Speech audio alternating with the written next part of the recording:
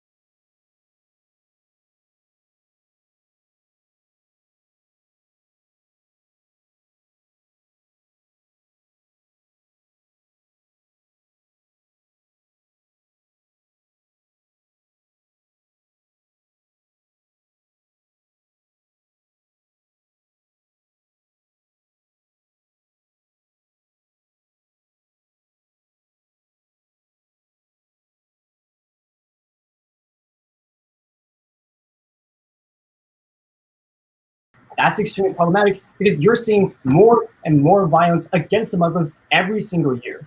However, as the United States, we have the political leverage and the power to make sure that India is held accountable and uphold the civil liberties of these Muslim citizens. In fact, because India actually really wants the current free trade agreement to go through, we actually have the leverage. The Nagoya Protocol is one of the most essential in the global world. The US hasn't signed onto it, but the Nagoya Protocol actually ensures that genetic materials and products are actually transferred between nations evenly and fairly. That's extremely important because that includes GMO crops.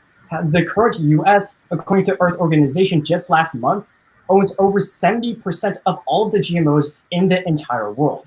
However, when you have a nation like India, which is currently starving and having a large source of malnutrition because they can't eat simply because of their climate and because they're having more crop failures every single year, it's our duty to make sure those people get the food they need. And not only that, these GMOs are both healthier, they grow faster, and they grow in more conditions. We have the power to make sure that people don't die from malnutrition. Coupled with that, this bargaining power is extremely important because India has told the US to join the Nagoya Protocol for years and decades now. When we sign on, we have the political power to both save people and make sure India stops discriminating and killing Muslims. In the end, if you want to uphold the properties of life, liberty, and the pursuit of happiness, we need to affirm. The judge's speech time of 3 minutes and 5 seconds. We're now in line for 2 minutes of questioning. All such questions please raise your placard. Of the stand, I'll first start with Senator Crowley. Is India drafting a trade deal with any other actors right now? It seems like you know. You tell me. Yeah, so they're actually making a trade deal with the EU. So if their economy is going to be fine with or without us, what incentive do they have to comply with this legislation? Right. Here's the thing. The major part of this FTA that India gets is the reduction of steel and metal tariffs.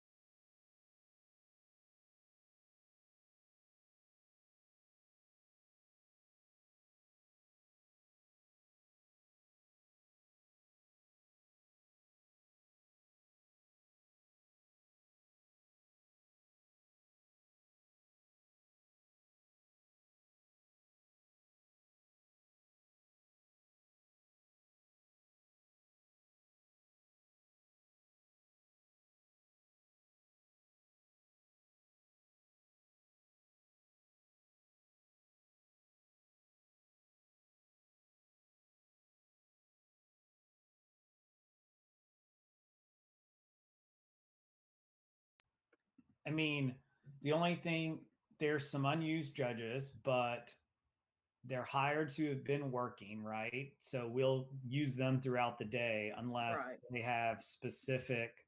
I'm opening up their profiles right now. Okay. We're going to lose Jeffrey Dew at 3, so you may want to put him in a round. Okay, I can do that. It looks like we have Tarun for a while, so no worries there. And it looks like we have Darshan for a while, so no worries there. Mm-hmm. There's a couple of one-rounders from As always, Eden it's in the pleasure of all those above Prairie me, and and I think that everyone's ready, so to avoid wasting any more time, I can just begin. All right. Philosopher Emmanuel Levinas once said, "Politics is opposed to morality as philosophy is to naivety." I'm all for morality, but each contention that Senator Wu has brought up thus far only repeatedly confirms the naivety of the affirmation stance. We must fail today's legislation because it does not penetrate nor cure the issue it tries to address. Firstly, we must understand that we cannot move forward with any of the actions specified in this resolution because the United States cannot ratify the Cartagena Protocol or the Nagoya Protocol that is mentioned in the further resolved clause. According to a 2020 report by the Society for Conservation Biology, with 193 biologies, the Convention for Biodiversity has near universal participation among many countries. However, only 4 member states of the United Nations are not part of it. That is Andorra, South Sudan, the Vatican City, and the United States.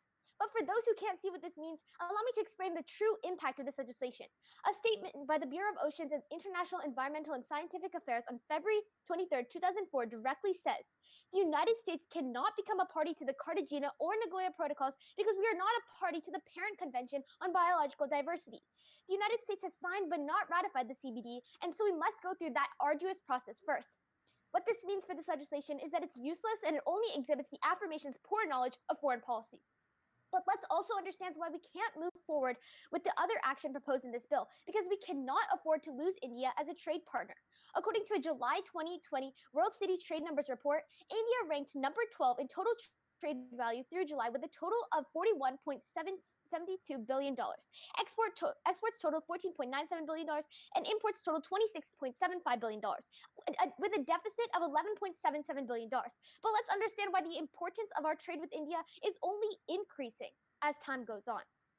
According to September 19th, 2019 CNBC article by Soon, India has already increased its trade footprint in the midst of the United States-China trade conflict, particularly under categories on which the United States has imposed tariffs on China. Radhika Rao, an economist at Singapore Bank DBS Group, wrote on an August report, "Understand that when relations with China are already extremely tense in the wake of the COVID-19 pandemic, we cannot afford to lose such a valuable ally, because that means losing valuable resources to our citizens that cannot afford food, and we cannot afford to raise the price of these goods." The goals and the purposes of this resolution are written to appeal to the highest ideals of altruism and morality. It's time for us to choose pragmatism and foreign policy knowledge over naive simplicity, and that's why we must fail. For the judges, a speech on 2 minutes and 44 seconds. We're now in line for a 2-minute questioning period. All questioners, please rise. Of those standing there, first goes Senator Wu. Hi, Sarah. So I'm a little bit confused. Given the nature that this is a resolution, why can't we just pass this and later write a good bill that addresses both Representative, do you want the convention by and passing this resolution, you're harming our image across the world. When you claim to support Muslims, you're actually just displaying the United States' poor knowledge of policy. Wait a second. That ignores what I just asked you. I'm saying we can sign another bill that No, because you pass this, you're still saying that the United States does not know what they're doing. Senator Gutierrez. Hi, Senator. So do we currently have a free trade agreement into status quo? Yes, we do trade with India. No, we don't have a free trade agreement. The legislation says we're ending free trade negotiations. So how does anything change? Because understand that by stopping negotiations, we also hurt our current trade with India. How are we hurting our current trade if we don't have a free trade negotiation in the first place? Because understand place? that India has already been emerging as a global power in light of US nothing happened. So they're not reliant on us as much as we're reliant on them. We don't have a free trade agreement currently. Hi, Representative. Simple question. Why should we favor their free trade agreement with India over massive Muslim discrimination in the nation? Because first of all, we need to pass a more comprehensive piece of legislation that actually threatens India. Great. Why can't we do that after this? Why can't we just pass this and then pass that? Because this only exhibits our poor foreign policy, which leads us to not We're holding a stance that we support you want to be anti-Muslim taken seriously policy. on this issue or not? So you're saying we should not support anti-Muslim policy? I'm not saying that. I'm saying we need to 30 seconds left. Senator Siva, was you to observe it? Yeah. Senator Siva. So going off of what I said earlier, you're saying that we should pass another piece of legislation that directly tackles the anti-Muslim policy. But isn't this piece of legislation basically incentivizing India to No, because I spent my entire speech discussing how all of the measures that are supposed to threaten India are doing nothing. Great. So why can't we just pass this and pass that if it's not going to do anything? No, because it's losing our credibility. Credibility, but why does credibility matter if we're credibility matters against anti-Muslim? Question time is up. Thank you, speakers. State that, Senator Siva. I move to previous question. Second. Any objections? Seeing none, that motion is so ordered. All those who wish to pass today's piece of legislation, please raise your placard. I count. Senator, okay, 1, 2, 3, 4, 5.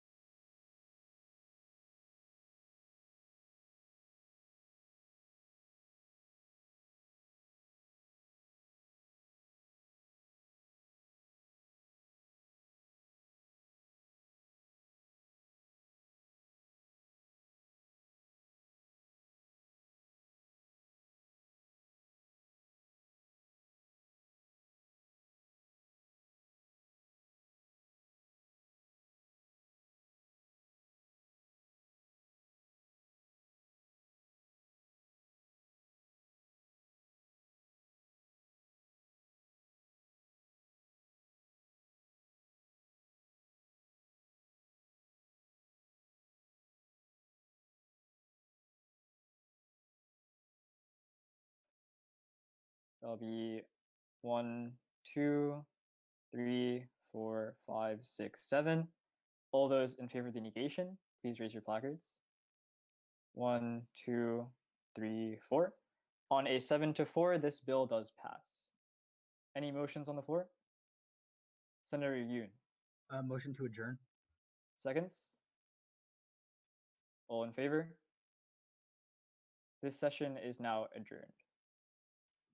Thank you, so everybody. we got through 57 questions and 23 speeches, so pretty good. Yeah. Good job, Thank you all for everybody. being here. Thank you, judges. The next final session, I'm pretty sure that they said that finals is going to try to be released by noon. And then that session for tech check is at 1:30 with final session starting at 2. Okay. For judges, I just need you to make sure that you get in your placements as soon as possible. You can go back and edit your comments, but we cannot do anything about fixing or doing finals until we have your ballots in. So if you'll get them in quickly and efficiently, that would be awesome. Thank you. That goes for you too, Patrick. All right. Bye. Thank you to all the judges. Thank you. Could I talk to you? Thank you. All the best to all of you. Bye.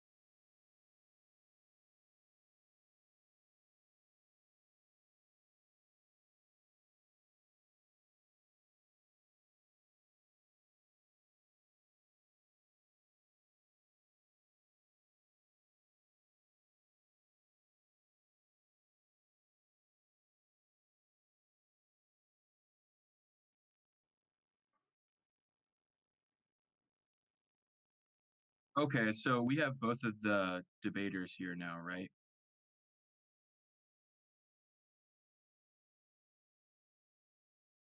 Hi.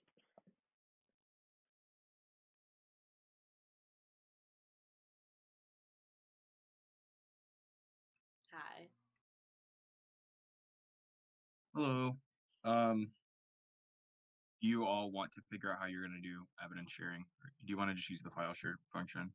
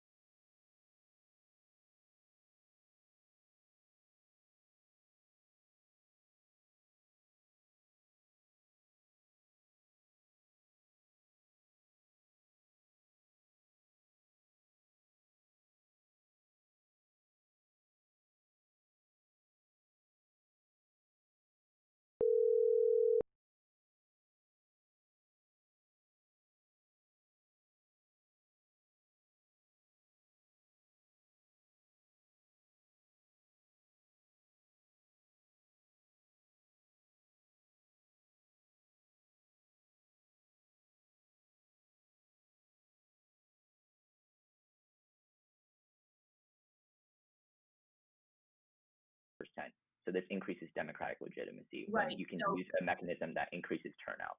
But how can you say compulsory voting would be a legitimate law if the people who are voting on it aren't representative of the population? If you said the people who are voting on the law aren't representative of the population, we're not saying like we as the affirmative are defending the passage of this plan. We're not saying that people are going to be voting on it. We're saying that countries should just implement it. Okay, so for your second contention about climate change, you're saying that increasing turnout because of compulsory voting is going to lead to better policies passed that are going to decrease climate change. There's two key links that we go for in the climate change argument. First is that populism is driving climate skepticism. So what increasing turnout does is it turns out traditional groups that are not represented in the current voter base, which includes women and immigrant groups that are traditionally very and statistically proven to vote against populism that leads to climate skepticism. Our second link, though, is about environmentalism and the fact that environmentalists aren't turning out to vote right now. And so once we increase turnout and improve and get environmentalists to come to the polls and vote for people that will support climate change policy, that's going to help resolve climate change. Okay, are people required to fill out a ballot when they go to the polls? Technically, people could put a blank ballot or something, but it's extremely rare. For example, in Australia, it's less than 1% of the time. Okay. We can read the evidence for that later if you'd like. That's all the questions I have. I'm going to take running prep starting now.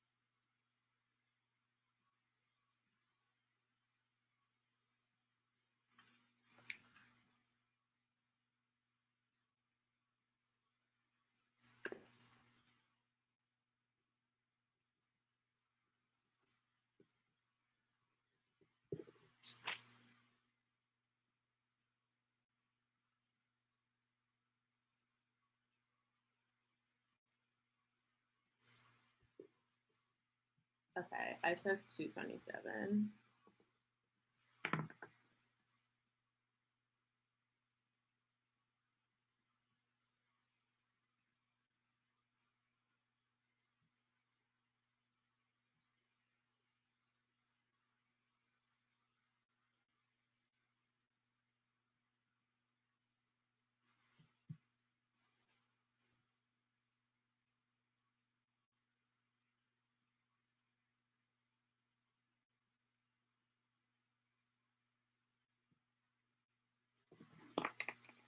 Okay, is everybody good? Sorry, I just trying to open the doc real quick. Oh yeah, you're good, no problem. Sorry, I've got it now. Thank you. Okay. So I'll start. Now, I negate. I value justice, which is defined in Plato's Republic as to render to each his fair due. The value of justice evaluates the political action of a democracy. A democracy who coerces its citizens is unjust. The value criterion is consistency with the equal freedom of citizens. For this Kantian political framework over any type of ethical framework, because governments are not moral agents subject to ethics, but institutions created to ensure the rights of its citizens. First, freedom only exists when there's a political order to ensure rights. Ripstein 1. The consistent exercise of a right to freedom by a plurality of persons cannot be conceived apart from a public legal order. Second, a just government's foremost obligation is to ensure the equal freedom of its citizens, because citizens are entitled to these rights based on the virtue of humanity. Ripstein 2. An action is right if it can coexist with everyone's freedom in accordance with universal law, or if on its maxim the freedom of choice of each can coexist with everyone's freedoms in accordance with universal law, which is the only original right belonging to every human being by virtue of his humanity. Third, government's foremost obligation is right of public assurance that their citizens' rights will not be violated. Ripstein 3. Rights can only be reconciled to public assurance. Without public enforcement, people lack the assurance that others will refrain from interfering with their property. Rights to external objects of choice are only consistent in a civil condition, because it's only a collective will putting everyone under obligation that can provide everyone this assurance. Thus, equal freedom of citizens is an obligation of the government in order to uphold justice. Democracies have an obligation to ensure the protection of citizens against coercion. The affirmative makes an assertion that compulsory voting provides all these benefits. However, the burden of the affirmative is to prove 1, why it is not a violation of the individual's rights for democracy to coerce citizens to vote. 2, the affirmative has the burden to prove that in all instances coercing citizens to vote is acceptable. And 3, the affirmative must prove that compulsory voting does not violate freedom of citizens in the democracy. Thus, the standard is consistency with the omnilateral will. Prefer the standard because A, only benefits and harms intrinsic to the structure of an action are relevant. This means that the ends do not matter. And B, coercion is inherently unjust and governments must protect against this violation of rights. Governments have an obligation to be consistent with the omnilateral will to ensure that the rights of citizens are not violated by coercive government mandates. Contention 1. Coercion is bad. Compulsory voting is an objectionable use of coercion because it infringes on a person's right to abstain from government activity. Ripstein. The legitimacy of any particular coercive behavior is judged against the background of an idea of a system of equal freedom. Beings with the concept of a rule govern the legitimate use of force in terms of reciprocal limits on freedom. Coercion is objectionable, whereas a hindrance to a person's right to freedom. The hindrance to freedom is wrongful because it's inconsistent with a system of equal freedom. The use of force is inconsistent with reciprocal limits on freedom. And citizens in a democracy have an inalienable right to abstain from the political process, which governments would violate by coercing voting. Lever 10. Right to abstain enable the weak, timid, and unpopular to protest in ways that feel safe. These rights are necessary to protect people's freedom and equality. People must have the rights to limit their participation and abstain because such rights prevent coercion by the state. The impact of coercion is the destruction of value to life, Raz 86.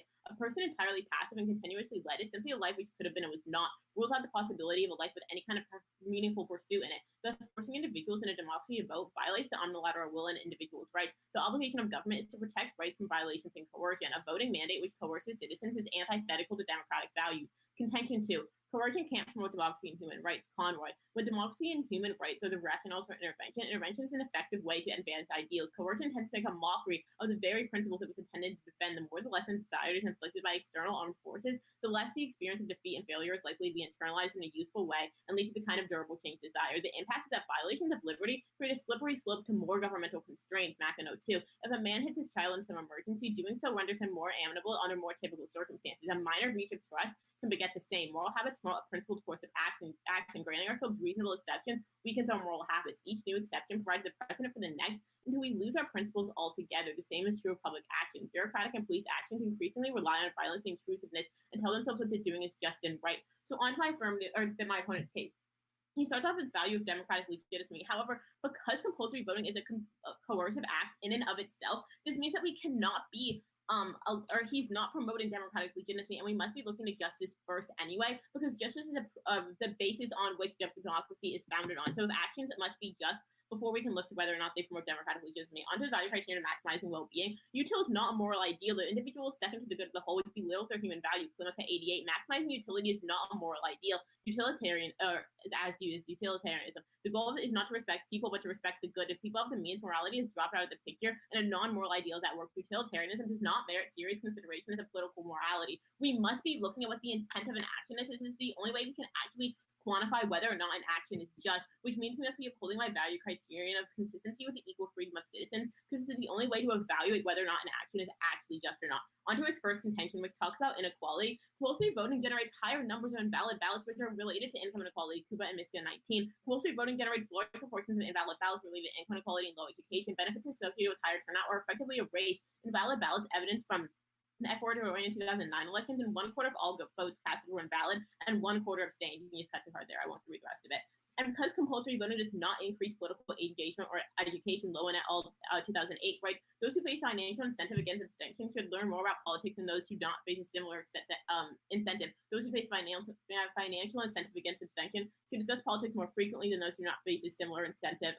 We find no evidence that increased general engagement with politics throughout discussion, which could have signaled a greater effort at learning. Aside from our media usage finding, we have not found support for the hypothesis that financially compelling individuals to vote causes them to become more politically attentive and knowledgeable citizens, which means that this turns the impacts coming off of this card, because you're not actually going to be increasing or decreasing inequality, because people aren't actually going to be educated. Not only that, but Waters and DeRoe 17, right, that compulsory voting requires less informed citizens to vote, which disproportionately drowns out female candidates and decreases chances at female representation. We're focused on the provision of compulsory voting. When analyzing the effects of electoral rules on women's representation, voters who would no longer vote without compulsory voting are less politically sophisticated, which leads to a lower number of votes for women. You can cut the card there, I won't do the rest of it. Which means that even if we are to look at the outcomes and what maximizes well-being, he's not actually getting any impacts off of this case, because it's only going to hurt minorities and women and increase invalid ballots, which means that you're not actually going to be getting more representation. Onto a second connection about climate change.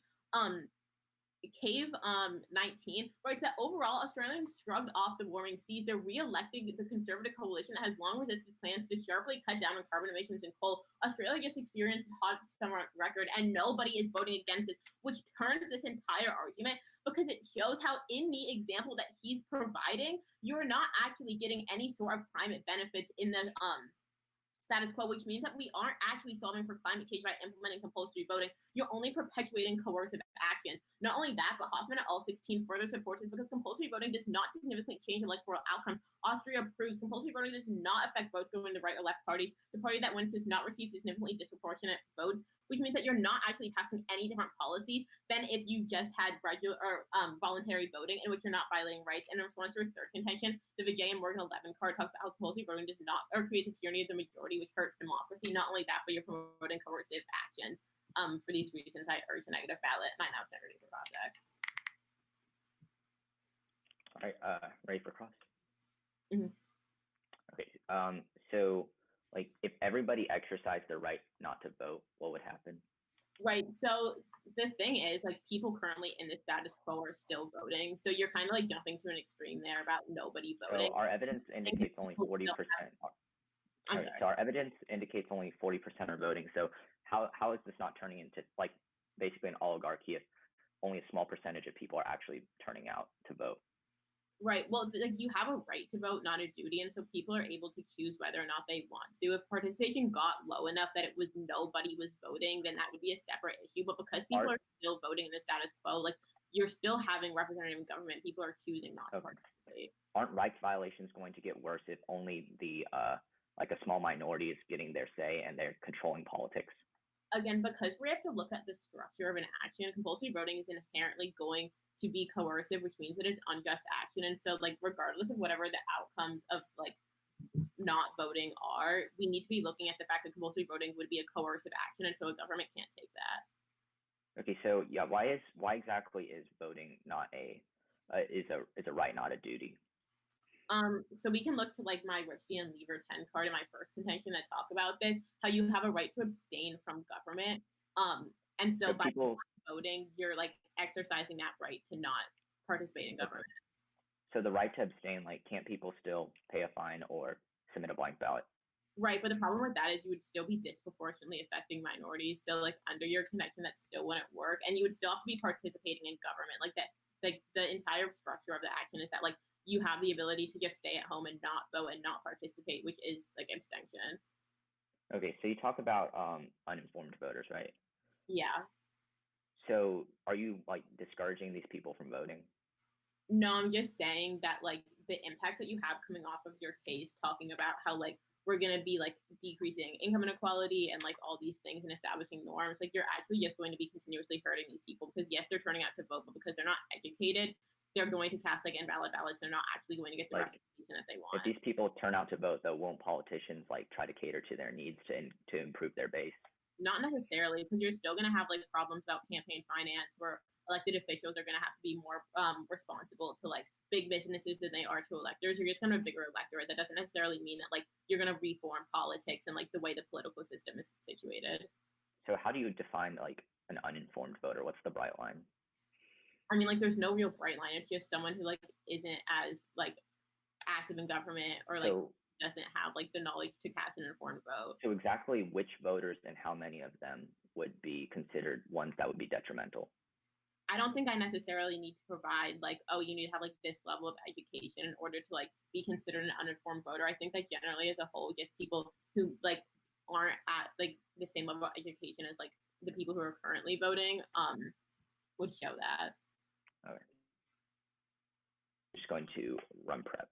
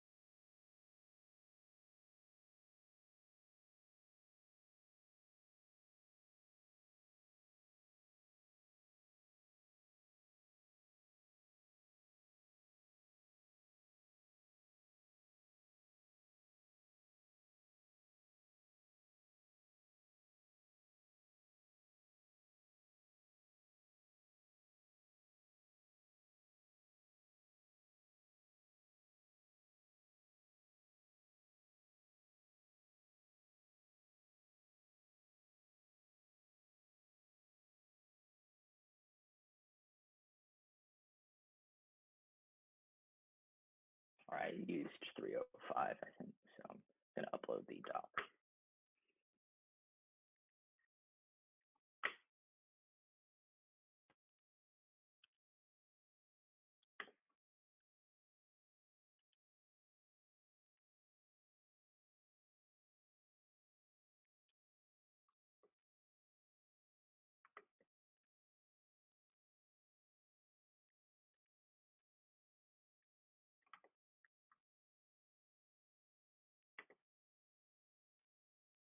Oh, wait, I'm sorry, that might not be the right one.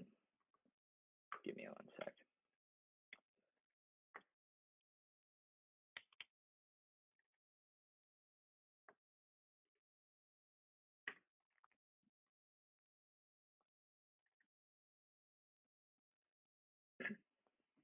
Sorry, it's uploading right now. It's the one that says speech 1AC 919 4 p.m.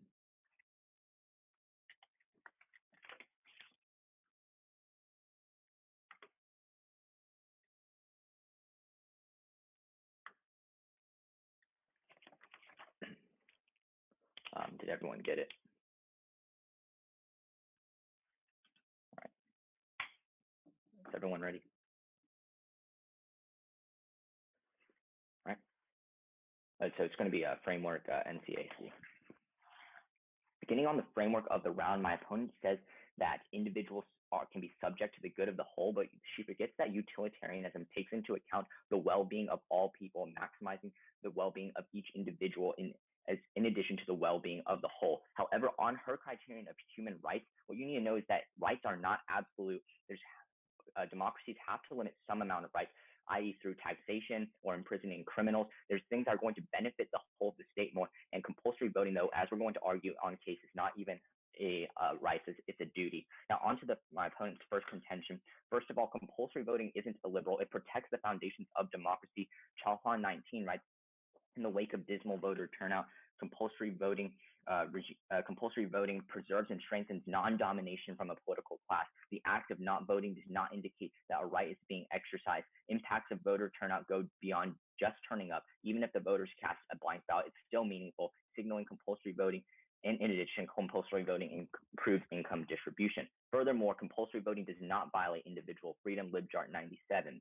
It is important to remember, first of all, that compulsory voting does not mean any actual duty to cast a valid ballot. All that needs to be required is for citizens to show up at the polls. Moreover, compulsory voting entails a very small decrease in freedoms compared with many other problems of collective action that democracies solve by imposing obligations such as jury duty, the obligation to pay taxes, military conscription, compulsory school attendance, and many others. What you need to know is that the foundation of a democracy is in the voting of the people. And if only a very small amount are going to turn out, this allows for a small minority of people to gain power within a democracy, influence politics in a way that favors themselves, and demolish restrict the rights of other people, going against both our criterions of human rights as well as utilitarianism. Furthermore, she says that it's going to destroy the value to life, but what you need to know is that allowing a small minority of people, no matter what class or what race they are, is going to enable them to gain political power over the rest of the country and continue to destroy the value of life in that regard. Now, furthermore, onto the affirmative case. First of all, she says there's going to be uninformed voters. However, we shouldn't be discouraging people from voting just because they're uninformed. We don't know what the definition of an uninformed voter is. But furthermore, but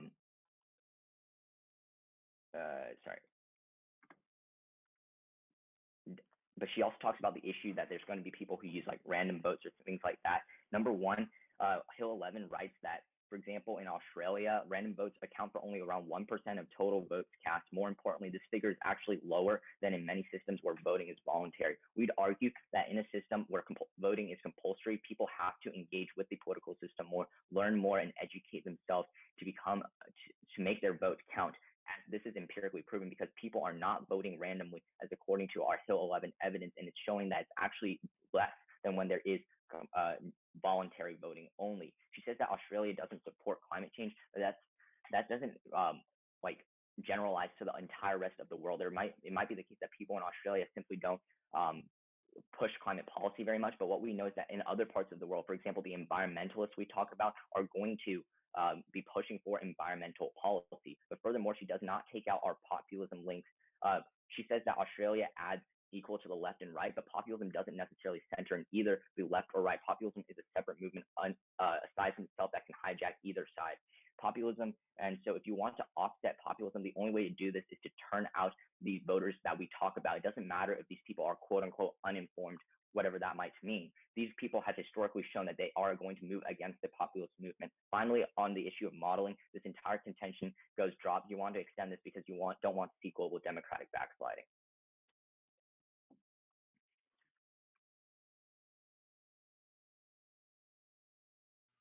Okay, I'm gonna take the last minute. I have my prep starting now.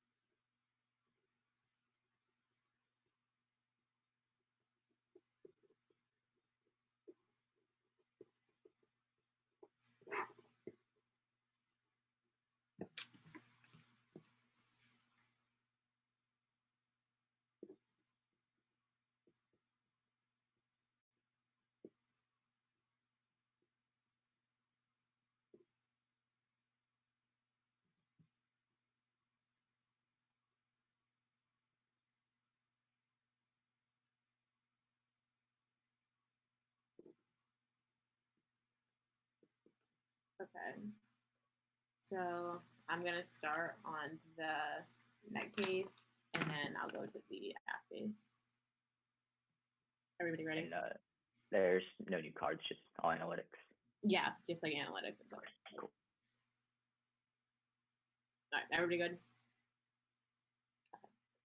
Starting now. Okay, so first starting off in the framework debate, my value is justice and my value criterion is consistency with the equal freedom of citizens. My opponent only makes this argument that rights aren't absolute and that we have a duty to vote, not a right. However, this isn't true. He writes no reason as to why this is like a duty, not a duty, not a right. And I've clearly established how the right to not vote means that we have a right to not abstain, which means this is freedom that needs to be protected by government. Further on the framework, he drops all three of my Rifstein cards and talks about how governments are a political order and created to ensure rights, how we have an obligation, the governments have an obligation to ensure the equal freedom of citizens, and that governments have to provide assurance that there aren't going to be rights violations, which are all reasons that you can extend across the flow why we should be referring my value criterion of minimizing consistency with the equal freedom of citizens. Governments are literally created to ensure these freedoms, which means that we must be upholding this first. Then you can go ahead and go into the burdens, which my opponent also dropped. We can be extending these across the flow as independent reasons why I should be voting negatively. The affirmative does not meet these burdens. First off, he never proved as to why there's not a violation of individual or rights when we're implementing compulsory voting. He also never proved that in all instances coercion is acceptable, which means these are more reasons to be voting neg. And my third burden, which talks about how the affirmative must prove that compulsory voting is not violating any freedoms. Again, he can't ever address these arguments. He only ever says that it's a duty, not a right. However, he doesn't prove how this is a duty and not a right. He just says that it is. On my first contention, we're talking about how coercion is inherently bad and that your governments are infringing on the right to abstain from government by implementing compulsory voting. He reads these two cards to talk about how not voting does not mean that there's a right. You can fill out blank ballots. And then this other card that talks about how there's no violation of freedoms, citizens only must show up. But then he later talks on in his case about how citizens must be engaged with the political process, which is inherently violating their right to abstain, because in order to implement compulsory voting, you have to be, citizens are forced to engage in the political sphere, even if they do not want to, and they see that it's oppressive or something they don't want to participate in, which means that compulsory voting is inherently coercive, and the impacts coming off of this still stand because the government is still forcing action, even if it's just to show up to the polls or speak to a political party that people do not want to participate in, which means it's always a bad intention. And because coercion is always bad, we can look to my reasons to prefer the unilateral will for this. Coercion is always unjust and never something that we can justify, which means that we cannot be perpetuating compulsory voting. Not only that, we can look to my RAS 86 card, the impact, that talks about how we're destroying life by allowing for coercion to happen. The only argument my opponent makes against this is that he talks about how we're allowing the minority control. This does not outweigh destruction of life and rationality and autonomy, far outweighs any sort of potential government impacts coming off of this. And again, because we're looking at the structure of an action, the intent of taking away someone's ability to act as a rational individual is far too the only way that we can be evaluating action, not any particular consequences. On my second contention about how coercion doesn't promote democracy, he never really touches this. So we can be extending my impacts coming off of this card that talk about how by allowing for smaller violations of freedom and liberty, you're allowing the government to take even greater or implement even greater constraints on action, which means that by implementing compulsory voting, you're just opening the government up to make even more coercive actions, which means we must be voting next. So onto the affirmative case, his value is democratic legitimacy. I've already established how even if we're upholding this, compulsory voting isn't democratic and we can't be doing this. However, we must be looking at justice first, as this is the basis for democracy, and his value criterion of maximizing well-being doesn't stand, because you're never going to be able to maximize the well-being of all people. Utilitarianism inherently values the majority over the minority, and I've clearly established through my Clemica card about how util is not a moral ideal anyway. Onto his first contention about income inequality, and how we're going to be decreasing inequality through compulsory voting. This isn't true. You're inherently going to be allowing uneducated voters who don't have the ability to become educated because of time constraints, work constraints, because they want to abstain from the political process. You're forcing them to vote. Apathetic individuals are now forced into the political sphere, which generates high numbers of invalid ballots because these people are uneducated. It does not actually increase political engagement or education, as Low in 2008 talks about. And it's also going to hurt women, which is an argument that goes unanswered in this round. So it's one of the most important things coming off of the affirmative case. He's not actually decreasing inequality. He's only going to perpetuate it if we're looking through the lens of his case, because the Waters in the Row 17 part talk about how less educated citizens and less informed citizens are going to rely on their own biases when it comes to voting, which means they're going to be voting for less females, which is only going to hurt equality. Not only that, but he talks about how in this Hill 11 card, he reads that people are forced to engage the political sphere to become educated under his model of Australian compulsory voting, which is inherently coercive and an act that we can't be justifying because it's only going to lead to an even greater violation of rights. Under a second contention about Australia, or about climate change, I read this turn about how Australia, which is his model, never actually solved for climate or worked towards fixing climate change with their compulsory voting model. The only thing he says is this can be generalized to the rest of the world, and that Australia may not push policy, but other people do. His example is literally to model Australian forms of compulsory voting. So this isn't working in Australia. We can't be sure it's going to work anywhere else. And he also talks about how he still has these populism links. However, this goes back to my turns on his first contention.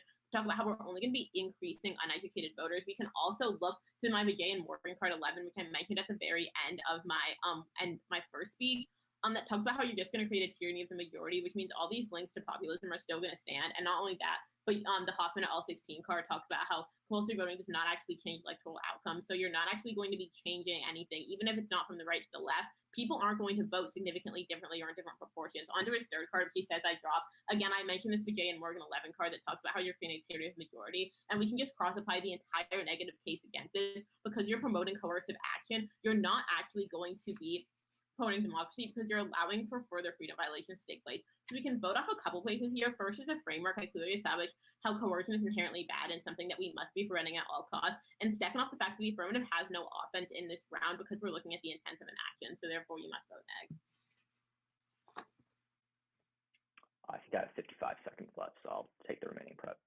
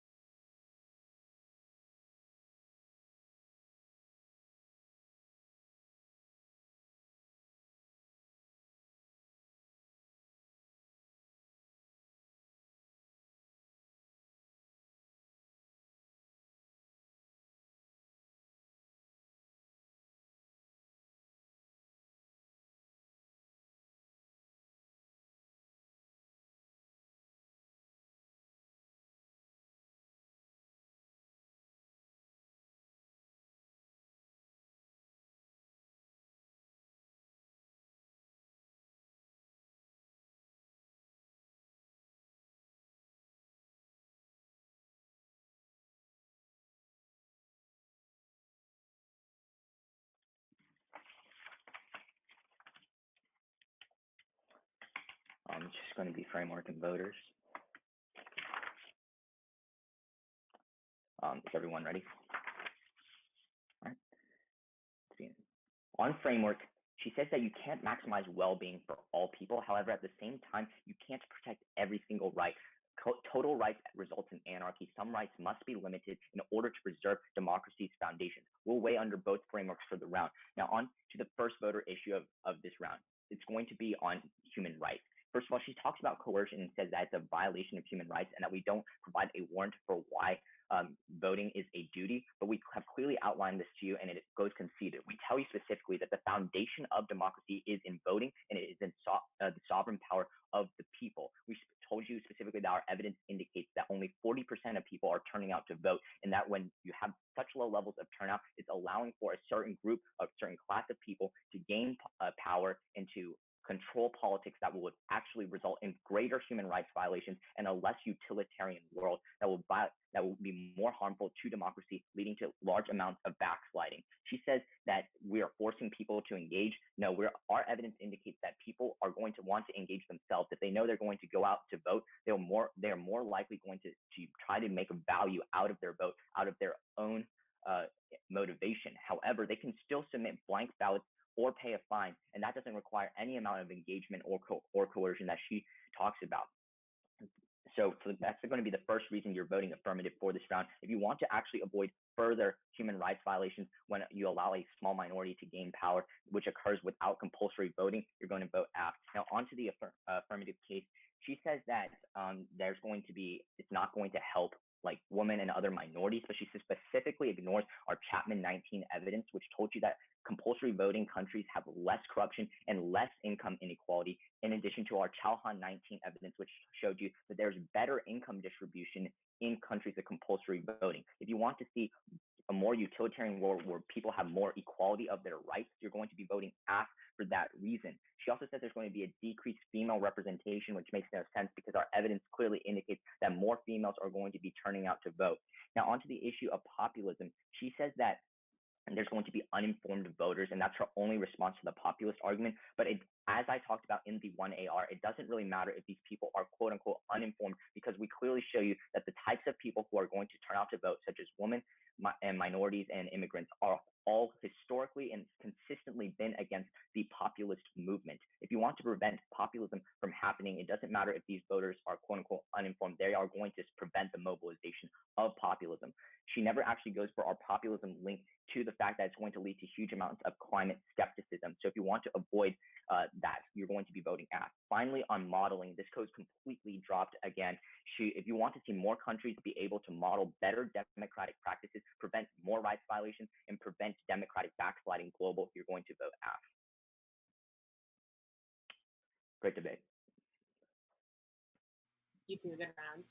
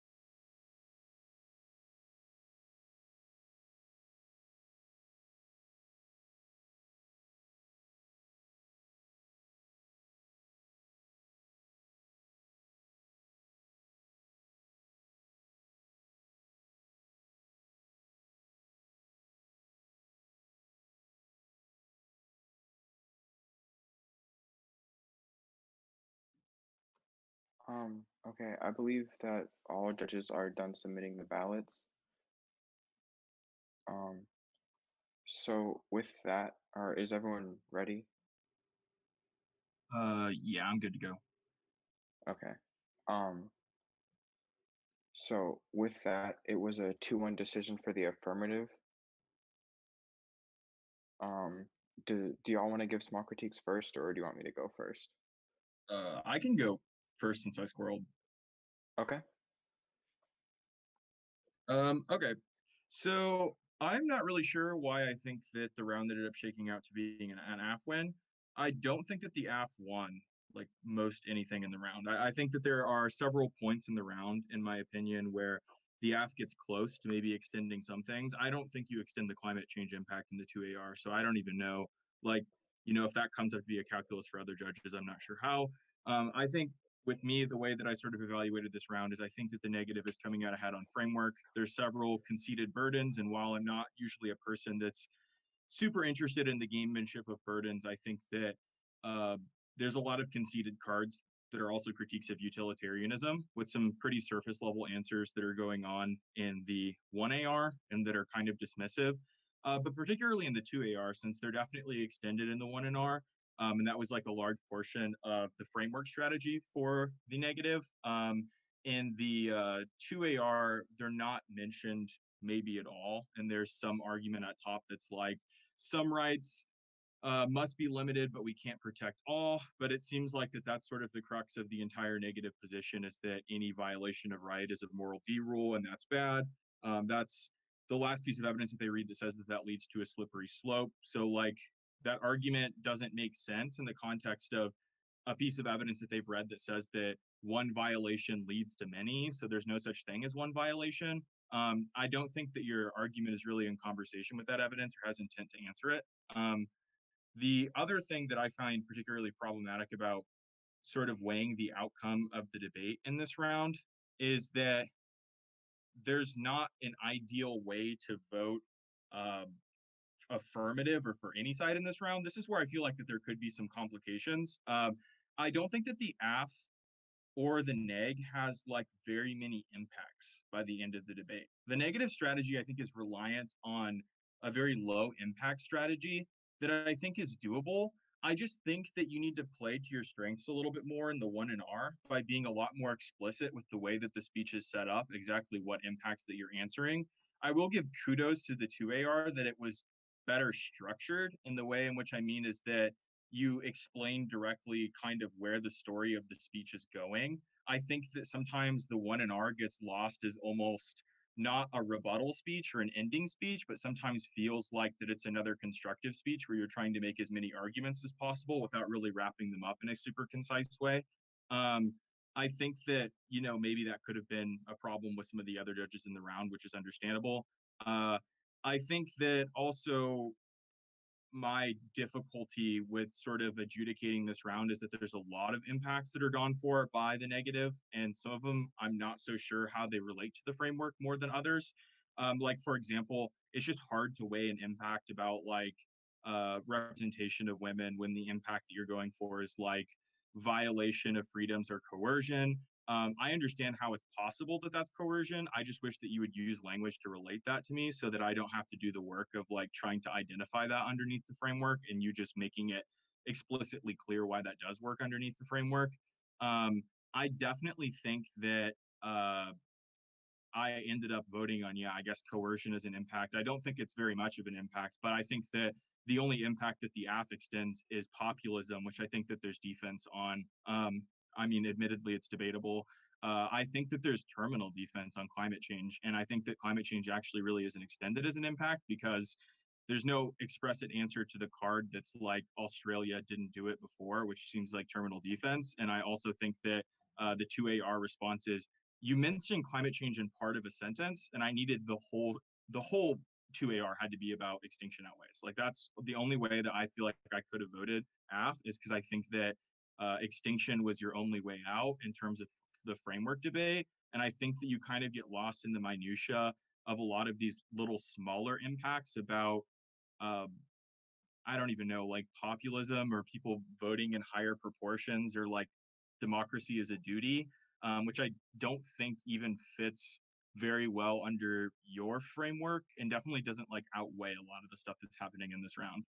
I don't know. It was confusing how the impact shaped out. The end of the debate, I really just voted on framework.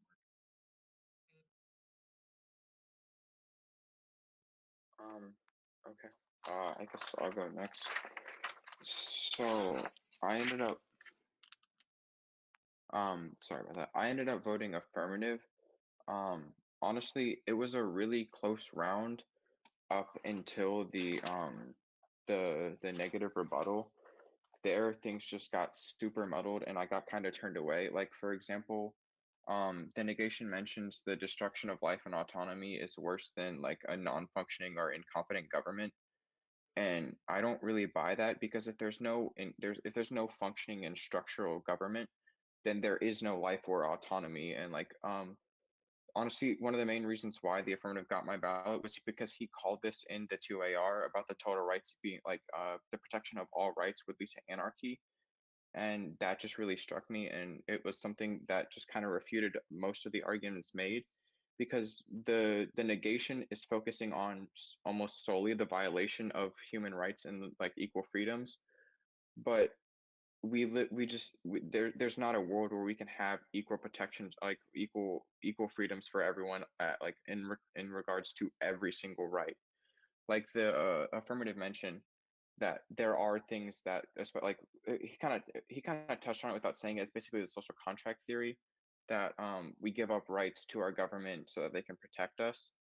And like ultimately, in my opinion, the framework was extremely muddled throughout the entire round. But no matter who you went with, I still believe the affirmative upheld it better because they promoted util in a way that would allow for equal rights for everybody. And my ballot says something along the lines of this. It's much clearer there. But human rights under whether it be util, which again the affirmative mentions a card that says while it focuses on the good of the majority, they also emphasize the good of all, and that was one of the main things that really led me to voting affirmative. Secondly, in the 1NR and in cross-ex, the negation just kept on hammering on about uneducated voters and like how they have to have the current education level or they have to have the education level of current voters, which to me just felt extremely discriminatory because you don't have to have the same education level as someone to understand something just as well as them. And the affirmative called them on this, and that was really important in my mind because if we only allow a certain educated level to vote, then we're not a true democracy because we don't have free elections, you know. Um, and finally, in the 1NR, the negation kept saying it will lead to changes, worse changes, and like it would be a slippery slope, but they never exemplified it. Like what changes? Tell me what changes and how it's worse, and so I can weigh the harms. And you probably would have won the ballot there, but you didn't tell me, and like I didn't have anything to weigh it on, so I had nothing to go off of other than what I could create, and that's my own bias, which is not fair to put into the round. But on that, for the good things, both parties spoke extremely well. They were all easy to understand. The cases were well blocked and had a ton of cards that most of them eventually got dropped or just were contested, but they were still good cards and held up on their own ultimately. But yeah, it was a confusing round, but it was a good round.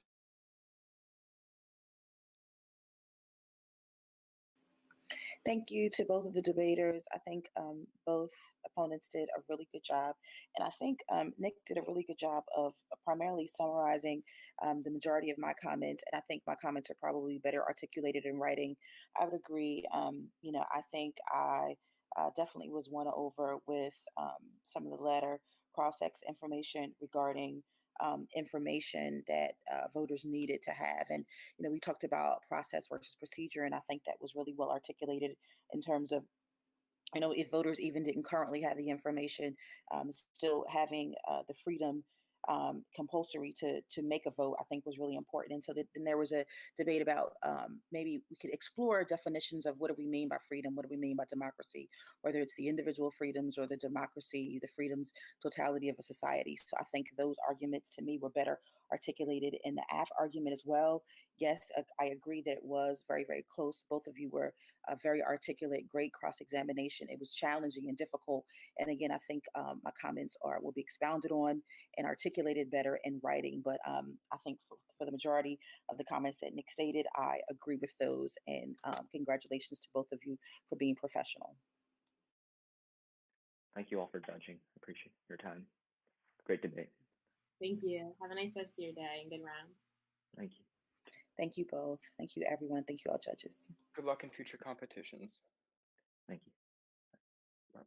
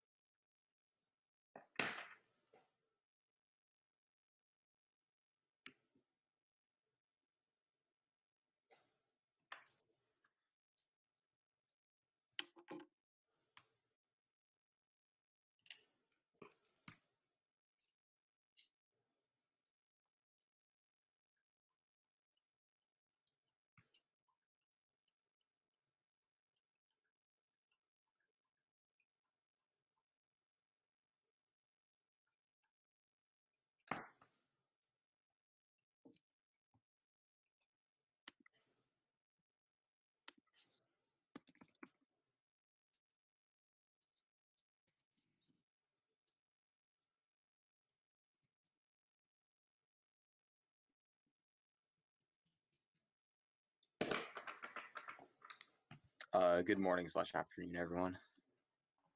Good afternoon.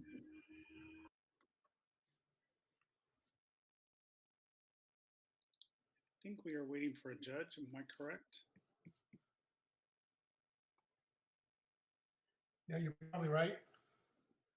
Two people with glasses are judges, and we're waiting. Two people without seem to be students. Okay. I think the TR is in the room, but invisible and unheard of at the moment. We'll just wait for her. Or him, I don't know if it's him or her. So I think the person without the video on is Tab Room because they're streaming this round okay. on YouTube. Yeah. Oh, really? We're on YouTube now? That's pretty cool. Yeah, we saw like 6 viewers.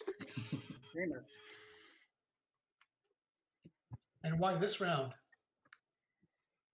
Must be the judging panel. Must be. Probably completely random.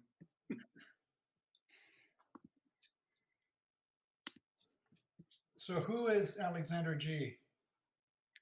That would be me. Brenham AG. I'm on the app. And so you must be Nate. Yes, sir. It's me. Yeah, Nate. I'm Frank Picciola. I'm Tim Stroud. I have the ballot. Never mind. I just needed to refresh.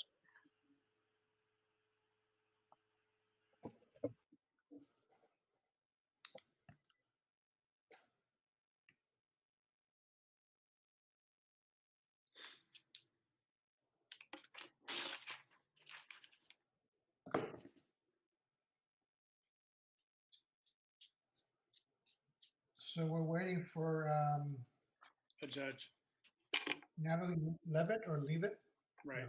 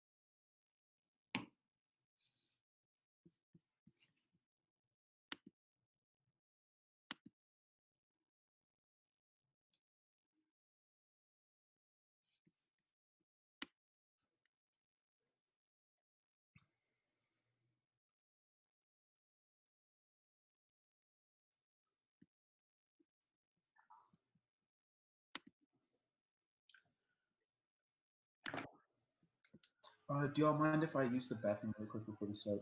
Nope. Awesome, thanks. I'll be right back.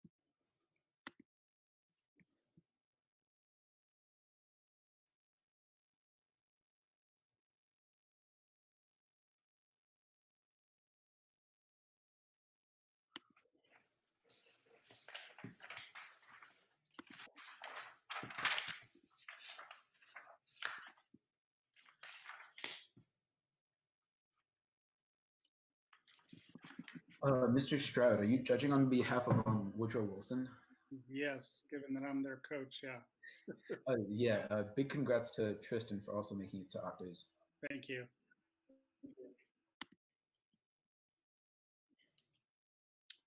Looks like we've got all the judges here. We've got both competitors here.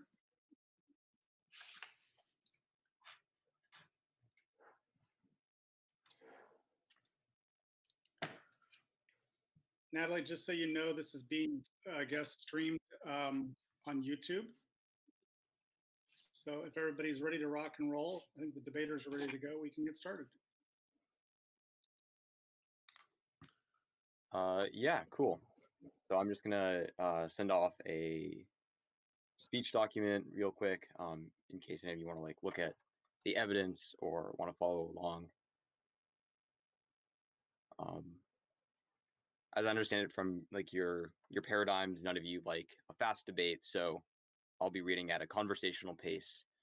But if for some reason you feel like I'm going too fast or you feel like you're missing things, feel free to just say like clear or slower. I'll make sure I slow down. All right, so speech doc is in the file share if you're interested in taking a look at that.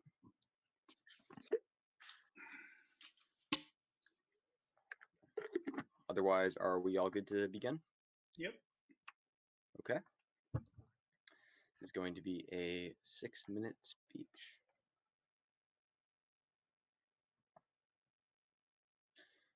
I affirm. Definitions. Democracy is a system which values equality and collective decision-making. Cristiano 06. The term democracy refers to a method of group decision-making characterized by a kind of equality among the participants at an essential stage of the collective decision-making.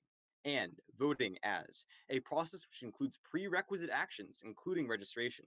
Blomberg 95. Voting is a process. The Voting Rights Act of 1965 defines voting shall include all action necessary to make a vote effective, including registration. Thus, value democracy as the central question of the round. That's what the resolution asks us to consider. And the value criterion is increasing participation in democracy. The more people buy into democracy, the better it gets. So, in order to achieve democracy, we must increase participation. Contention 1 is turnout. Compulsory voting unequivocally increases turnout. A review of all country-specific programs proves. Leachfart 97. The strongest of all institutional factors is compulsory voting. In Belgium, it has maintained the highest voting records found in Europe. Tinson gathered evidence from several additional countries, Austria, Bulgaria, Czechoslovakia, the Netherlands, Romania, and Australia, and concluded that popular participation in elections is very high. The introduction of compulsory voting everywhere has been accompanied by a remarkable rise in participation.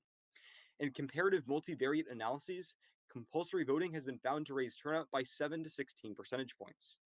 Mean turnout in three countries under mandatory voting was higher than 90%. In the Netherlands, the abolition of compulsory voting in 1970 caused a large drop of about 10 percentage points. Low voter turnout is a threat to democracy. There's a laundry list of reasons. Leachfart 97 again. Low voter turnout is a serious democratic problem. It means unequal turnout that is systematically biased against less well-to-do citizens.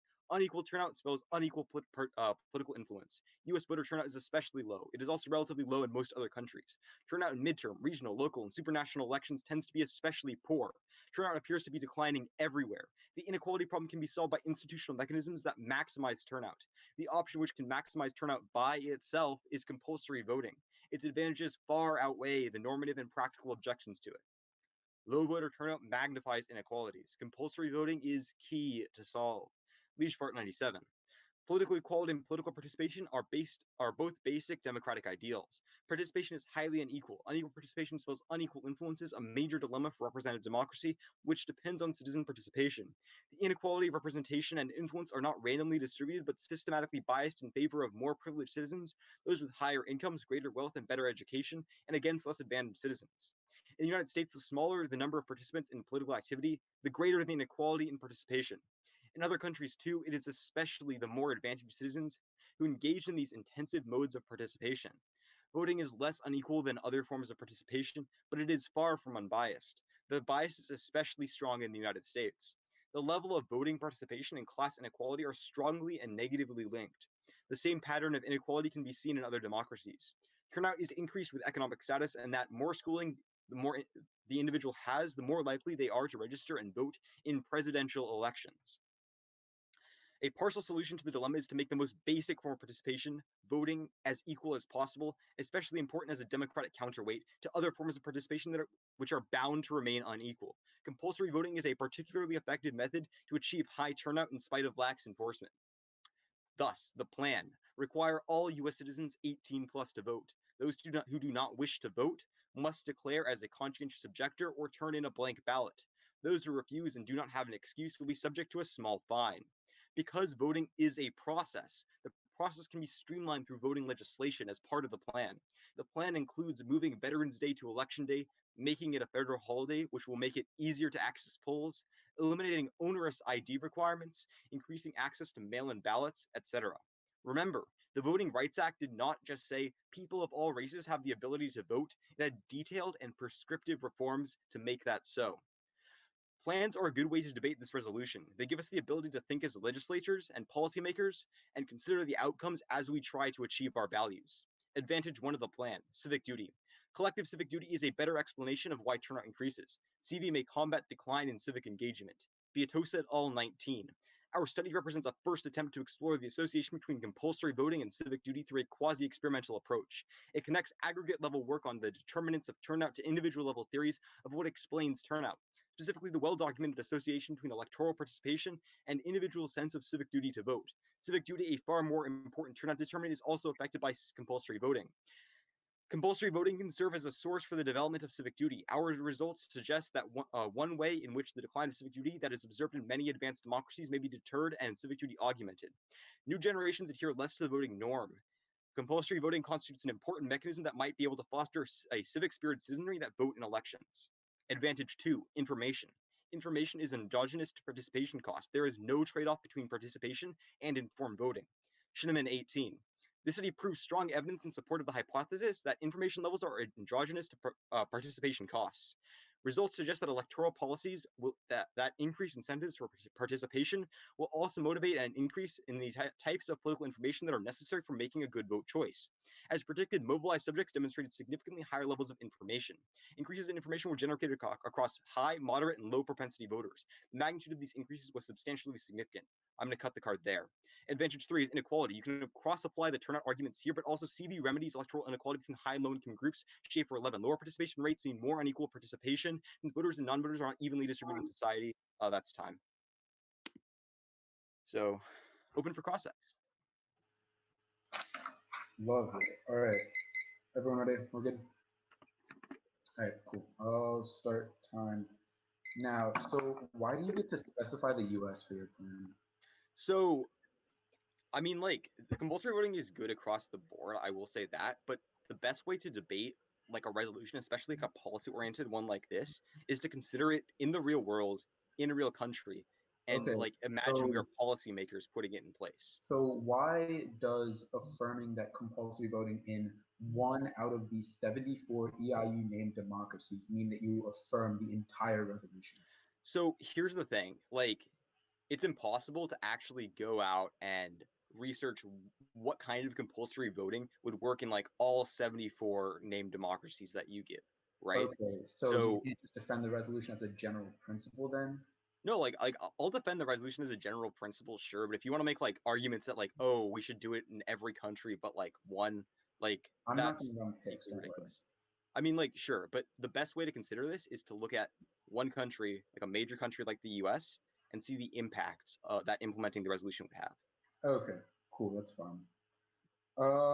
So let's talk about your Scheinman evidence. What's the methodology behind the study here? The methodology between the Scheinman evidence, I think they basically like studied like the effects of like Yeah. requiring people to vote and demonstrated that even among like low propensity Where did they voters, require? Where did they study these effects? Like what country? Or in was it the like not in a country? Or I mean, it's University of Pittsburgh. I don't think this card says, and I don't remember like where it was, but I'm pretty sure it was the U.S. okay. Like do you I mean, I know don't think do there's you know, like the a reason why it would be sample different. size? How reliable is this study? I'm trying to like determine the merits of your evidence. How reliable is this study? I mean, pretty reliable. Like it's Why? Like it was published in a reputable like journal. It's been peer reviewed. It's pretty recent, 2018. Okay. Like I mean, the reliability is there. Okay, that's cool. Does the Schaefer evidence mention compulsory voting at all? Like if I control F'd it, would there be compulsory voting? Would I find compulsory voting in it? So basically what the Schaefer evidence shows is that as turnout increases. No, I'm not asking like what it says, but I'm asking like, does it I mean, specifically? the title of the article is literally Republican Liberty and Compulsory Voting, so. But in that evidence specifically, is it talking about in the literal like evidence I read? No, I don't think I say compulsory voting. But again, the title of the article is Republican Liberty and Compulsory Voting. Okay, cool. Why is the value? How does the neg win under your value criterion? How does the neg win? By like showing that the status quo is better for achieving participation. Like, I mean, like this is the moral thing to do: increase participation. Okay, that's fine. I'll take running prep time starting now.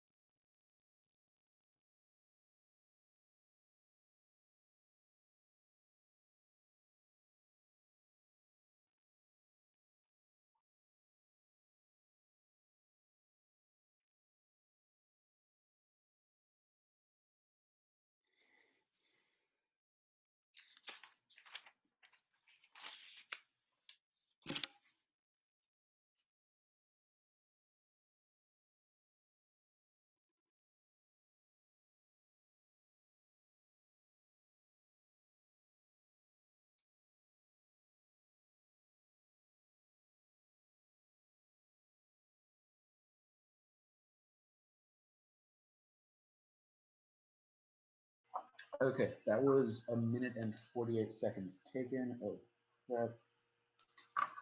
I will share the document in the file share if anyone wants to see it.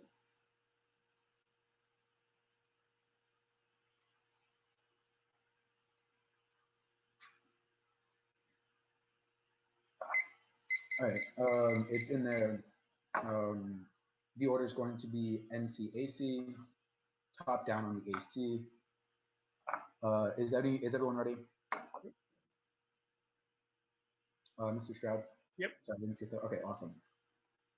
All right, in that case, I will start my time now. We agree on the value of democracy, but because democracy is justified by the consent of the governed, rights imply their negation. Therefore, the criterion is protecting individual rights. We have the freedom of speech, but also the right to remain silent. Wells 18. Each of the two dominant political parties in the US account for 29% of voters. 1/3 strongly dislike all the candidates appearing on the ballot. These voters were left with the choice of either voting against the candidate they disliked the most or not voting at all. None of the above was not offered to them. A person doesn't have to like a law. It is sufficient to merely not object to it or to not care to give consent. My argument is that only the neg grounds democratic legitimacy and consent.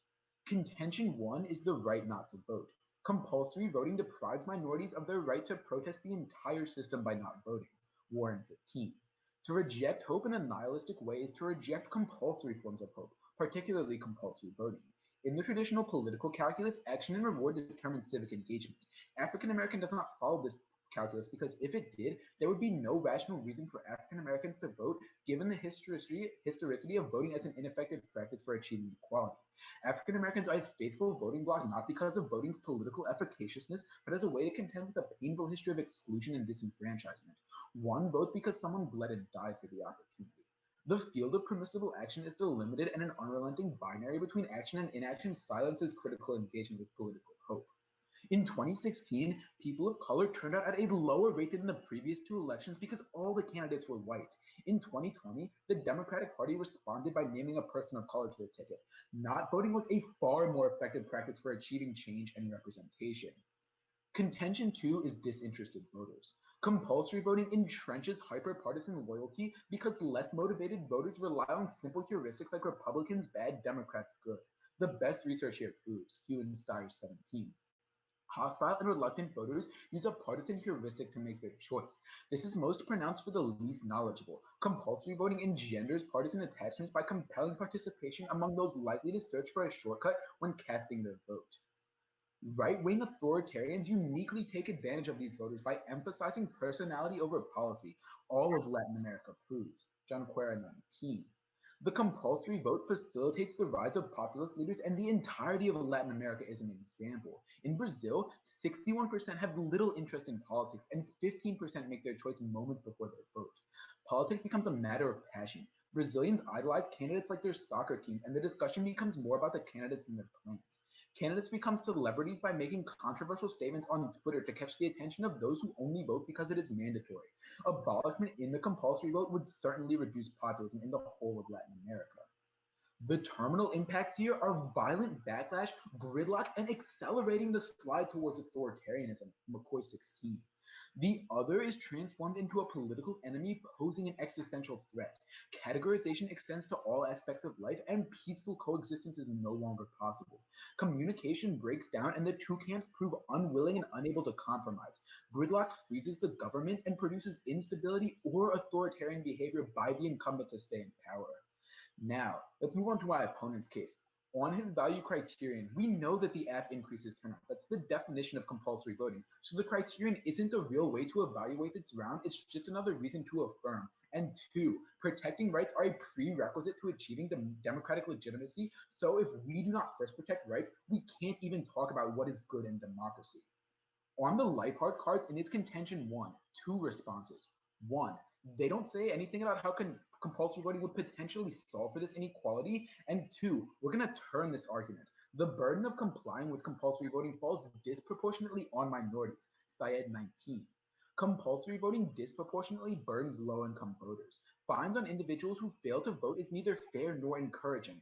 A penalty would disproportionately harm low-income and minority voters, especially considering the U.S.'s history of oppressing voters of color. Underrepresented communities could become even more financially insecure while continuing to wield less political power relative to other populations.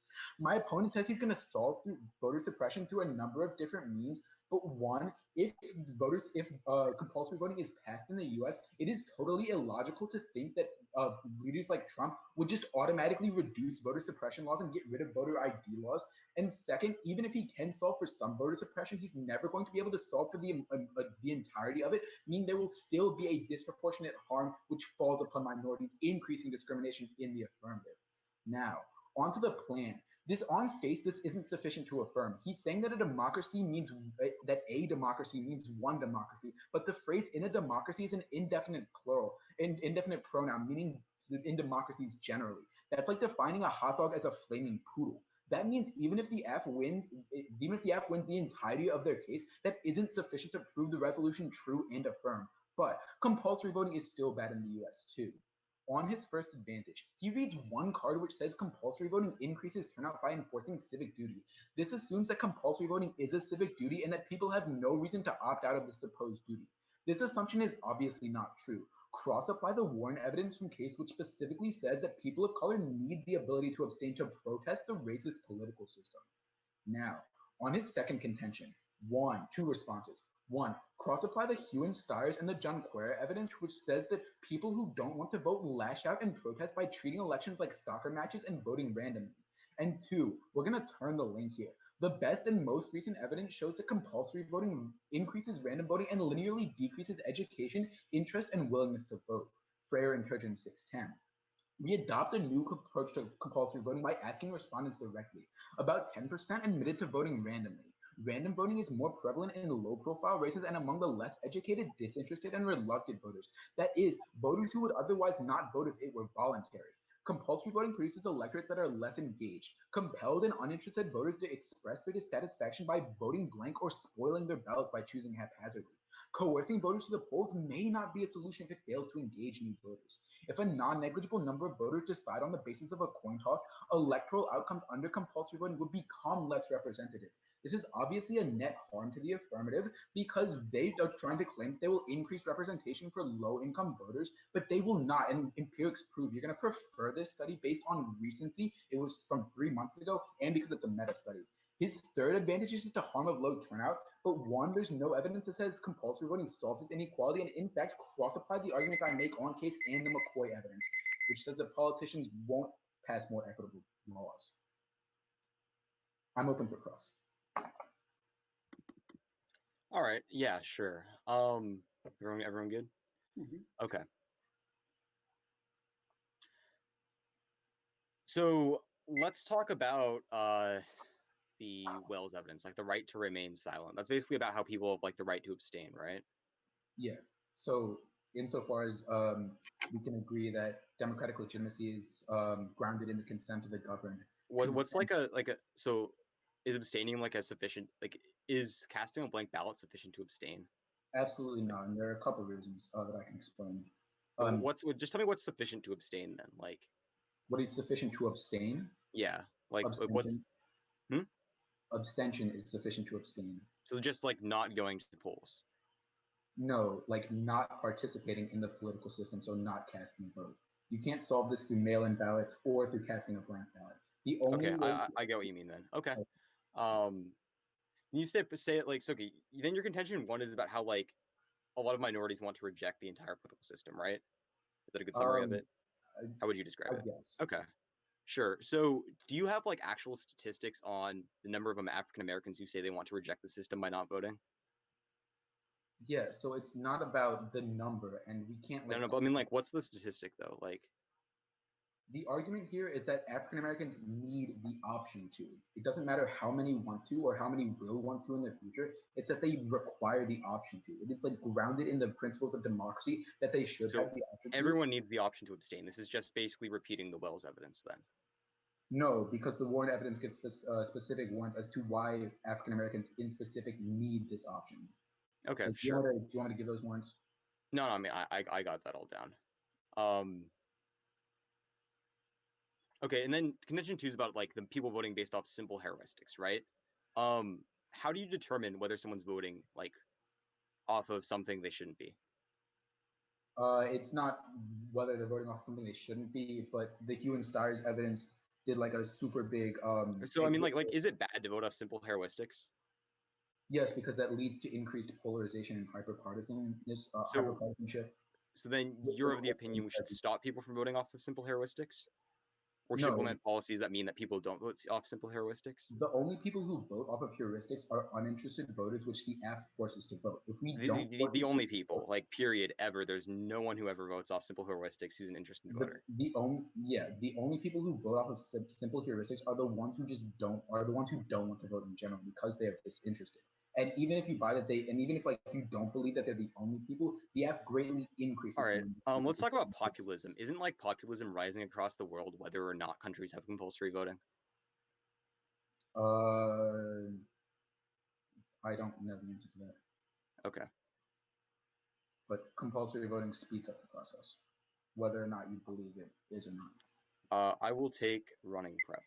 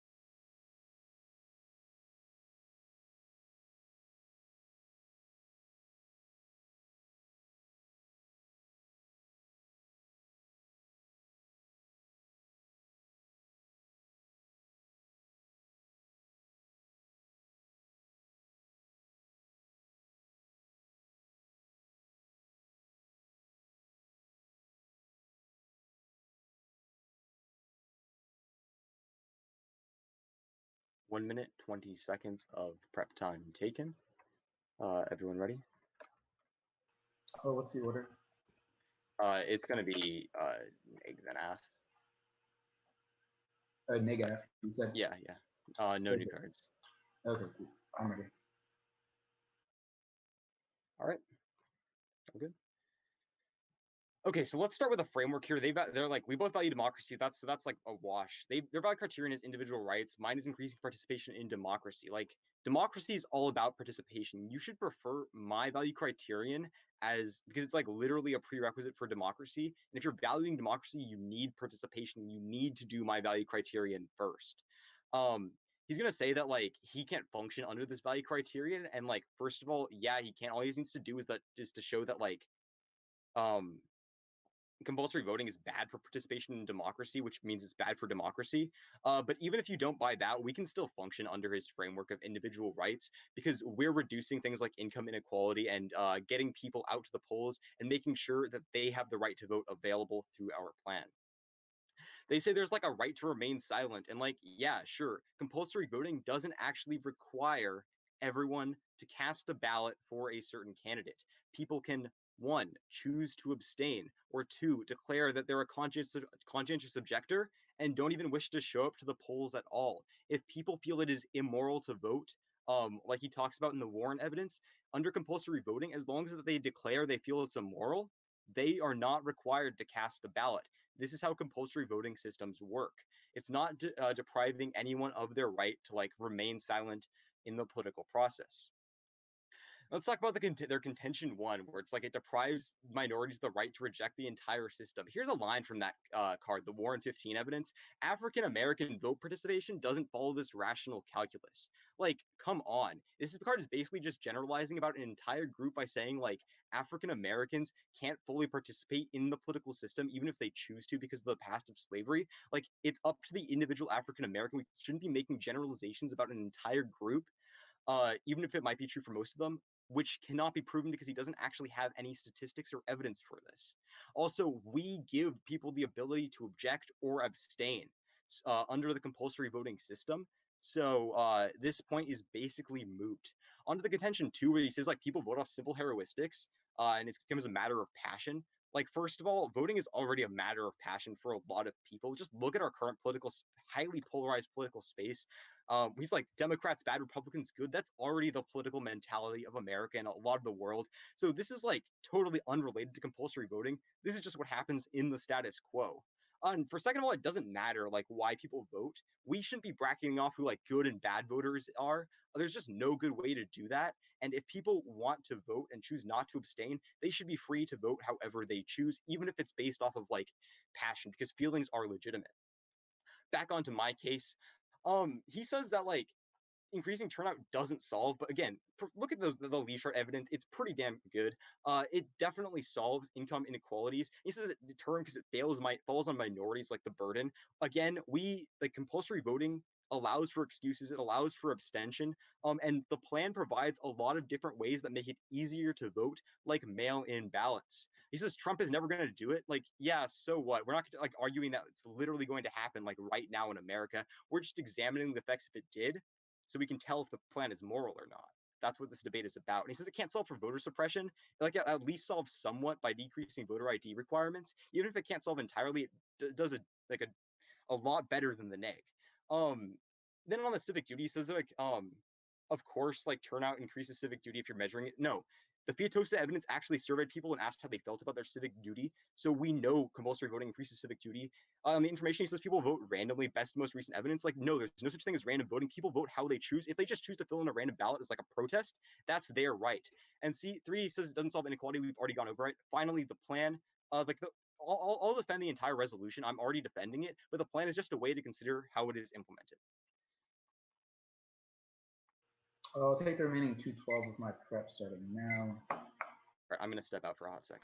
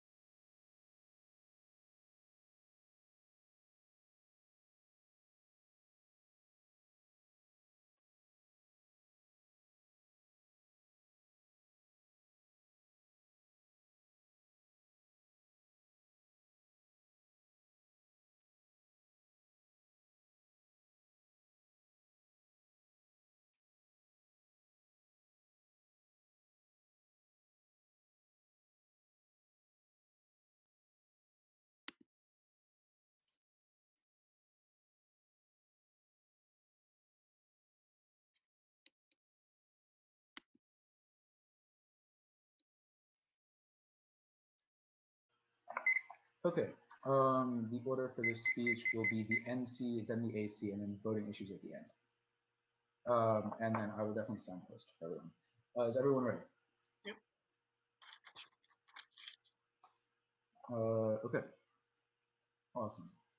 I will begin my time now. So let's start with a quick overview to this round. My opponent says that in compulsory voting systems, people have the right to abstain based on moral objections. This is totally incoherent with what compulsory voting is. If he says that in his world of compulsory voting, anyone can abstain at any time just because they believe it's immoral, then it's not actually compulsory voting. Compulsory voting requires governments to force and compel people to vote, no matter what. The only people who are allowed to abstain for conscientious reasons are religious people, but obviously there are so many more people who would be allowed to abstain in my opponent's world that it would not be considered compulsory voting. Don't let him have his cake and eat it too here. Don't let him try and say that he gets the ability to have people abstain but also implement compulsory voting. They are two totally different things. Now, let's talk about the Wells 18 evidence. He doesn't actually respond to the internal warrants of the Wells evidence, which says that democracy is derived by the consent of the governed. And what that means is that with the consent of the governed, we have the ability to give consent, but we also have the ability to take that away. Take that consent away. And insofar as democracy is upheld by the consent of the governed, and the F violates that consent because once you force someone to do something, they can no longer give consent, the F is not upholding democracy, which is going to be the first reason you can automatically vote neg on face, because only the neg is upholding democracy through upholding the consent of the governed, which can only be done through allowing people to abstain and not give consent. Now, on the Warren evidence, he makes the same response that people are allowed to abstain, so this solves for any problems. But he also says that I'm just generalizing, the Warren evidence is generalizing about people of color. But again, what he functionally misunderstands are the internal warrants in the Warren evidence, which says that forcing African Americans to engage with the political system against their will creates this false political hope, which is super bad. And African Americans need the right to not engage with the political system in order to properly protest. Blank ballots are not sufficient protest because in a democracy, we have secret ballots, meaning that these minority and protest ballots get lost in translation. And the only way to quantify and to make sure that African American protest is visible is through compulsory voting. He doesn't respond to the example under the Warren evidence, which specifically says that in the 2016 election, there were 4 white people on the ballot, and so African Americans didn't want to vote. The Democratic Party saw that, and in 2020, we have Kamala Harris on the Democratic ballot, a person of color. Only through abstention can we see an increase in African American representation, and my opponent wants to take that away. He doesn't, that goes stone cold conceded throughout this round. Now, on my second contention, he says that voting is a matter of passion in the status quo, and that that people like voting on heuristics is fine. But again, what he doesn't respond to is that the F increases people voting based on passion because disinterested voters don't make their choice based on political knowledge and knowledge of the candidates. They make their choice based on quick shortcuts that authoritarian leaders uniquely provide them. Think about things like drain the swamp or build the wall and make Mexico pay for it. Super common examples which Trump has used to energize Republican voters into voting for him. Now, what he doesn't respond to are the impacts of this. Voting based on heuristics increases hyperpartisanism and polarization in an electorate, and the impacts of this are violent backlash and government gridlock. So in the app world, we see an increase in violent conflict between the Democrats and the Republicans, and we also see an inability to compromise in the government, which means nothing gets done. So even if the app increases turnout in an affirmative world with compulsory voting, there would be no policies that benefit minorities because Democrats and Republicans simply couldn't agree on them to pass them. So there is no net benefit to the affirmative because that is straight terminal defense, which goes stone cold conceded throughout this round. Now, onto my opponent's case. He responds to the Syed evidence, which says that the app solves for voter suppression. But again, even if the app solves for the majority of voter suppression, which is still super faulty and sketchy, the minorities are still hurt disproportionately by the sanctions in compulsory voting systems because of structural factors that don't allow them to get to the polls. My opponent will never be able to solve for 100% of this. So insofar as there are sanctions in compulsory voting systems, they disproportionately fall on minorities, which increases discrimination in the affirmative world, something that again, stone cold conceded. Now, my opponent says that the F increases that compulsory voting is linked with civic duty, but again, this doesn't matter insofar as the app is taking away the ability to abstain, because even if you buy that like civic duty is good, people still need the civic duty to abstain to protest the political system. Dissent is probably one of the most patriotic values in a democracy, and only through abstention do we see true dissent happening. So only through the neg world can we actually uphold democratic legitimacy again. Now, on the Freire and Turgeon turn, which specifically says that we increase random voting, he just says random votes don't exist. But again, it's just simply not true. People spoil their ballot by voting blank or choosing haphazardly a line directly out of the Freire and Turgeon evidence. And what this means is that we see a decrease in the quality of the electorate and a decrease in accurate representation in the government. So now the government doesn't even know what to do. They don't know who wants what because votes are random and the voting is skewed by these random and donkey votes, which is obviously a net harm to my opponent's case. And on the advantage theory, he says that he solves for inequality. He obviously doesn't. Now, the first voter is going to be democratic legitimacy. Under our frameworks, we agree that we have to uphold democratic legitimacy. And as I've told you throughout this round, and as has gone stone cold conceded, only the neg can do that through allowing minorities to abstain. The second voting issue is going to be the Syed 19 evidence, which specifically says that the F makes things worse for minorities, which is really, really bad. And the third voting issue is going to be the McCoy 16 evidence, which is terminal defect, meaning the F can't access any of their solvency whatsoever. Thank you. All right, cool. I will take the remainder of my prep, which is 240.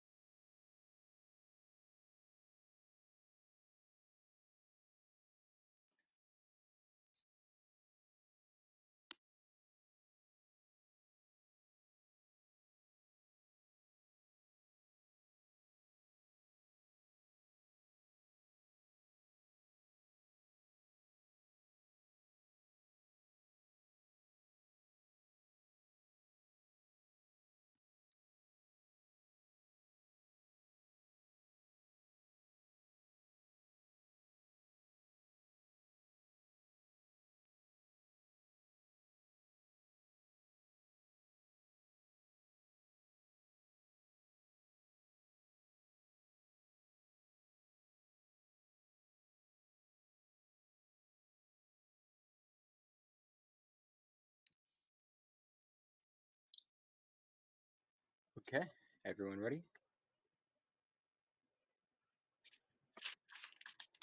All right, let's break this round down.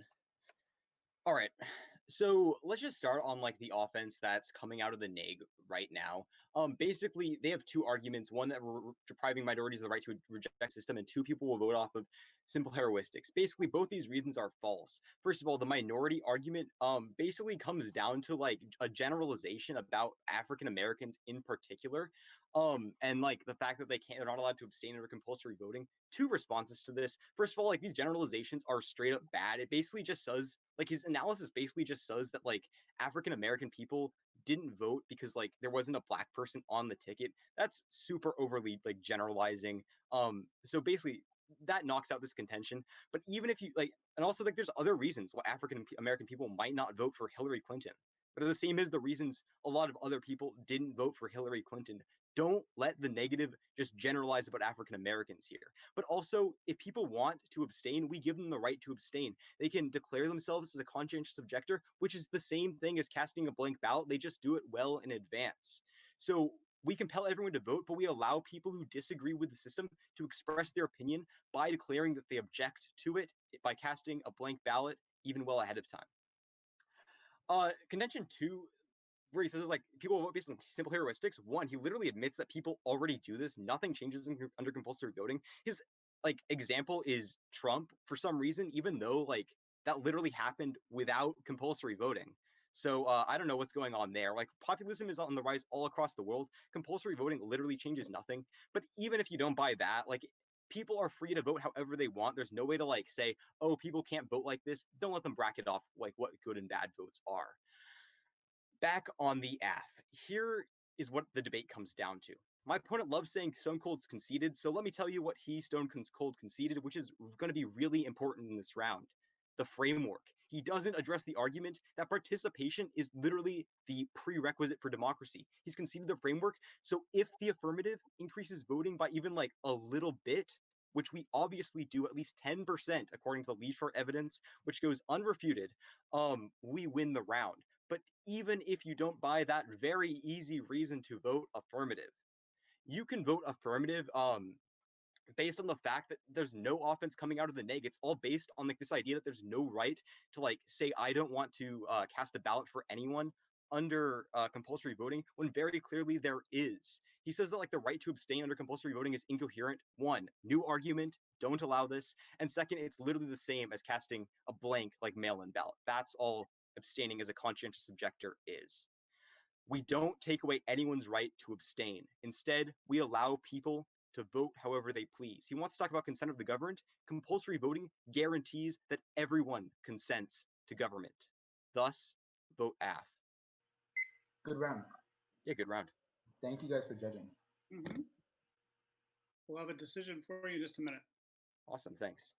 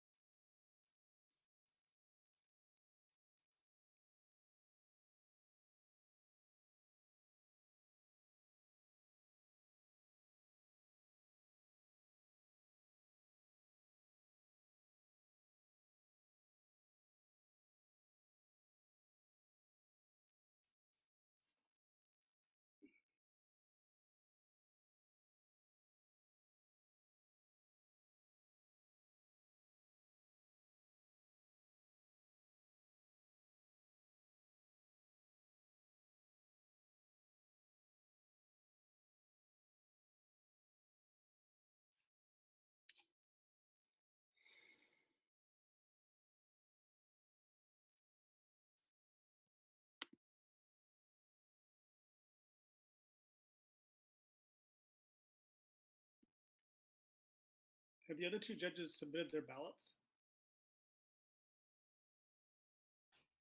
I have. Okay.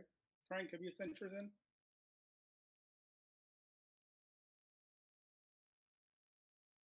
Can't hear you, Frank. I think you're muted.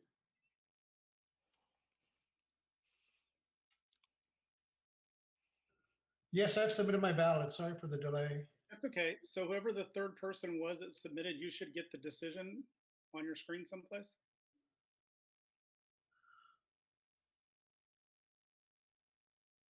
Okay, yes, it's, I got the decision. That was the last one. It's 3-0 for the AF. Okay. If you guys want some feedback, I'd be happy to go first.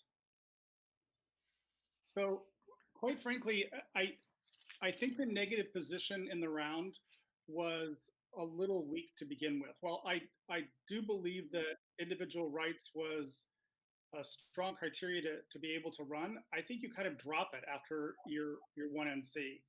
And I think that might have been a stronger way to sort of structure your 1NR. The 1NR seemed to start off really strong with a good thematic approach, but then it sort of dissipated as you went. And by the time you got to your voting issues, they're all just kind of thrown out there and there didn't seem to connect back to the theme that you'd put out at the beginning. I would much rather see a stronger position. And if you're not going to do a couple of minutes dedicated specifically to voting issues, which I probably would have done given the panel that you have, I think you're setting yourself up for potentially doing what the affirmative did, which is to come in and kind of hit the highlights in the 2AR and then hope the ballot goes in their direction. Quite frankly, Nate, I kind of buy the argument that the African American voters really aren't going to be all that affected by this. I think the cards that you're reading, while they may say what you say they say, I don't think their impact is as clear when you get into rebuttals. On the affirmative side, I liked your 2AR. I do think, though, that you gloss over some issues and you tend to give fairly general responses. I did like the way you structured it. I would have spent much more time starting with your advocacy in the 2AR. You kind of ended with that, but I think if that's going to be the position in the round that you want to apply also to the negative case, it makes more sense to start off with that than to just do your offense.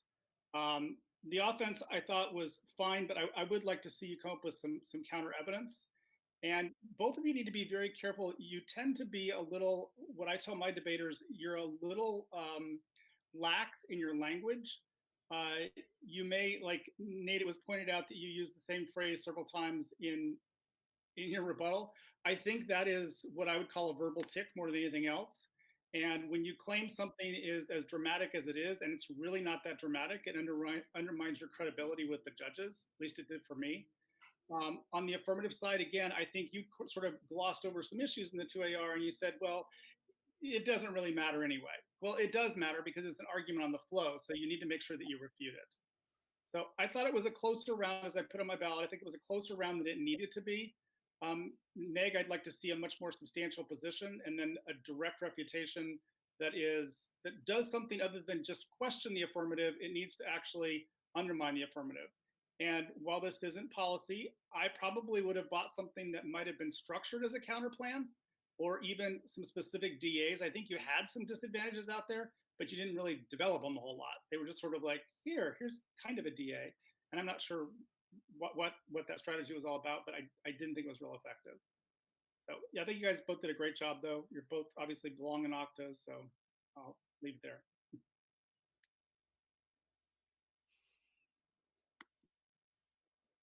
That was such obviously good feedback. I don't think I can add to it. I think I'm just going to ditto on his feedback. Definitely an experienced coach with some great tips. I agree with everything that was said, and I'll emphasize that the verbal tics they add nothing really to the debate, and they do question your credibility if they're not everything is stone cold. Earlier today, one of the competitors said, I quote, "Well, that's the argument of a high school student and quite frankly, a rude one." it borders on dismissive, if not. Yours was nowhere near that line, but it adds nothing, and it exposes you to unless it's really stone cold, it undermines your entire credibility. So just something to keep at the top of your mind. It's something I would add. I think Judge Stroud did a great job, and you also did both a good job, both very good quality. But on this day, the outcome was what it was, as lawyers like to say. All right, guys, thanks so much. Thank you guys for judging. Good luck in your quarters round. Yeah, thanks, man. One of my novices was saying like he did a really great job. So, yeah, good round. Yeah.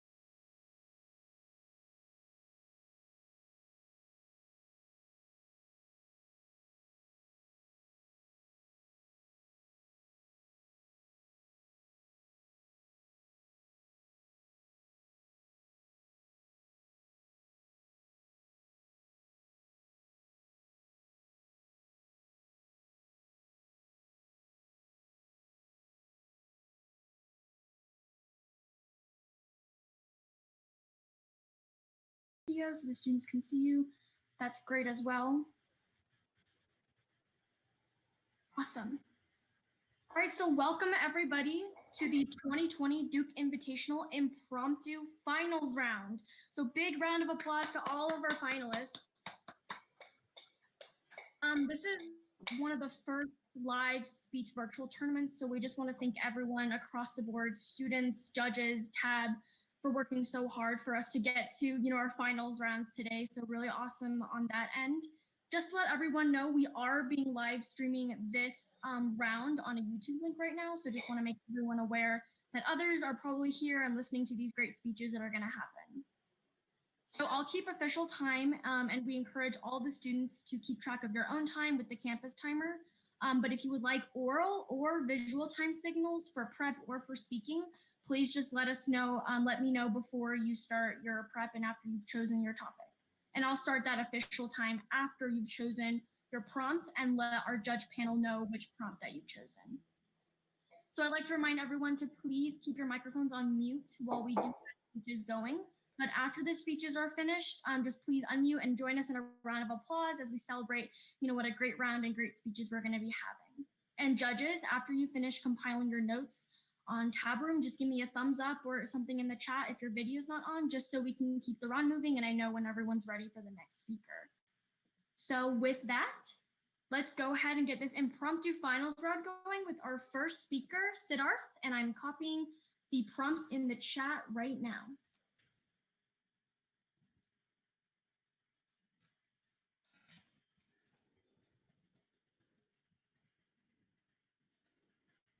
Oh, can you guys see me okay?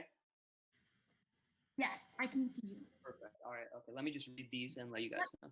Time and let us know when you choose your prompt.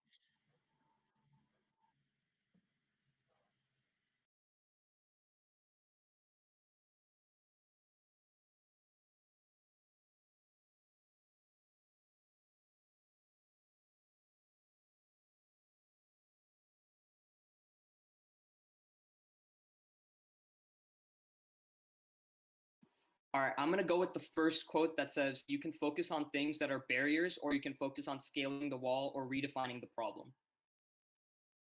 All right, I'll start my time now.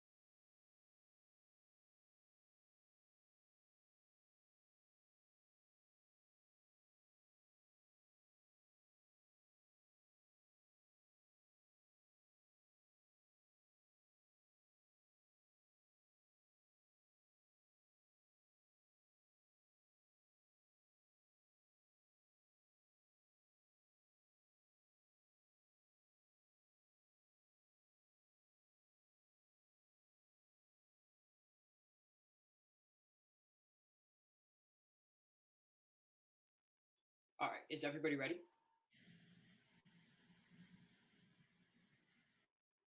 COVID-19 is something that has impacted all of us. Now, the whole idea that we're having a virtual speech and debate tournament is mind-blowing. But the fact of the matter is, after being in quarantine for over 7 months, we really need to reshape our lives, rethink about how we're going to do everyday activities. Now, using me as an example, I am an extremely sociable person. So quarantine is something that's hit me hard, and I'm sure it's hit many of you as well.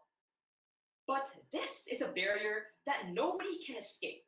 And the truth of the matter is, the only way we're going to get around this is by rescaling the problem or finding a way around our barriers. As Tim Cook, wise CEO of Apple, once said, you can either focus on the barriers, or you can think of redefining the problem or making your way over the barrier. This is a quote that applies to all of us in our real lives. If we don't persevere to get past any struggle we face in life, we won't achieve anything. But if we're able to keep sight on our goals, get past any barrier in life, we all can be successful people. And in 3 examples I would like to share today. First, through Elon Musk. Second, through Trevor Noah. And third, through a personal example with my mother, we'll see how all 3 of these people of interest had barriers in their life, but they took the initiative and a step forward to achieve the dreams that they had in their mind. So first, let's discuss Elon Musk.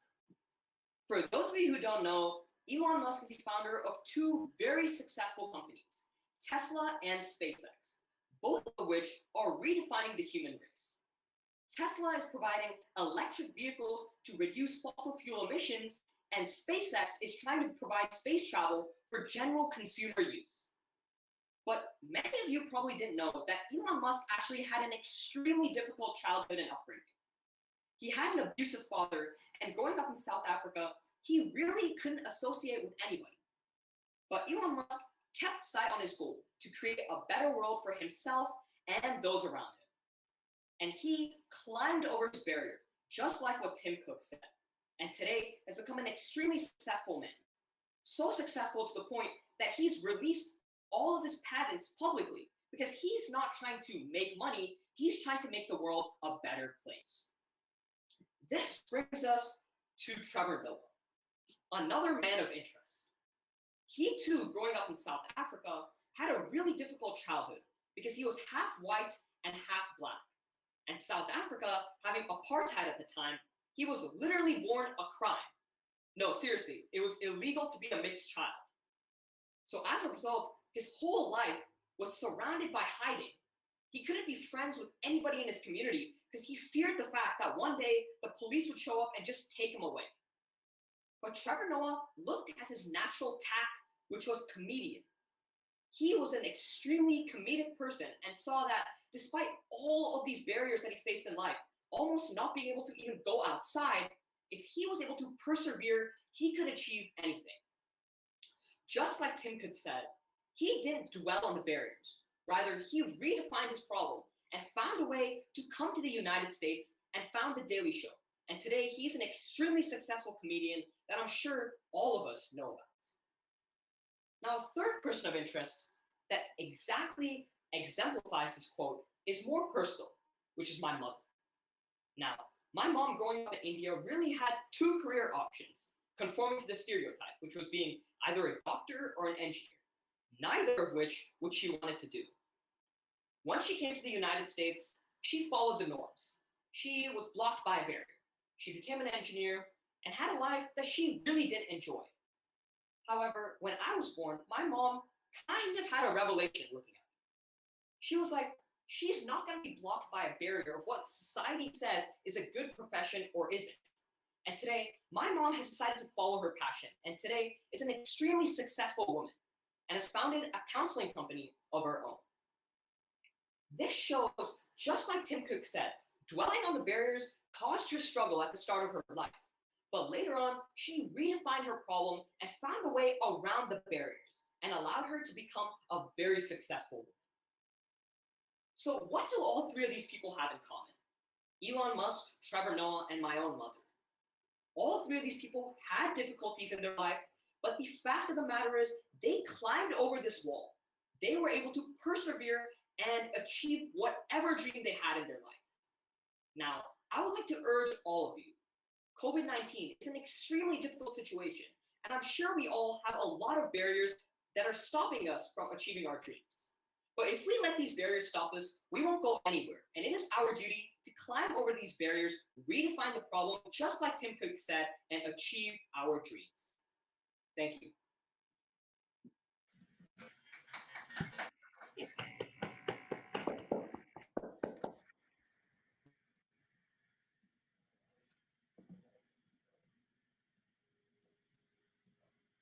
Thank you for judging.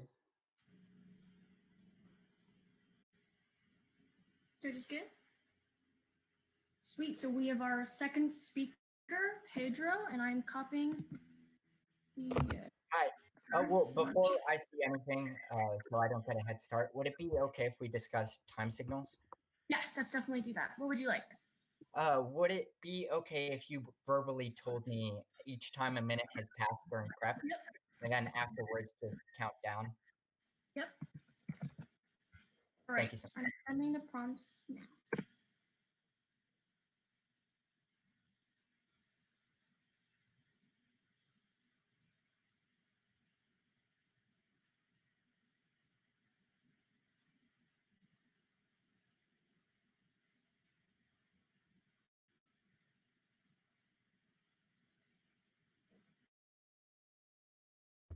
Okay, I will choose the third quote. Okay. Time starting now.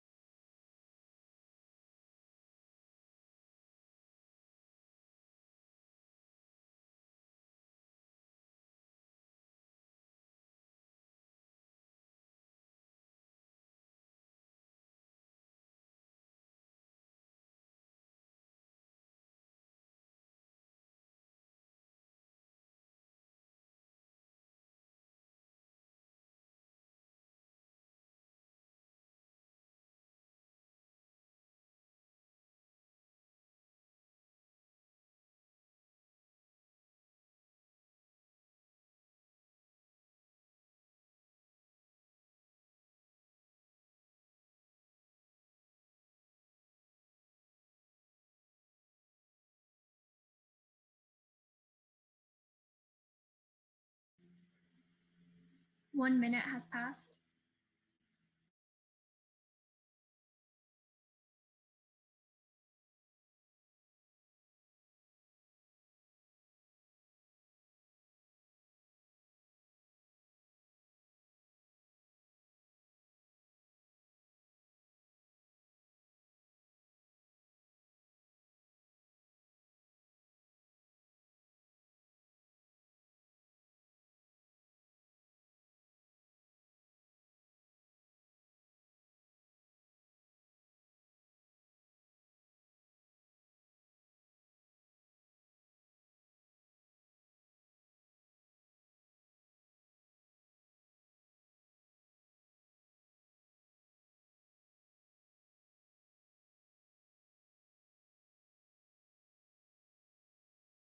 One of my favorite children's book authors is Dr. Seuss, not only because of his colorful books and great moral lessons, but also because of the ideas that I developed reading his stories.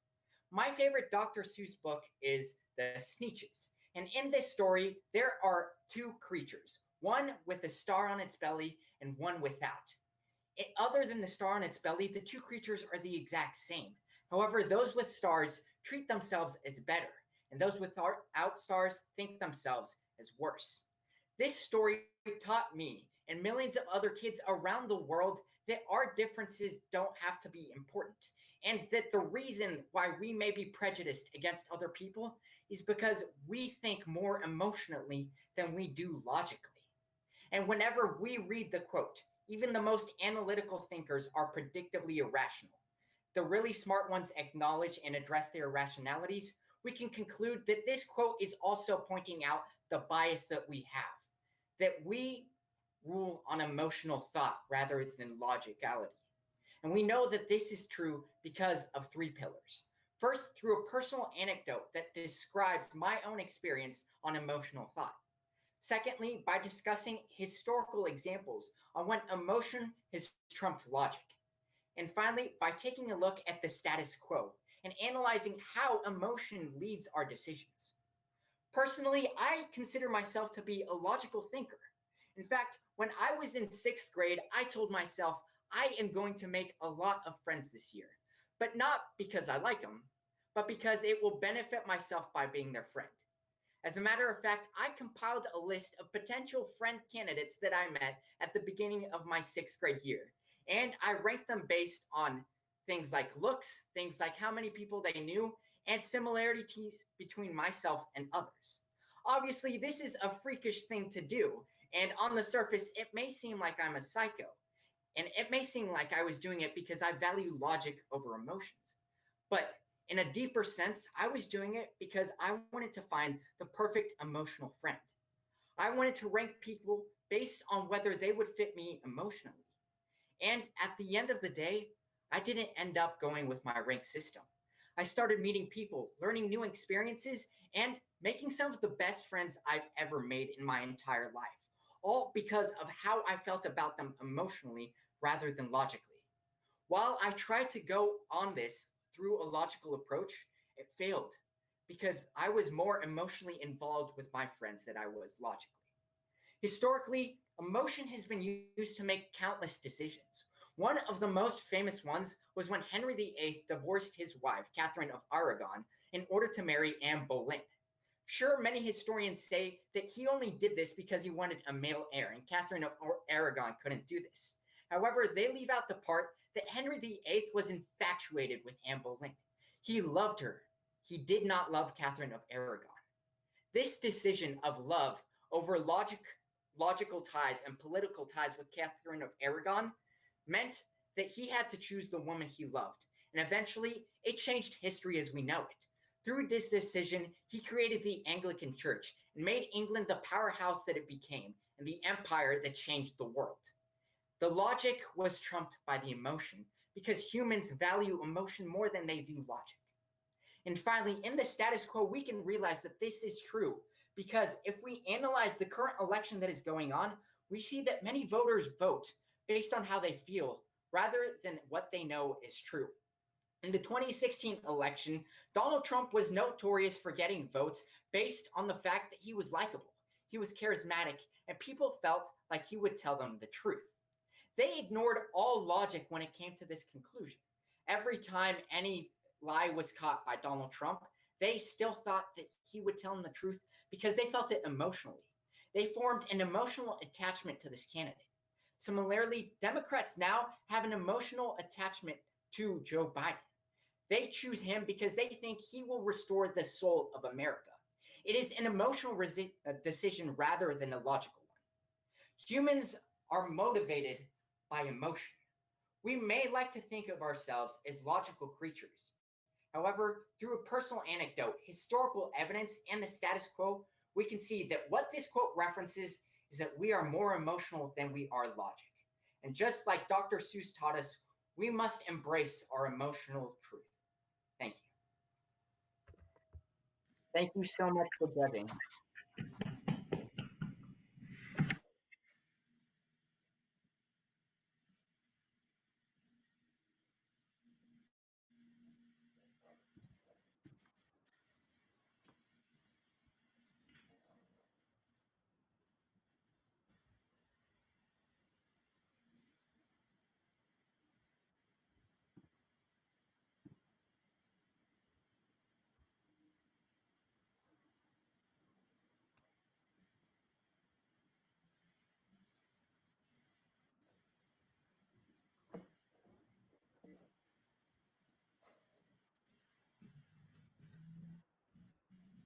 Is good.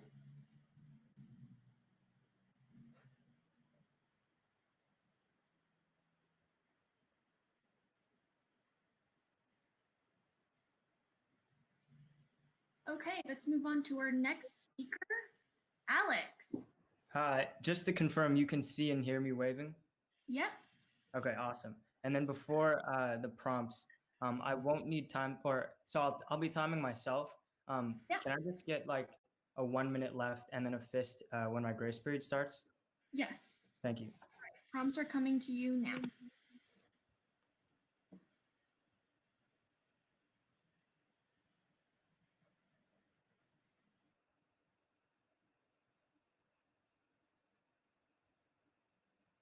I'll go with the second one. Zion Wellington. Thanks. Awesome. Time is starting.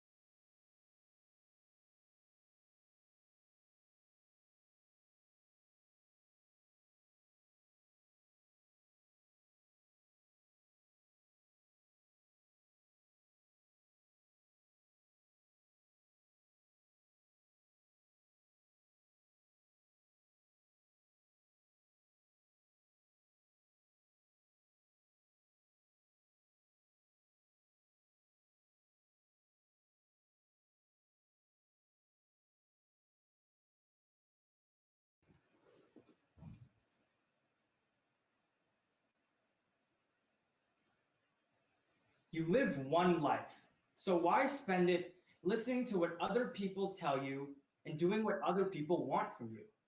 Today, I was given the quotation. My advice would be, if you love the sport, just play it. First, I'll begin by defining the quotation. What was Zion Williamson really trying to get at? Then, I'll give you my opinion about my definition of the quotation. Finally, I'll give you 3 examples that prove why my opinion about my definition of Zion's quotation can be true. Now, I believe that Zion was really trying to tell us all, outside of the sports world, that if you enjoy doing something in life, then you should pursue it, even if it means that you're disappointing people that love you, because at the end of the day, it is your life, and if you have a passion for something, then it's worth pursuing. And I think that this is an extremely healthy mentality to have.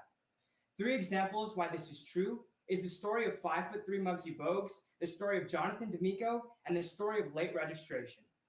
First, I'll begin by telling you the story of 5'3" Muggsy Bogues, and then I'll relate it back to why we should all play our own sports or pursue the passions that we have. Now, the story of 5'3" Muggsy Bogues is about a man who is 5'3". I'm not sure if you guys can tell through the camera, but I'm 5'9". That doesn't make me very tall, but not too short either. But standing at 5'3" would put you at about my lip. Now, what if I told you that Muggsy Bogues played in the NBA with guys that were 7 feet tall and 300 pounds? How on earth did he do such a thing? Because at an early age, he understood what Zion was saying. He understood that he loved the sport of basketball, and it was something that he would go to ends to accomplish. He did not stop, even if there were tons of haters telling him to stop playing the game and that he was wasting time. He took it to heart that basketball was his true passion, and as a result, he inspires kids like me all across the globe.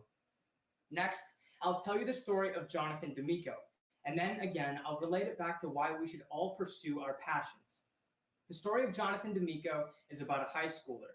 He was an entrepreneur, and while in high school, he realized a trending problem not only in his school, but all across the globe. It was that students were breaking their backs, not literally, because their backpacks were so heavy from all the courses that they were overloading on. And Jonathan D'Amico wanted to solve this problem. He was still in high school, and he decided to leave, a move that was extremely questionable and a lot of people doubted. But entrepreneurship was his passion. It was his sport, and he was going to play it. He took an absence of leave from high school, and he started his startup. He created Prova backpacks, catered backpacks specialized towards the needs of every student. Now, of course, this was extremely risky, but because he decided to pursue his passions and take this risk, he was immensely successful. Not only did he learn so much from his venture, but his company was actually profitable in the first year. Finally, let's take a look at late registration. Then, I'll show you why it's important to play the sports that we all want to play or pursue the passions that we all have. Now, I'm sure a lot of you have heard of Kanye West. And if you're not familiar with the music industry, normally the sophomore album or the second album of a musician's career is the most pivotal in their career because it sets the tone. Maybe their first album was Beginner's Luck, but the second album, the sophomore album, is extremely important. Now, Late Registration was released in 2005, and it was Kanye West's sophomore album. Now, at the time of rap, the culture was gangster rap. People rapped about drugs, sex, gangs, etc. But Kanye West stayed true to himself. He did not conform to the sports that other people told him to play. And it's very apparent in Late Registration, where he rapped about his emotions, loving his mom, and other completely unorthodox topics to the rap culture, but completely normal for him, because that was the sport that he chose to play. It was the music that he wanted to produce, and that's exactly what he did. Because of a move like this, Kanye West is able to stay true to himself all throughout his career, and he finds immense success because of it. Zion Williamson is a great basketball player, and today he tells us that his advice would be that if you love a sport, then just play it. But we can look at this at a deeper level, not just in sports. But if there's anything in life that you truly have a passion for and that you wish to pursue, then it's 100% worth pursuing.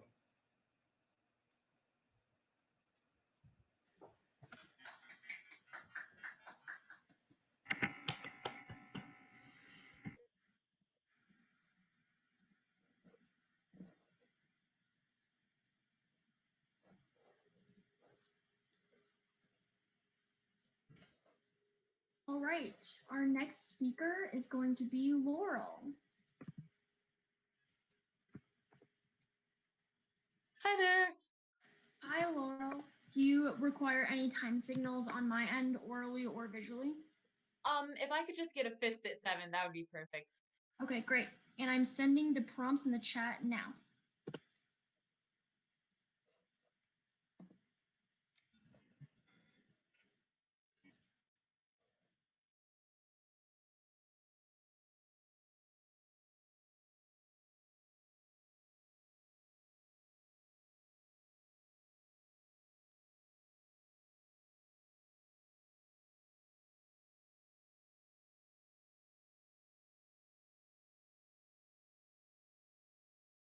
I'll go with the 3rd. Awesome. Your time is starting now.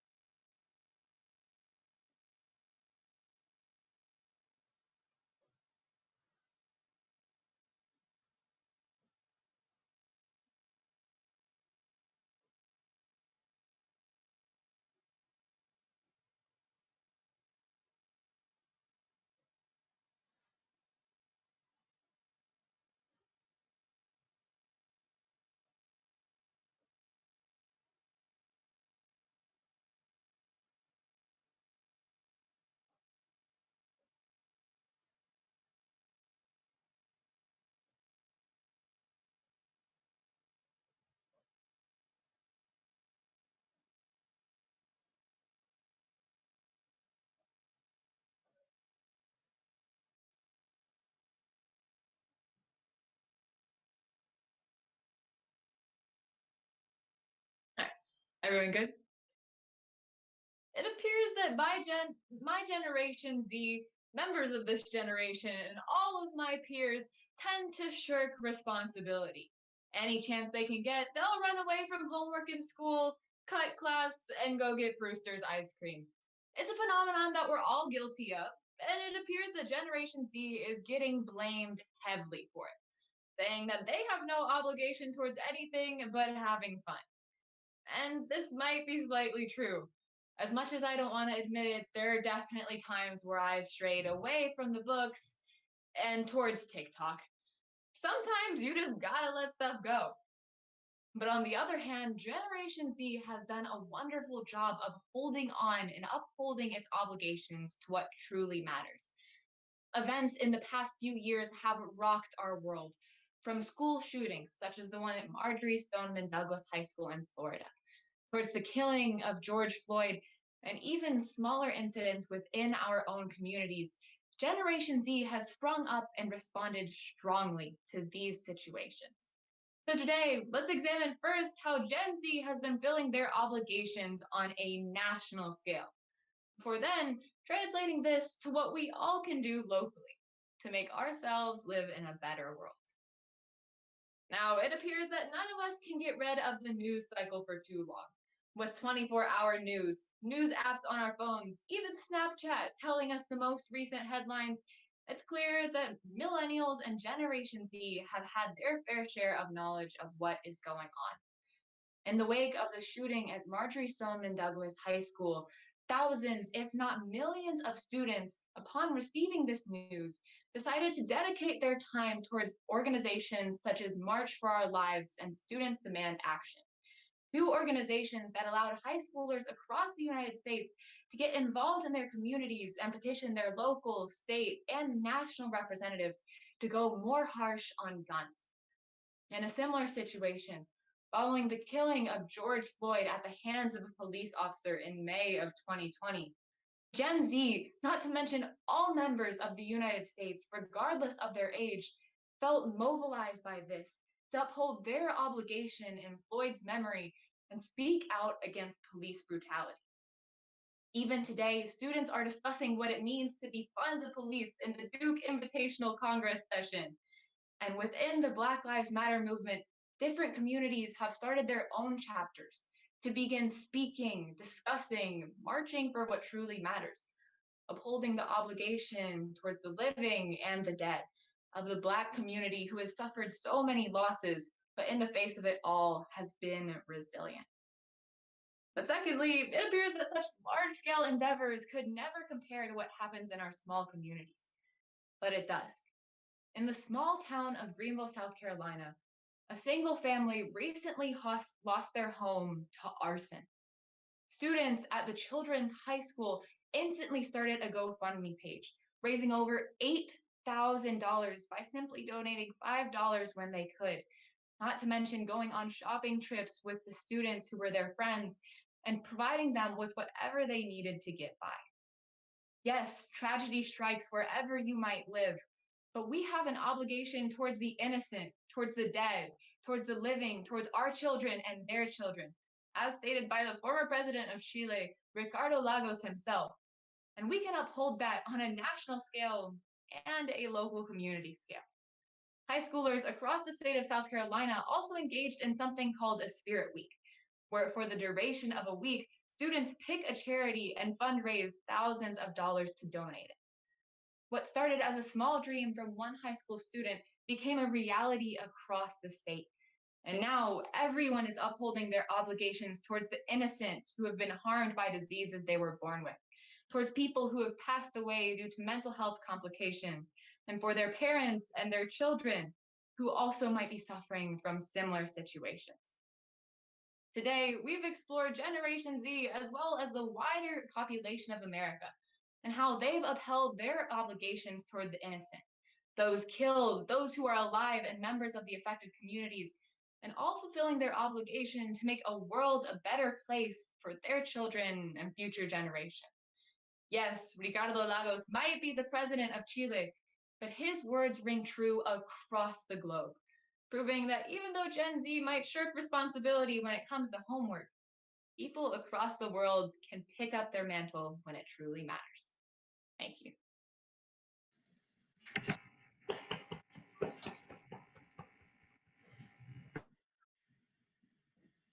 And I'm so sorry, but is it okay if I run to my other round? Yes, go for it. Thank you guys so much, and good luck to everybody else. It was really an honor to compete with you guys. Bye.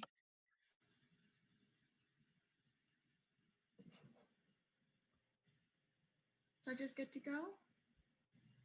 All right, our next competitor is Olivia.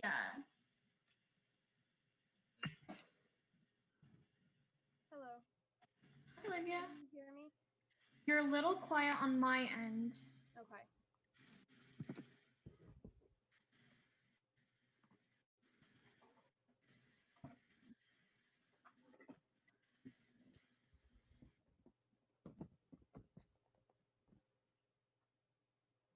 Is this better?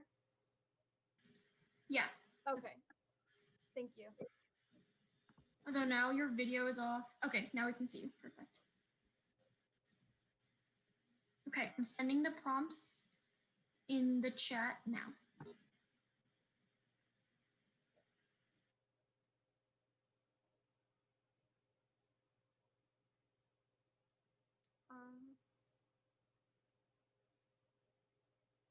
I think I'm gonna do the second one. And okay.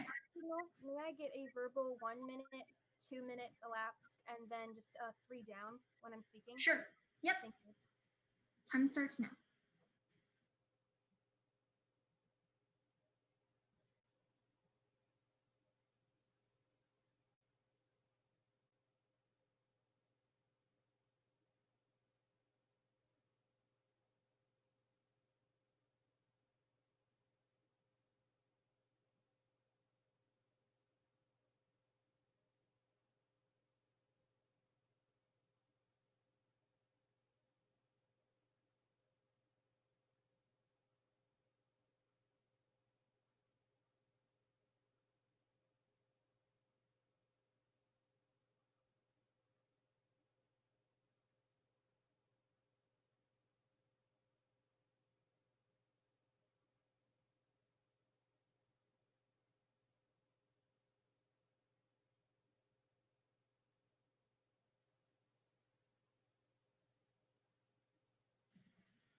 1 minute has passed.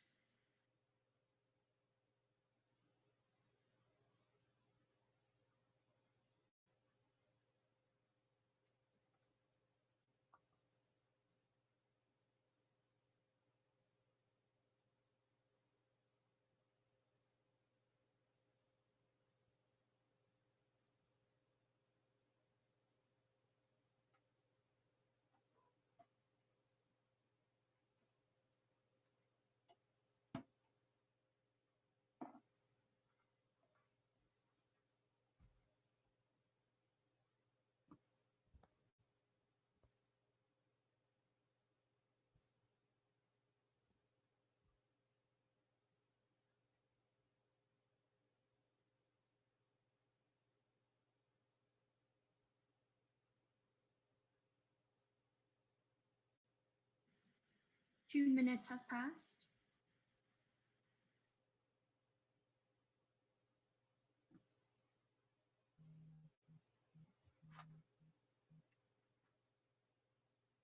One thing I am definitely a victim of is overthinking.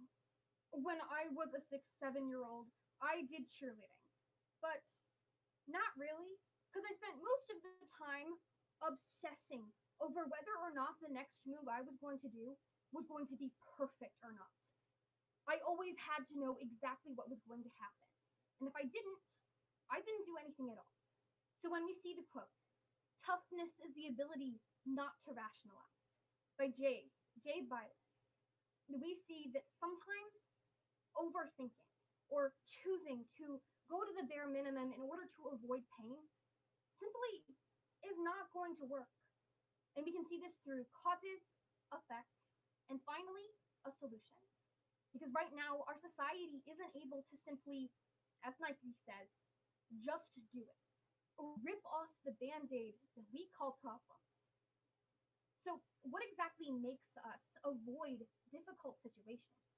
Well, within our society, we tend to be overly positive. We believe that everything must be perfect, everything must be happy. And since we're looking for a happy world, problems that run by are then seen as negative, as something that we can't handle. So rather than facing it, we instead avoid it in order to keep a perfect life. We avoid tough situations and instead try to think of a way out of it. We don't allow ourselves to simply go through a hard time or solve a problem and allow ourselves to make change. But what is the exact effect of this? Well, when we don't allow ourselves to push and go farther, we lose progress. And it can even turn into a concept known as self handicapping. Self handicapping is when we see a problem or difficult situation, and instead of facing it head on and working on making a change, we instead look at it and say that we can't do it. We walk away. We do the bare minimum to keep ourselves comfortable rather than stepping outside of the box, allowing ourselves to go further. We choose to stay within it. Take, for example, Brian Eno. He created a box of cards for newer musicians to allow them to step out of their comfortability zone and allow them to go further in the realm of music. But how it once started as a strategy game was simply a paper on the wall. What musicians ended up doing is choosing the ones that they knew how to do and chose the easiest ones rather than taking the challenge and finding something difficult. And what ended up happening is less progress was done. They achieved less and ultimately weren't able to rip off their band. So, what can we do to allow ourselves the ability to be tough and not rationalize silly little things? Well, what we can do is start to resist. Within CrossFit, there's something called PRT, or resistance training, where athletes use some things such as weights or a wall to allow themselves to train against something. They use the force and slowly build up the amount of weight that they use over time to gain their strength. We can do the exact same thing by allowing ourselves to slowly take a small problem and face it head on. We'll slowly be able to grow the problem and allow ourselves to push further within our lives. Because ultimately, when we don't allow ourselves to face big problems, when we don't allow ourselves to have toughness and not rationalize, we don't see real change.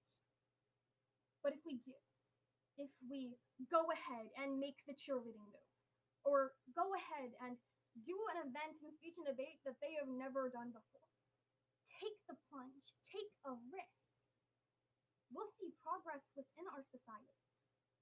And we can see real toughness. Thank you.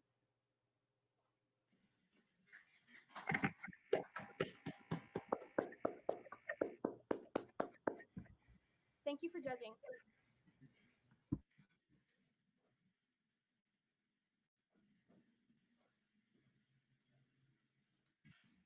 Where does it go?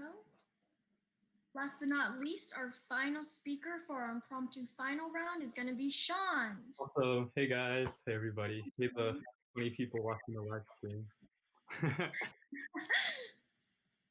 I'm okay on time signals. I can just time myself. Okay, I'm sending the prompts now in the chat.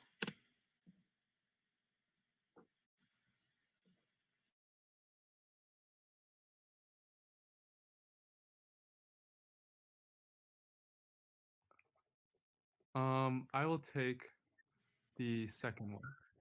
Okay. Time starts now.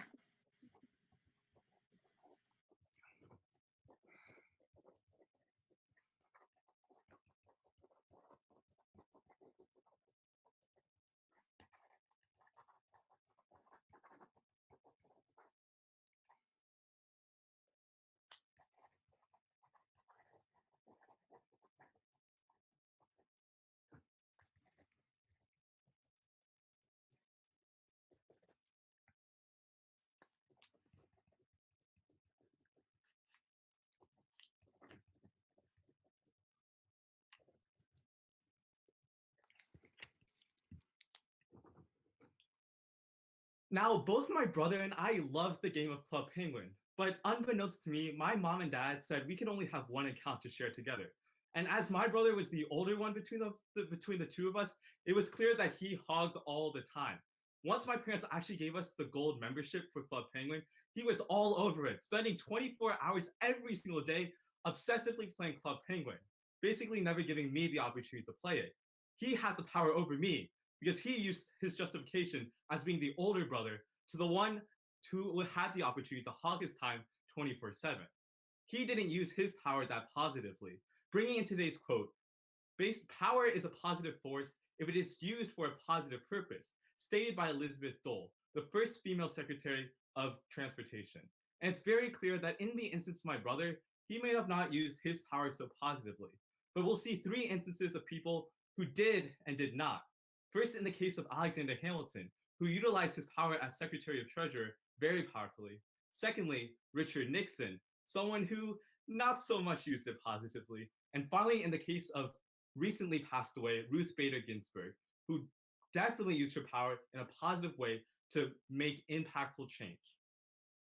Now, I love Hamilton, but not just for the same reasons as everyone else. I love Hamilton way before the fad of Lin-Manuel Miranda's hit musical Hamilton.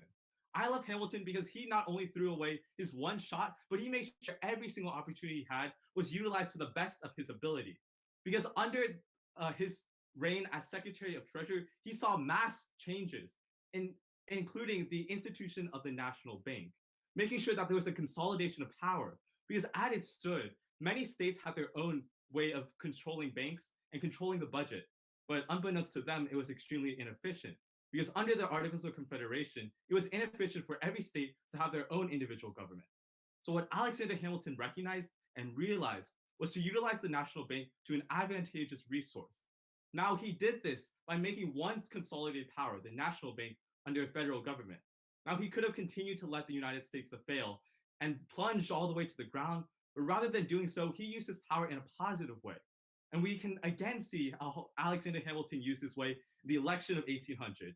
Now, you probably know this song from Hamilton, but in the election of 1800, it was dependent between two divisive candidates. First, Thomas Jefferson, who, shocker, is our third president and won, but someone that was seen as quite the villain, Aaron Burr.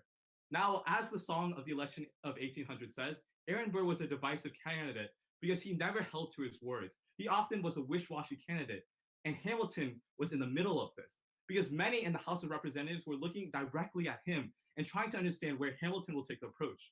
Will he support someone that was against his party, Thomas Jefferson, or someone that was a wish-washy candidate like Aaron Burr? And utilizing his powers, Alexander Hamilton supported Thomas Jefferson and catapulted us into the 18th century with a strong president, rather than one that could have been detrimental to the US politics. Now we can fast forward US politics all the way to the 20th century, particularly in 1963 with Richard Nixon. Now we hear Richard Nixon being connotated for one thing above anything else, not his policies with Vietnam or his connections and powerful trade deals with China, but none other than Watergate. And what we recognize from Watergate is that Richard Nixon utilized his power in an irresponsible way, striving to win his presidency and his re-election in whatever means possible. And so he wiretapped the offices of the Watergate building in order to ensure that he could guarantee himself the next president in his re-election bid. And he did so in a legal manner because wiretapping is a legal process to try to hear the conversations and dialogue of his opponent candidates. And in doing so, he ultimately was forced to resign because the Senate was under harsh scrutiny to actually impeach him. And so what we recognize and realize with Richard Nixon is that he didn't utilize his power for a strong or beneficial way. Rather than trying to improve the common good and improve the overall American body, he utilized his power to benefit himself. And we saw how that turned against him. And now in the final case of Ruth Bader Ginsburg, who unfortunately passed 2 days ago. Now we recognize Ruth Bader Ginsburg as a triumph, and we know her as notorious RBG. Yep, her himself. And she is such a powerful figure in the Democratic Party because she stood for iconic figures and iconic ideals that so many oppose, including the equity between men and women, fighting for equity to ensure that women didn't have to sign on mortgage leases, ensuring that women had equality in jobs and our educational system. She fought for her beliefs and stood by her ideals when so many others defied her otherwise. And she did this in the highest Supreme Court possible. This all the way as a ranking Supreme Court justice, she made sure that her voice could be heard throughout the entire community. And we realize this because, especially in the past 5 years, she's been a momentous figure, ensuring that she recognizes equality in every single form, something that many other justices don't believe in. In her case, she used equality and her power to catapult us into the 20th, bringing new ideals of justice, equality, and governance to all into the limelight, something that many past Supreme Court justices did not really do. And so when returning today's prompt, power is a positive force if it's used for a positive purpose by Elizabeth Dole, it's evident that all of us have our own power, whether small or big. But in the cases of Alexander Hamilton, who used it for good, Richard Nixon, who not so much, and finally in the case of Ruth Bader Ginsburg, who fortunately made humongous changes in our world today, we have to acknowledge our own power and what role we have over each other. Because just like my brother, who abused his role and power in the Club Penguin account, I make sure to check myself and watch myself to make sure that nobody has power over me.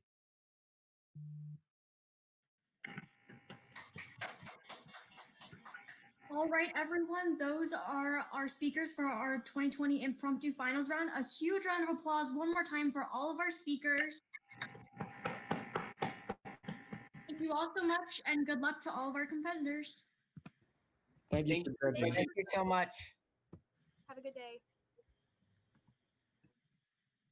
Judges, you are free to finish your ballots and enter your rankings and then return to the judges lounge to make sure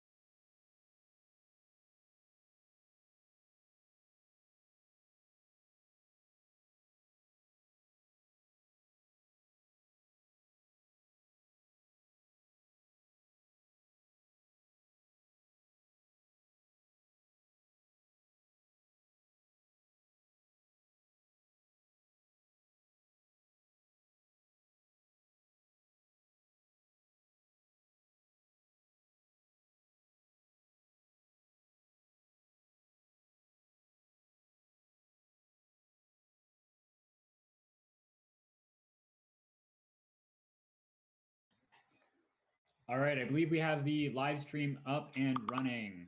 Thank you all for your patience getting this set up, and I apologize to the competitors who were interrupted by this. But we should be good to pick back up where Ethan left off. For the judges' sake, I believe someone was keeping time. I would appreciate if you could resume time at that once Ethan's ready to set up and go. And then we will finish out the round nice and strong. Yes, I was keeping time. Ethan, did you want what hand signals did you want? Just the 2 down, so a 2 at 8, a 1 at 9, a fist at 10. Okay. Thank you. You're welcome. Like, I think I saw her like leave the meeting like at the top of my page. Like, is that okay if I like start at the top of the page just to? That's absolutely fine. Okay, thank you. Judges, Oh, good. Is like everything good now? Yes, I will start the timer on your first word.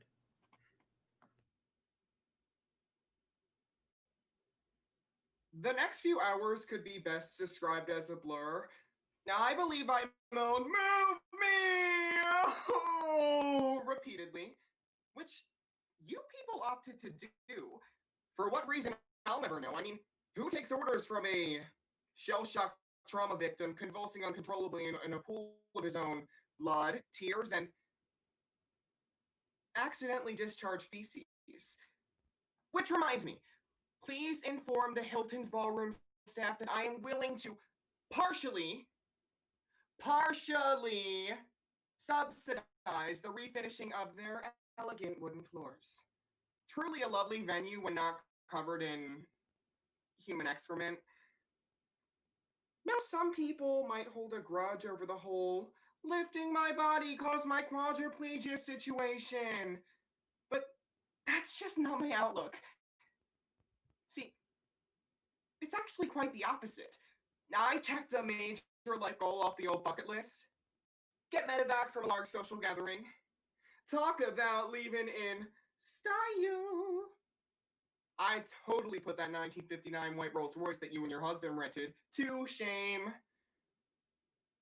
Oh, question. Did the DJ blast the Jurassic Park theme song as my helicopter flew off? I whispered that musical instruction to the paramedic, but I wasn't really sure if the message actually got through. I really hope it happened. How awesome would that have been? The point is, I apologize for wasting 1 year of difficult wedding planning in 1 second with my crappy performance. In my defense, it was more like 15 seconds. Sincerely, Benjamin Bernstein. Oh, and P.S. I truly hope you didn't burn this letter before fully reading it. I have literally spent months blinking this out to a translator. Sincerely, Benjamin Bernstein. Thank you.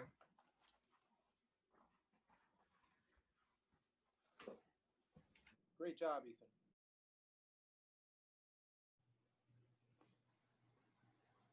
Excellent. Thank you, Ethan. Do we have the final time on that? It was 9:39. Thank you.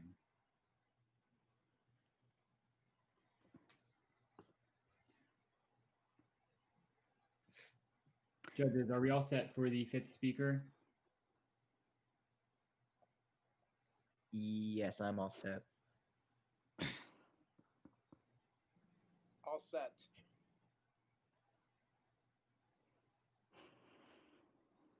All right. Next up, we will hear from Michelle, speaker number 5. Can you hear me?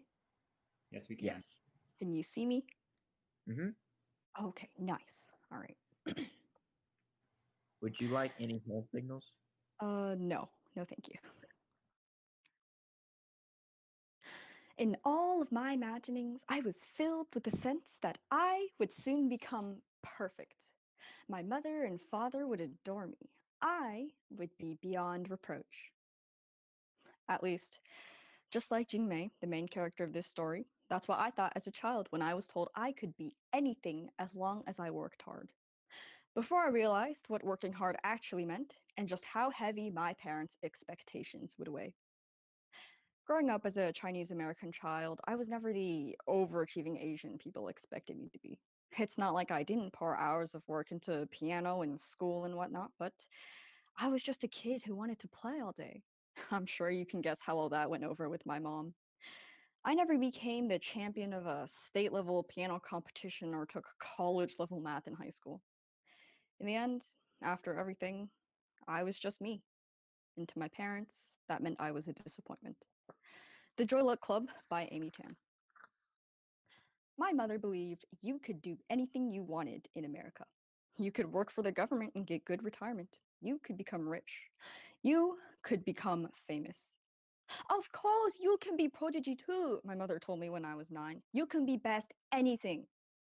America was where all my mother's hopes lay. She had come here in 1949 after losing everything in China. Her parents, her family, her home. But she never looked back with regret. There were so many ways for things to get better. In fact, in the beginning, I was just as excited as my mother, maybe even more so. In all of my imaginings, I was filled with the sense that I would soon become perfect. My mother and father would adore me. I would be beyond reproach. So every night after dinner, my mother and I would sit at the kitchen table. She would present tests from magazines. The first night, she brought out a story about a 3-year-old boy who knew the capitals of all the states and even most of the European countries. What's the capital of Finland? My mother asked me, looking at the magazine story. Nairobi, I guessed, saying the most foreign word I could think of. She checked to see if that was one possible way to pronounce Helsinki before showing me the answer. The test got harder. One night, I had to look at a page from the Bible for 3 minutes and then report everything I could remember. Now, Jehoshaphat had riches and honor in abundance, and that's all I remember, Ma, I said. And after seeing my mother's disappointed face once again, something inside of me began to die. I hated the tests, the raised hopes and failed expectations. Before going to bed that night, I looked in the mirror above the bathroom sink, and when I saw only my face staring back, and that it would always be this ordinary face, I began to cry. Such a sad, ugly girl. I made high-pitched noises like a crazed animal, trying to scratch out the face in the mirror. 2 or 3 months had gone by without any mention of my being a prodigy again.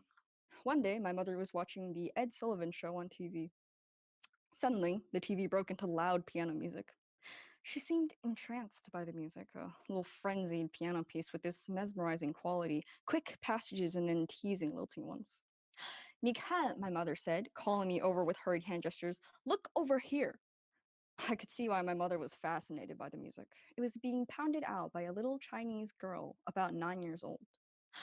"Play note right, but doesn't sound good. No singing sound," my mother complained. What are you picking on her for?"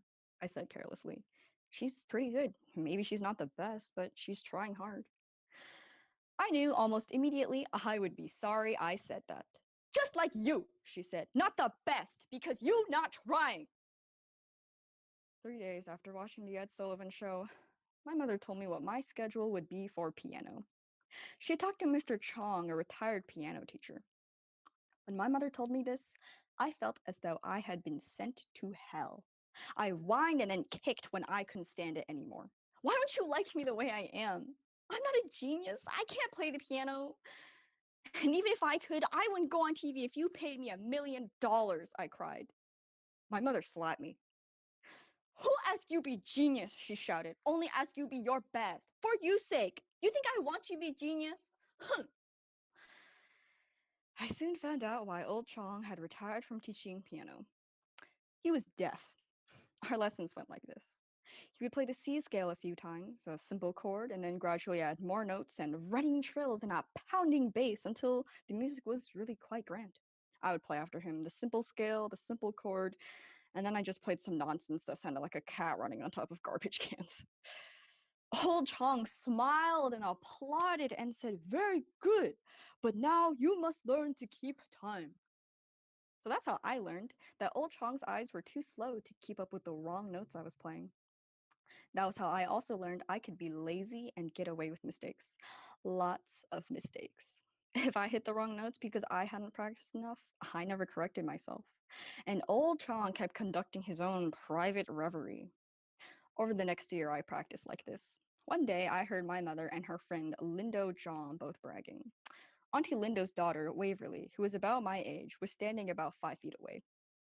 We had grown up together and, for the most part, we hated each other. I thought she was snotty. Waverly Zhang had gained a certain amount of fame as Chinatown's littlest Chinese chess champion. "She bring home too many trophy," lamented Auntie Lindo that Sunday. "All day she played chess, all day. I have no time, do nothing but dust off her winnings." And my mother squared her shoulders and bragged, "Our problem worse than yours. If we ask Jimmei wash dish, she hear nothing but music. It's like you can't stop this natural talent." And right then, I was determined to put a stop to her foolish pride. A few weeks later, Old Chong and my mother conspired to have me play in a talent show. For the talent show, I was to play a piece called Pleading Child. I was supposed to memorize the whole thing, but I dawdled over it, playing a few bars and then cheating, looking up to see what notes followed. I daydreamed about being someone somewhere else. Auntie Linda was there at my debut. Her Waverly had also come. The first 2 rows were filled with children both younger and older than I was. When my turn came, I was very confident. It was as if I knew, without a doubt, that the prodigy side of me really did exist. I remember thinking to myself, "This is it!" As I sat down, I envisioned people jumping to their feet and Ed Sullivan rushing up to introduce me to everyone on TV. And I started to play. At first, I didn't worry how I would sound. Then I hit the first wrong note, and I realized something didn't sound quite right. And then I hit another, and another followed. A chill started at the top of my head and began to trickle down. Yet I couldn't stop playing. I kept thinking my fingers would adjust themselves back like a train switching to the right track. I played this strange jumble, the sour notes staying with me all the way to the end. When I stood up, my legs were shaking. Maybe I'd just been nervous, and the audience, like Cole Chong, hadn't heard anything wrong at all. But then I saw my mother's stricken face. The audience clapped weakly, and as I walked back to my chair with my whole face quivering as I tried not to cry, I heard a little boy whisper loudly to his mother, "That was awful." And now I realized how many people were in the audience. I was aware of eyes burning into my back. I felt the shame of my mother and father as they sat stiffly throughout the rest of the show. After the show, the Zhongs came up to my mother and father. "Lots of talented kids," Auntie Lindo said vaguely, smiling broadly. Waverly looked at me and shrugged her shoulders. "You aren't a genius like me," she said matter-of-factly. But my mother's expression was what devastated me. A quiet, blank look that said she had lost everything. When we got on the bus to go home, my mother was silent. No accusations, no blame. And in a way, I felt disappointed. I had been waiting for her to start shouting so I could shout back and cry and blame her for all my misery. It was not the only disappointment my mother felt in me. In the years that followed, I failed her so many times. I didn't get straight A's. I didn't become class president. I didn't get into Stanford. For unlike my mother, I did not believe I could be anything I wanted to be. I could only be me. And for all those years, we never talked about the disaster at the recital. So I never found a way to ask her why. Why had she hoped for something so large that failure was inevitable? And even worse, I never asked her what frightened me the most. Why had she given up hope? She never mentioned my playing again. The lesson stopped. The lid to the piano was closed, shutting out the dust, my misery, and her dreams. Thank you. Thank you.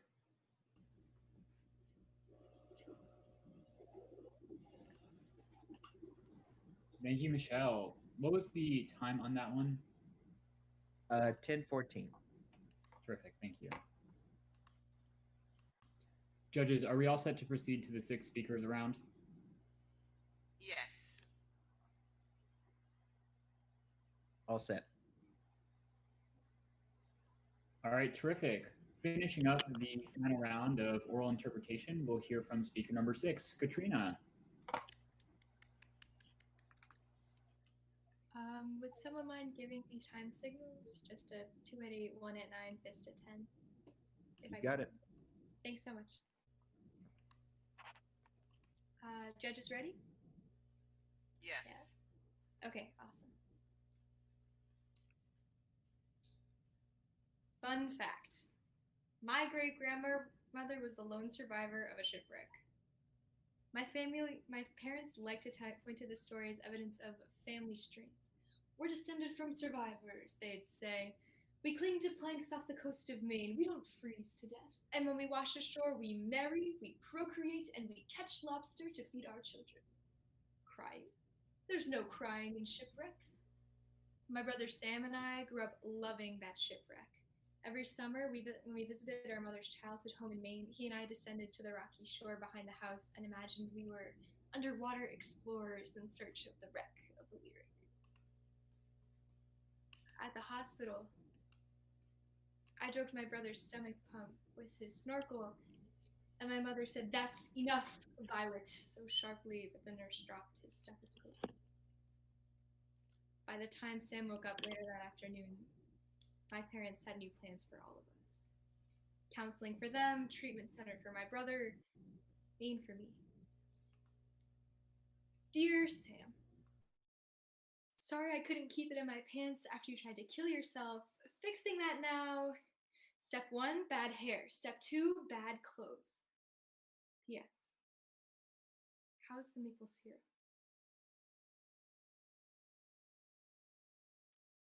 According to a study done in 2017 by CNN, 6,241 students in that year alone killed themselves. They qualified this data, pointing to a student at Rutgers who was bullied by his peers for being gay and attempted suicide.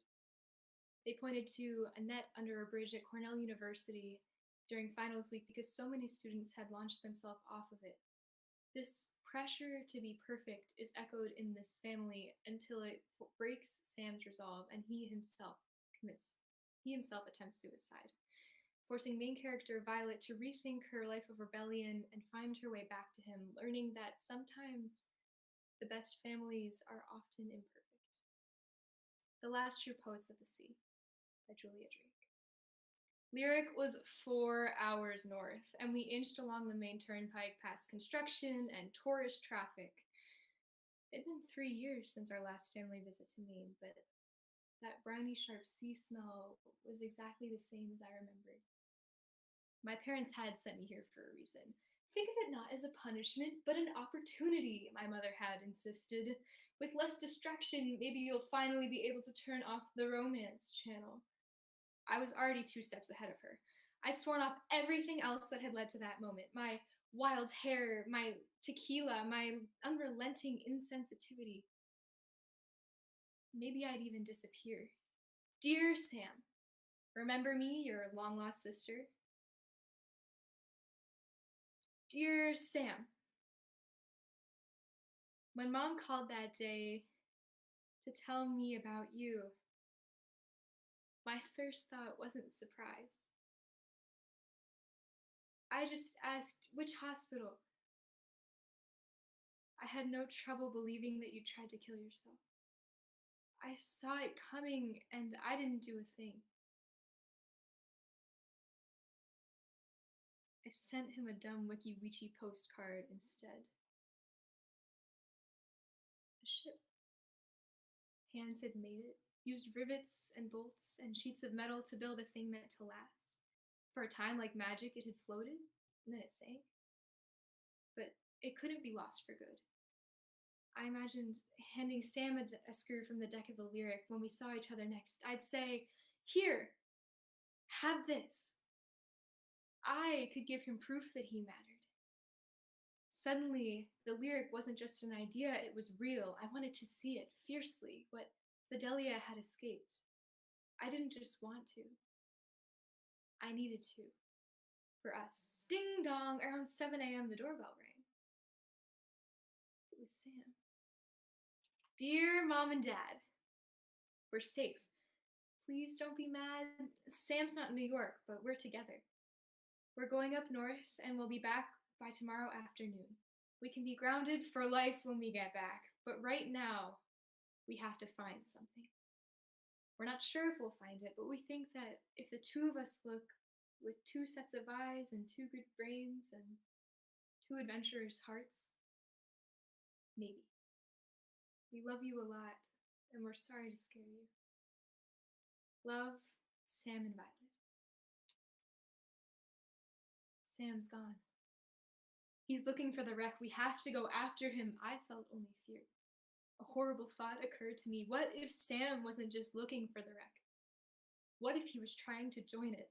That's when I spotted it. A vessel beyond the rock barrier. Then it disappeared, subsumed by the waves. Without even deciding to jump, I was in the air. I flailed and surfaced and gasped before a huge swell swept me under again. How had Fidelia survived this? How would Sam, the heavy curtain of salt, I saw a slow, ominous form take shape? The wreck. I'd have to swim down there to find Sam. Forget the wreck. Swim up. I tried, but the pull was so strong. Everything around me squeezed and squeezed and squeezed until a single verb reverberated within me. Up. I was a strong swimmer. I'd escaped riptides. I had a life vest, but I had no breath. I didn't know which way was up, and all I could do was hug the light to my chest and hope. My shin was sliced, my head was knocked, bang, split, my forehead burst with pain. A hand pummeled me on the back. My throat burned. I was alive. Violet, Violet, the voice said. Are you okay? Can you sit up? I just wanted to see it for myself. I'm so sorry. I just wasn't thinking, Sam. Leaning over me. Sam, alive. I touched the side of his head and he touched mine. Everything was buzzing, shapes were going cloudy. I heard a voice, words inside me. Him, you, what does it matter? You both saw the wreck and you both swam up. Sometimes, I said. I think what's amazing is not that Fidelia survived, but that she chose to tell people. Sam said nothing. I think she was intending on keeping it a secret. But then she changed her mind. Who knows what it was or why, but she chose. She wanted to be a person who survived a shipwreck. That was the story she wanted. You're a person who can choose. I don't just get to pick when I feel better, Sam says. Of course not. We're all sorts of bad DNA and genetics, but our choices matter. Choosing to try. It's not a small thing. I grabbed him by the shoulder, strange and strained, but necessary. We'll get to perseverance, I'm sure. But today, fuck perseverance, and F it for the next week too, for the next year even. We'll talk about perseverance until the cows come in, but today, I think we should just be. That's all we're gonna do, okay? Be together here.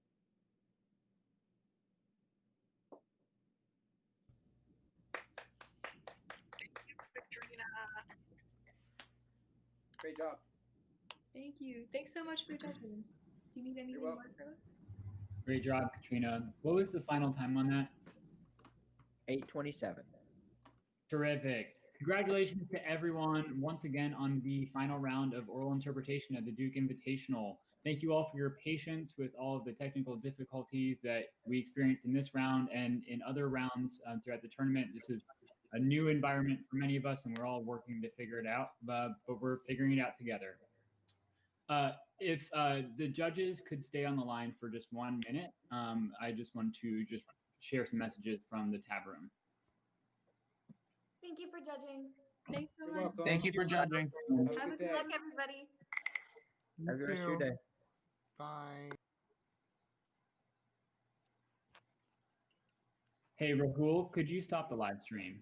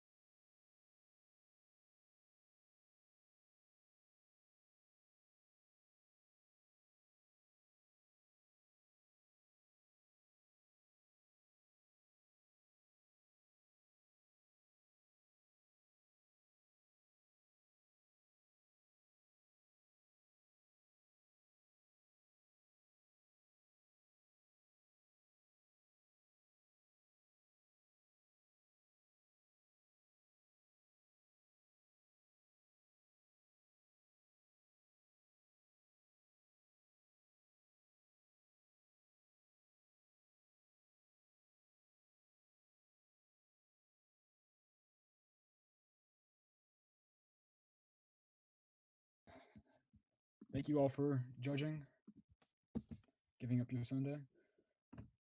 Um,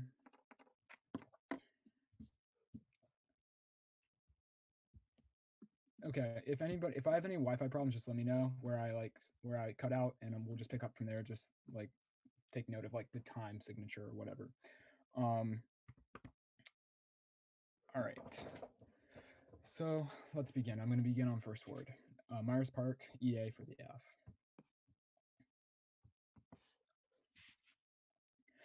I affirm in a democracy, voting ought to be compulsory. Merriam-Webster defines democracy as government in which the supreme power is vested in the people and exercised by them directly or indirectly through a system of representation. Compulsory voting as a term refers to law which stipulates that it's compulsory to vote and lays down penalties for failing to do so. Now to framework. Because the resolution states in a democracy, this debate only concerns democratic governments. The first duty of a democracy is to ensure that it's democratically legitimate because otherwise it wouldn't be a democracy.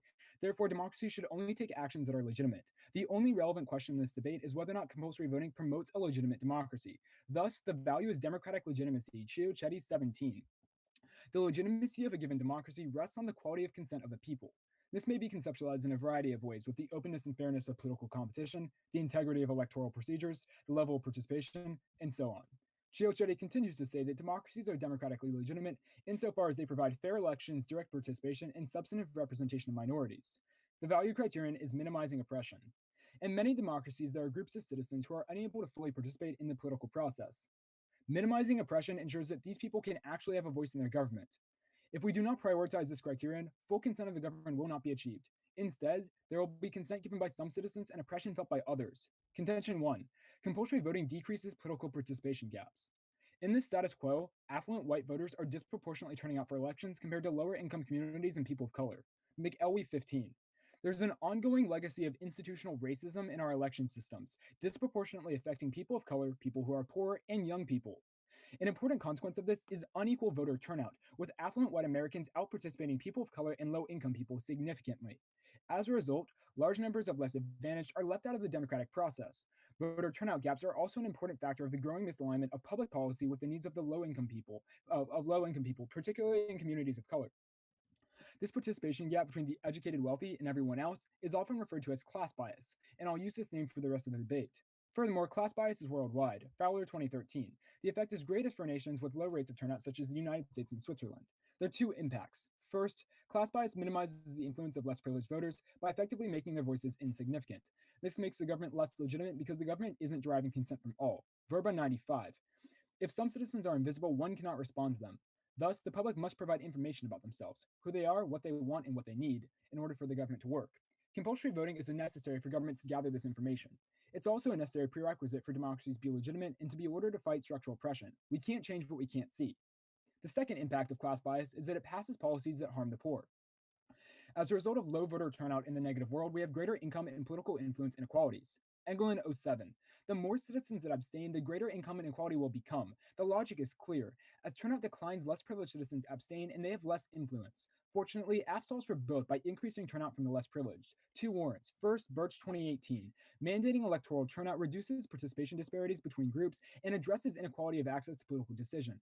Mandatory turnout includes groups that were previously marginalized. When participation is universal, political elites have strong incentives to cater to the interests of all of the citizens and to be responsive to all the electorate, so no group is ignored. Second, Chapman 18 tells us that compulsory voting improves government responsiveness and representation of the poor and marginalized. Compulsory voting is associated with lower levels of income inequality and corruption, outcomes that benefit the poor. Empirically, this change in turnout results in policy change. McElwee 15. Higher voter turnout among the poor leads to higher welfare spending. Additionally, a 2013 study found that turnout inequality directly predicts minimum wages, health insurance spending, and anti-predatory lending policies. Furthermore, in a study of voting in 14 countries, political scientists found that increased turnout among the poor increases redistribution. Contention 2. Compulsory voting kills voter suppression. Voter suppression is bad now and it's getting worse. Johnson and Feldman 2020. Over the past decade, half the states in the nation have placed new direct burdens on people's rights to vote. Take strict voter ID. Many claim that everyone has a requisite ID, but the reality is that millions of Americans don't, and they're disproportionately people of color. Following Obama, states imposed new restrictions on early voting and on the voter registration process. Furthermore, the Brennan Center has documented a surge in voter purges in jurisdictions with a history of racial discrimination in voting. Furthermore, suppression isn't always blatant. McClendon 19. Other well-known forms of voter suppression include endless strategies for confusing and intimidating the electorate. The top barriers documented in the November 2018 elections include long lines and late openings and lack of voter assistance. Fortunately, AF effectively fights suppression. There's two warrants for this. First, Fair Vote 09. Compulsory voting would greatly expand access to voting for everyone. Countries that use compulsory voting typically also make voting more convenient, including expanded postal polling, pre-polling, improved absentee procedures, mobile polling booths, and elections tend to be held on a more convenient day. Those still unable to attend vote by mail. As the Johnson and Feldman evidence told you, access stops many people from going to vote, but we solve, and that's a huge impact. Second, by mandating voting, the state is more likely to make voting easier, not harder, reversing the trend towards suppression and the status quo. Peralt 2018. The obligation to vote must be met by an even stronger commitment by the state to ensure that the imposed duty is even feasible. The impact of these arguments is huge. As Johnson and Feldman tell you, voter suppression disproportionately affects minority communities. Such suppression is antithetical to democracy by removing minorities from the political discourse. With compulsory voting, AF solves for this problem and it increases with democratic legitimacy. Also, one last benefit of compulsory voting from Rappaport and Nelson 2020.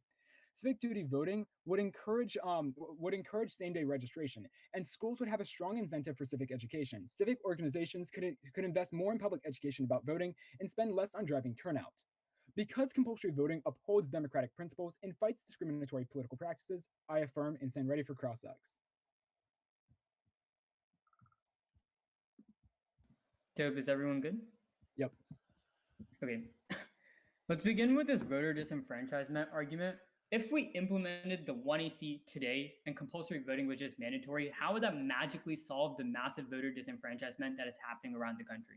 Yeah, so there's two problems with that. The first problem is that there's no time frame imposed on me by the resolution. The second problem is that I'd outweigh under my value framework, because even if there is like a short period where like we see like negative consequences or lack of access, I outweigh because the problems of class bias and voter suppression build on each other day after day. Okay, and that's fine. I outweigh. That's fine. So let's talk about the definitional debate. You say compulsory voting is mandated through a fine. What is that fine, or what does the implementation of the 1AC look like? I defend like a small monetary fine, generally like $20. That's how Australia did it. Okay, dope. So let's talk about this class argument then. You say that people who are poor have less access to the polls. Which compulsory, just the first contention debate proper. So you say that people who are poor have less access to the polls and vote less. White affluent people are voting. By finding the people who are less likely to vote, how does the 1AC solve any of their impacts?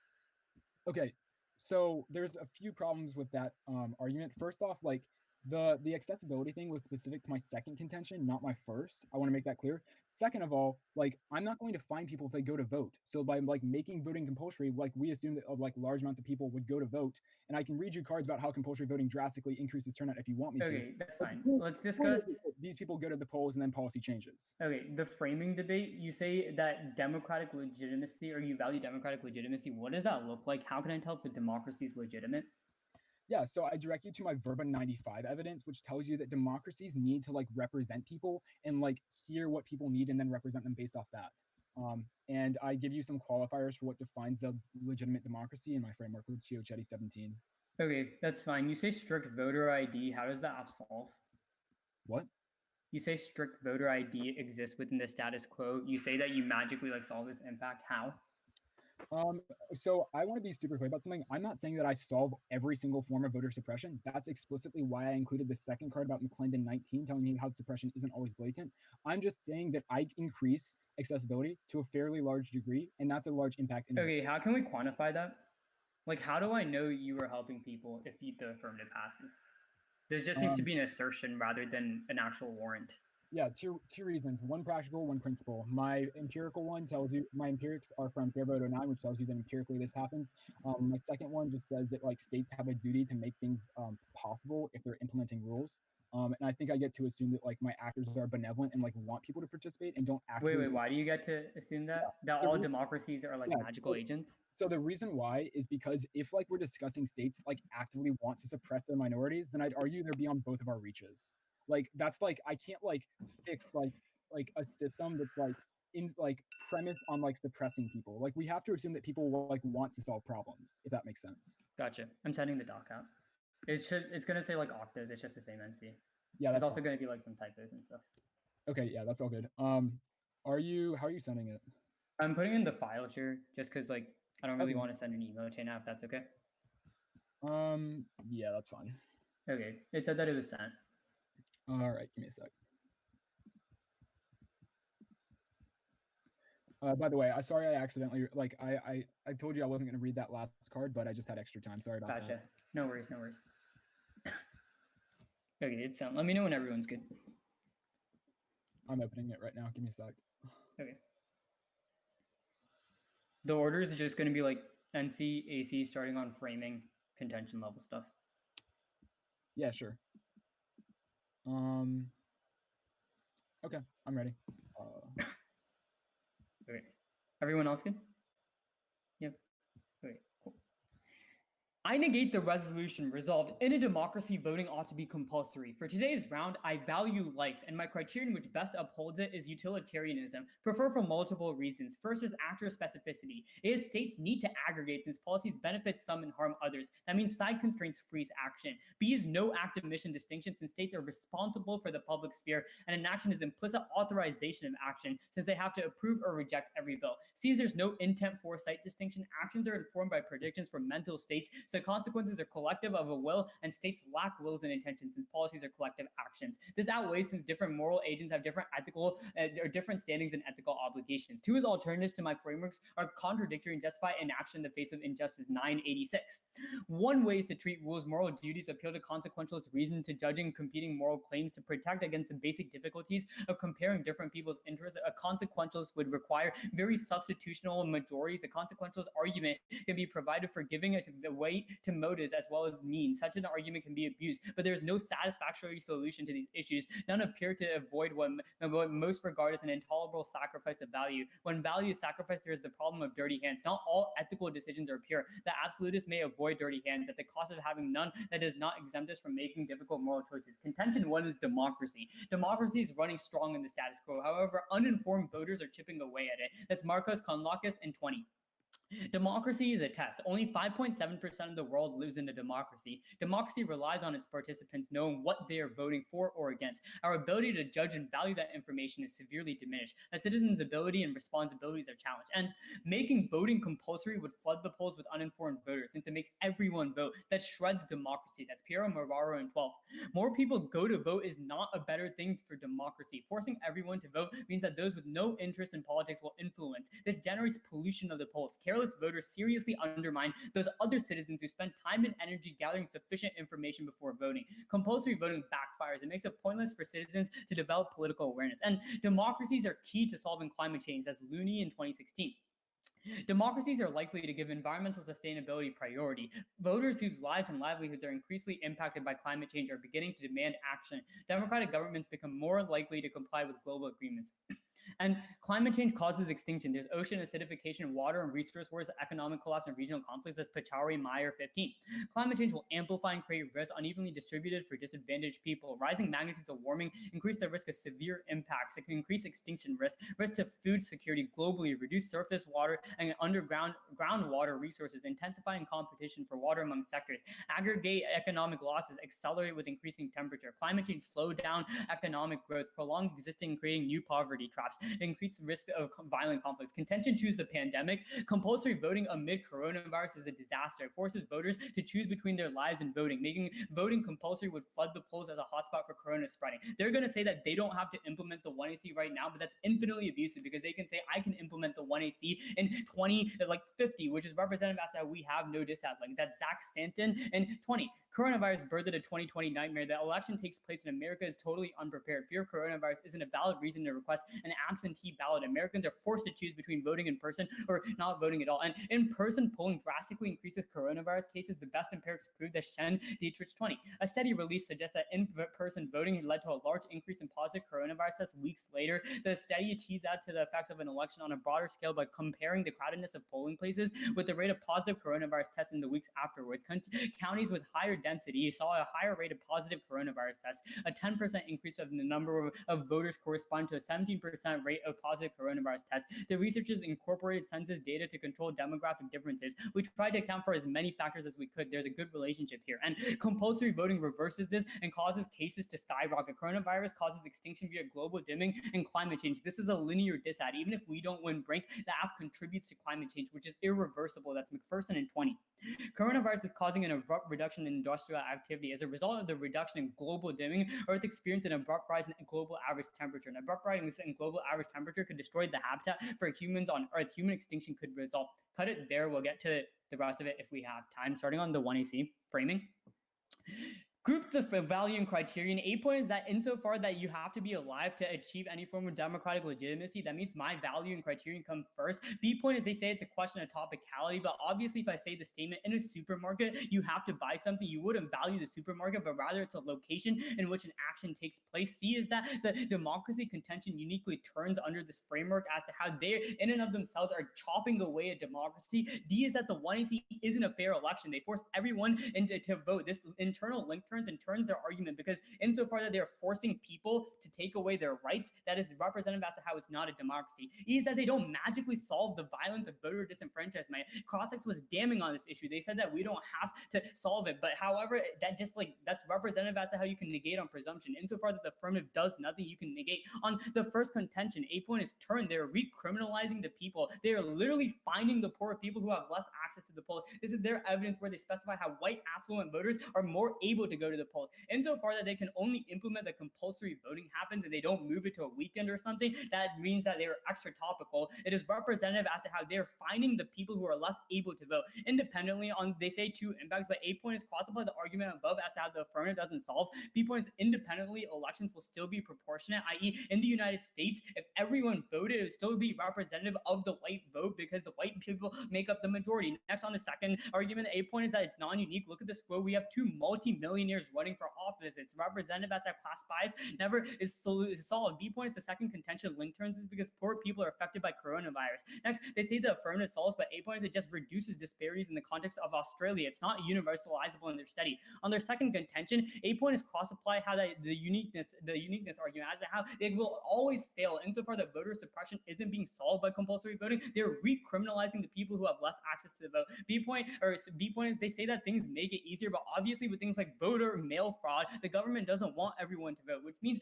under things like a non-utopian government, it is representative as to how governments don't want people to vote. If they pass compulsory voting, they're simply fighting the same people. Next, they say that they're making it easier, but A point is we can do this in the status quo. There's alternative forms of solvency like weekend voting or holiday voting. D point is that the voter ID, the strict voter ID disproportionately affects people of color. This is their argument. It means that compulsory voting does not solve anything, but rather they're forcing people who wouldn't normally go to the polls to go in, show their ID, and re-find them. I'm good for cross.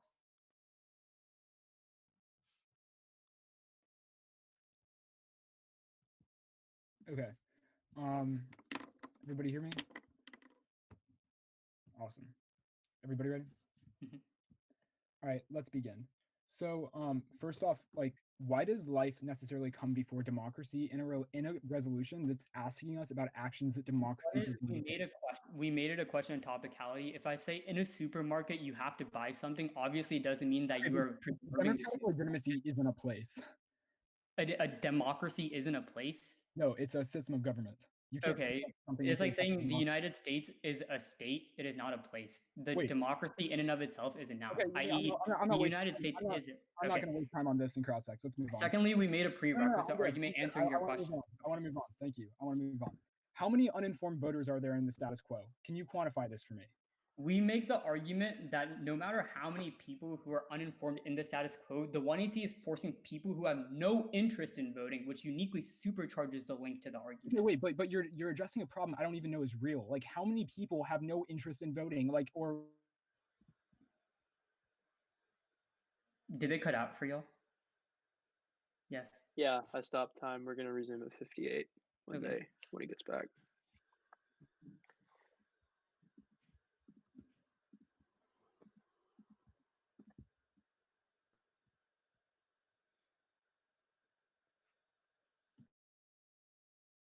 Can you guys hear me? Yeah. Yeah. Okay, I'm gonna try and switch to my phone's hotspot just so like I don't have any interruptions. I'm gonna be a sec, okay? No problem.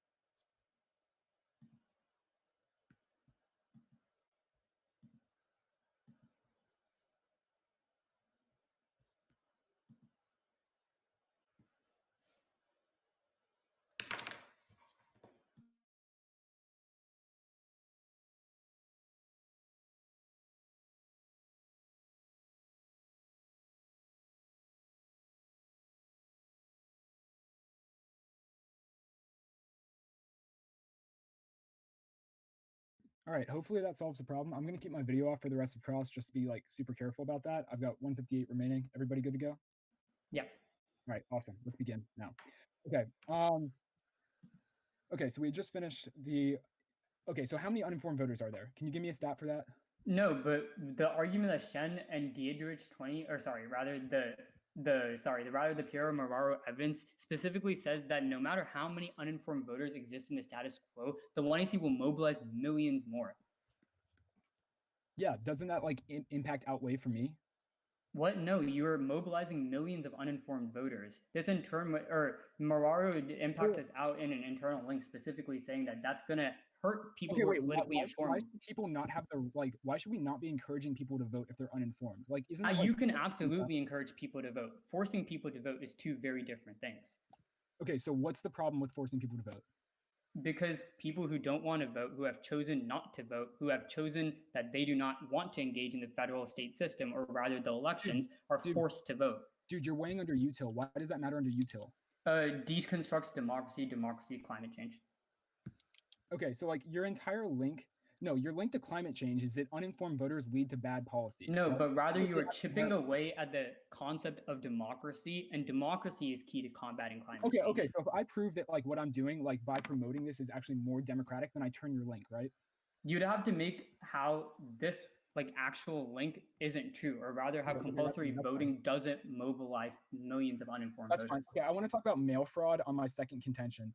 To what degree? Like, can you explain this?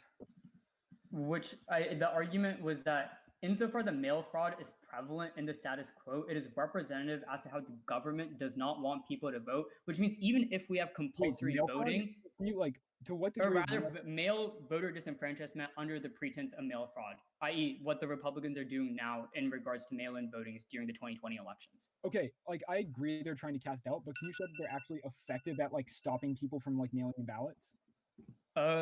One is that yeah, we can read evidence in the two, and secondly, that was your cross time. I'd like to, if you're gonna read that evidence, I'd like you to just go ahead and. Actually, no, I'm just gonna respond to what you said. I'm gonna take prep time. Running now.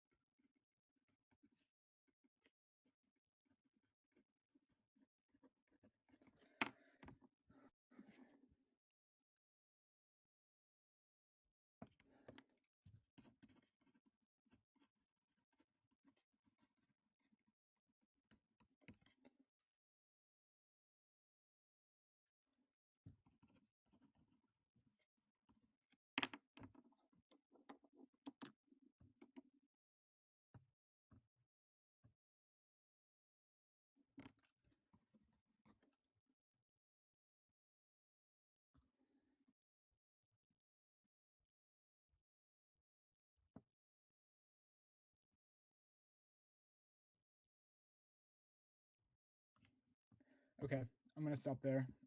22 seconds left. Do the judges want me to send in the evidence I'm reading, or is it like okay for me to just to say it? I might be going a bit quick. Is that okay with everyone? Can I get the evidence for evidence ethics reasons? Yeah, of course. Is Yeah, everybody... just drop it in the file share if possible. Yeah, I was wondering, like, is it okay if I email it because I haven't worked this file share thing and I don't want to like waste a lot of time. That's fine. I'll Okay. drop my email in the chat, but I'd like to see it. Yep, no worries.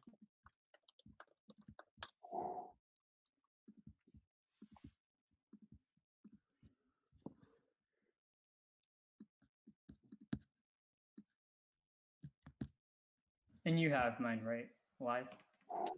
Can you just send it again just for the sake of, just so I don't have to go digging for it? Thank you.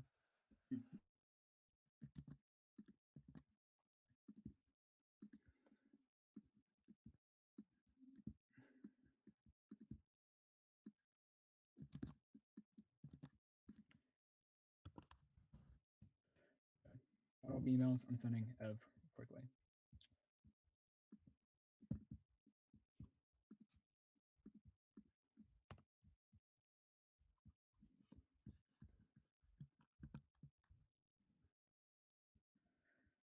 Okay, I'll like let you know when I'm reading each piece of evidence. Like, I may not like read it in exact chronological order, but like I'll call out what I'm doing.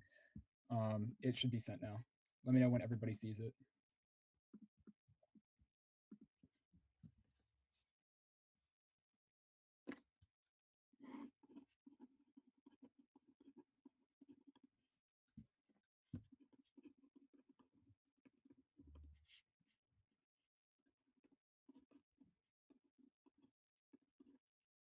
I just got it. Okay. Order is going to be framing, then on the neg case, contention 1, then 2, then back to the F. Let me know if I... Do you guys care if I keep my video off? Just like, make sure.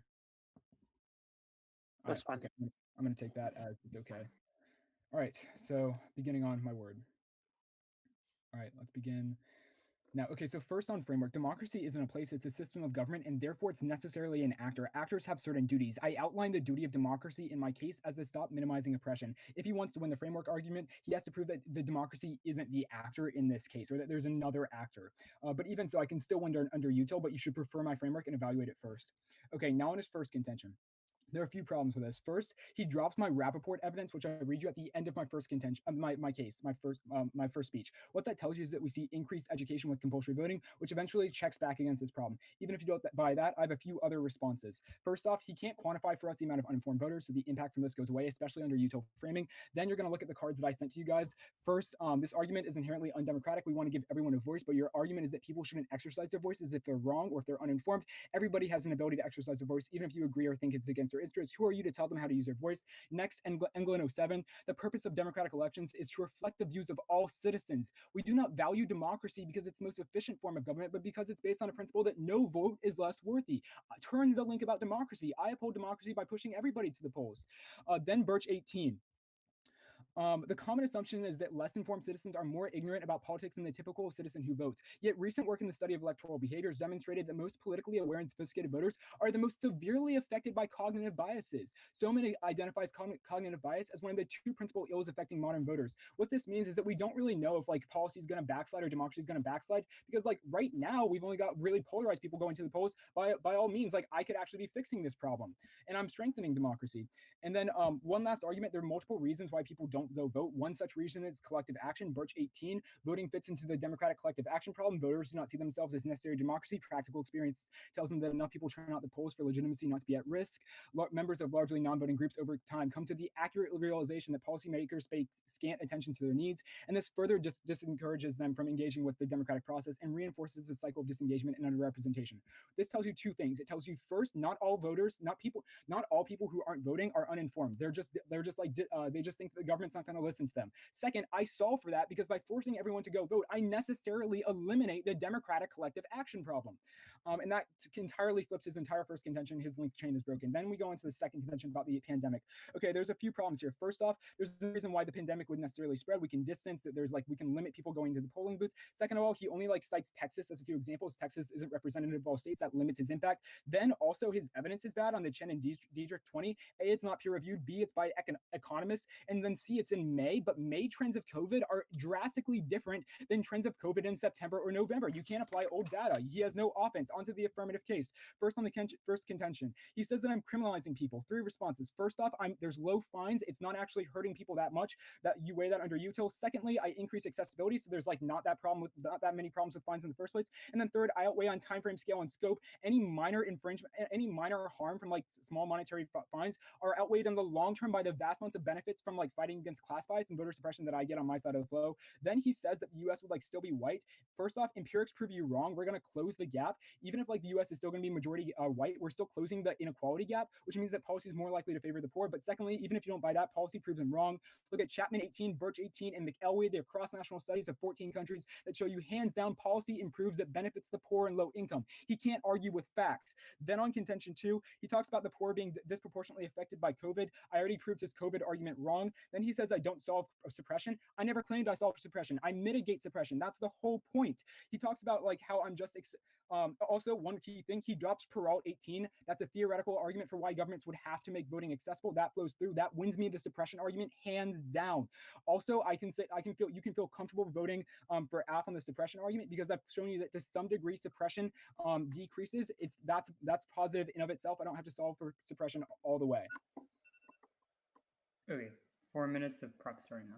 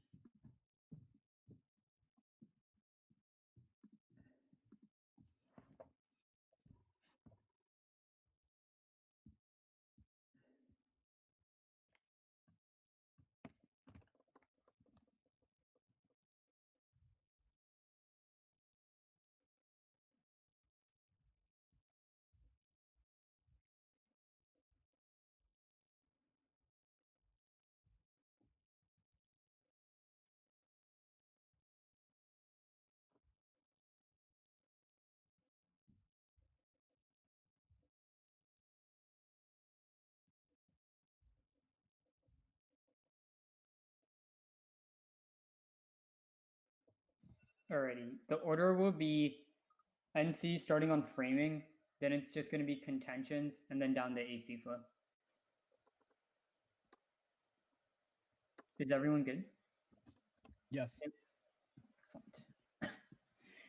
Starting on the NC framing debate, they concede multiple justifications for utilitarianism, extend actor specificity. They conceded that this outweighs because side constraints freeze action, insofar that we are pretending to be the social democracy or whatever the 1AC wants to pretend in regards to their form of deliberation. It is representative that utilitarianism must be used to how accuracy. Independently, they conceded that there is no act omission, i.e., if there's no difference between me not doing an act versus me doing an act. This is warranting for utilitarianism. Insofar that that is true, there's no difference between for a government to not do an act and do an act, which is an independent reason that goes clean conceded coming off the one air. So next, they conceded that there's no intent foresight distinction, which is uniquely key because it is an index to specific normative theories like the 1ACs, because it's saying that insofar that we are not evaluating things based off of a consequence like utilitarianism, the forms of framework uniquely fail because there is no distinguishment between what someone wanted to do versus what actually happened. Insofar that that is true, we are winning a terminal defense or a solvency deficit and terminal defense to the opponent's framework, and that means we are way ahead on the framework debate. Next, they conceded the NIA evidence, which is specific as to how any normative theory that is not consequentialism will always fail because it'll continue to contradict itself and collapse to consequentialism. This is an independent warrant that goes clean conceded, which means you should be preferring util right about now. Next, on the contention debate proper, they read multiple pieces of evidence that are not responsive. We're not going to go for this, but we're going to settle this pieces of offense. First is that they say that that it's undemocratic. They want everyone to vote, but no, they're framing this issue in the wrong light. We are saying whoever wants to vote can vote. We defend the status quo. However, we are saying people who don't want to vote shouldn't have to vote because it cripples and it starts to cobble away at our forms of democracy. This is warranting that goes clean conceded coming off of the Piero Morano 12 evidence. Next, they say that this Jalito 7 evidence that all citizens should have to vote for it to be a democracy. A point is that no, they are free to vote in the status quo. We're discussing the niche set of people who do not want to vote. Next, they say that this cognitive bias argument, but the A point's a link turn. It extends the Piero evidence that specifies how people will vote for the incumbent because they know their name. This is unique metaphysical analysis similar to the question that they bring into this round. Look, they say cognitive biases. However, they conceded that there is a cognitive bias, but also for non-voters, which means insofar that that is true, political awareness outweighs. Next, on they say that they're strengthening democracy, but we'll get to a link turn on case which directly proves that. We're not going for the dissad, but we resolve any form of offense. There is no two-way around this. Next, on the second contention, this contention was massively mishandled. They say that we could socially distance, but a point is no, it doesn't solve. The app forces millions of immunocompromised people to go into voting polls, which is what a unique analysis is about. They force everyone from the elderly to immunocompromised. This is literally definitions coming off the 1AC. Independently, they say that I cite Texas, but no, take a moment to look over the cards. Not one of these studies was a Texas analysis. At the end of the round, look at this. They are all national analysis. This was a very silly argument. Next, they say that this Chen and Dietrich is from May and it's very different forms, but a point is no, the Chen is a literal meta study of different forms of COVID patterns, which specifies how the trend will happen when it comes to November. Independently, it's not better. Even if we win, that there's a risk that they will trigger a coronavirus impact under utilitarianism, insofar that it causes extinction through the McPherson evidence through climate change. That is a very easy negative ballot. Coming off of the negative flow, you can sign your ballot right here, right now. They conceded multiple warrants for utilitarianism. They're going to go for this link turn in the 2IR, but it's empirically denied and it has like no actual warranting. Next, on the second contention, they concede multiple pieces of warranting that link turns their arguments. Our evidence is top notch. We have made all of these claims over and over again. The AC. On the AC, they make some massive concessions. They say it's a topicality issue, but they concede that if I say in a supermarket, that you wouldn't have to vote. This is the same type of sentence structure, i.e. a supermarket is a business, but it's also a location. The United States is a state of government, but it's also a location, which means this definition is not unique. Independently, they concede the A point, that life is a prerequisite to any of their value. Insofar that that is true, you should be heavily negating on the utilitarianism debate. Next, they conceded that the democracy contention turns is insofar that it wouldn't risk of link on the link debate proper. That means you can heavily negate. Next, they concede the D point that the 1AC isn't a fair election. They force people into elections. This was an internal link turn specifying how they are being undemocratic because they're violating someone else's freedom, which means even if they win 100% risk of offense coming off of their second contention, they have conceded that they're undemocratic. just coming off of this point of the flow, they have conceded they're undemocratic. They have conceded multiple pieces of internal link offense coming off of the second contention, and they've conceded numerous framework justifications. On the contention debate, they concede the A point that they are recriminalizing these people. They say that no, it's low fines and you're not hurting anybody. But A point is no, you're directly hurting the people who don't have the fine or who don't have the money for this. There is some evidence specifically outlines how only the white affluent voters are the largest population, which means insofar that that is true, then they are fighting the people at the bottom in regards to the social change. Independently, they concede multiple pieces of offense. They conceded the A point of the cross application that the affirmative doesn't solve. They say it's not a question of solvency, and they extend this one piece of warning saying that it's a moral duty. But this is a framing issue. Look, just to slow this debate down, they conceded no solvency. If the affirmative doesn't happen now, it doesn't matter. They make it an insolvency issue. They extend this one piece of warranting, but that's a framing issue. Insofar that that is true, they've conceded 4 pieces of independent indicts to their framing. Next, on their second contention, they concede multiple arguments. They conceded the C point that they can just make things easier, but obviously things like voter fraud mail will hurt communities of color. Insofar that that is true, it's representative as to how the 1AC is a utopian society, and they make arguments as to how infrastructure is built, but however they don't, this isn't responsive to the argument whatsoever. Insofar that the government doesn't want people to vote and compulsory voting is passed means you can sufficiently negate because they're recriminalizing these communities. Their last argument was a framing issue. We have one framing. It is a clear neg ballot. I've got 22 seconds. I'm going to take them. Yeah, I think that's right. 22, right? Can anybody check that 22 seconds? Yeah, see, I found it. Yeah, 22 seconds. Okay, cool. Beginning now.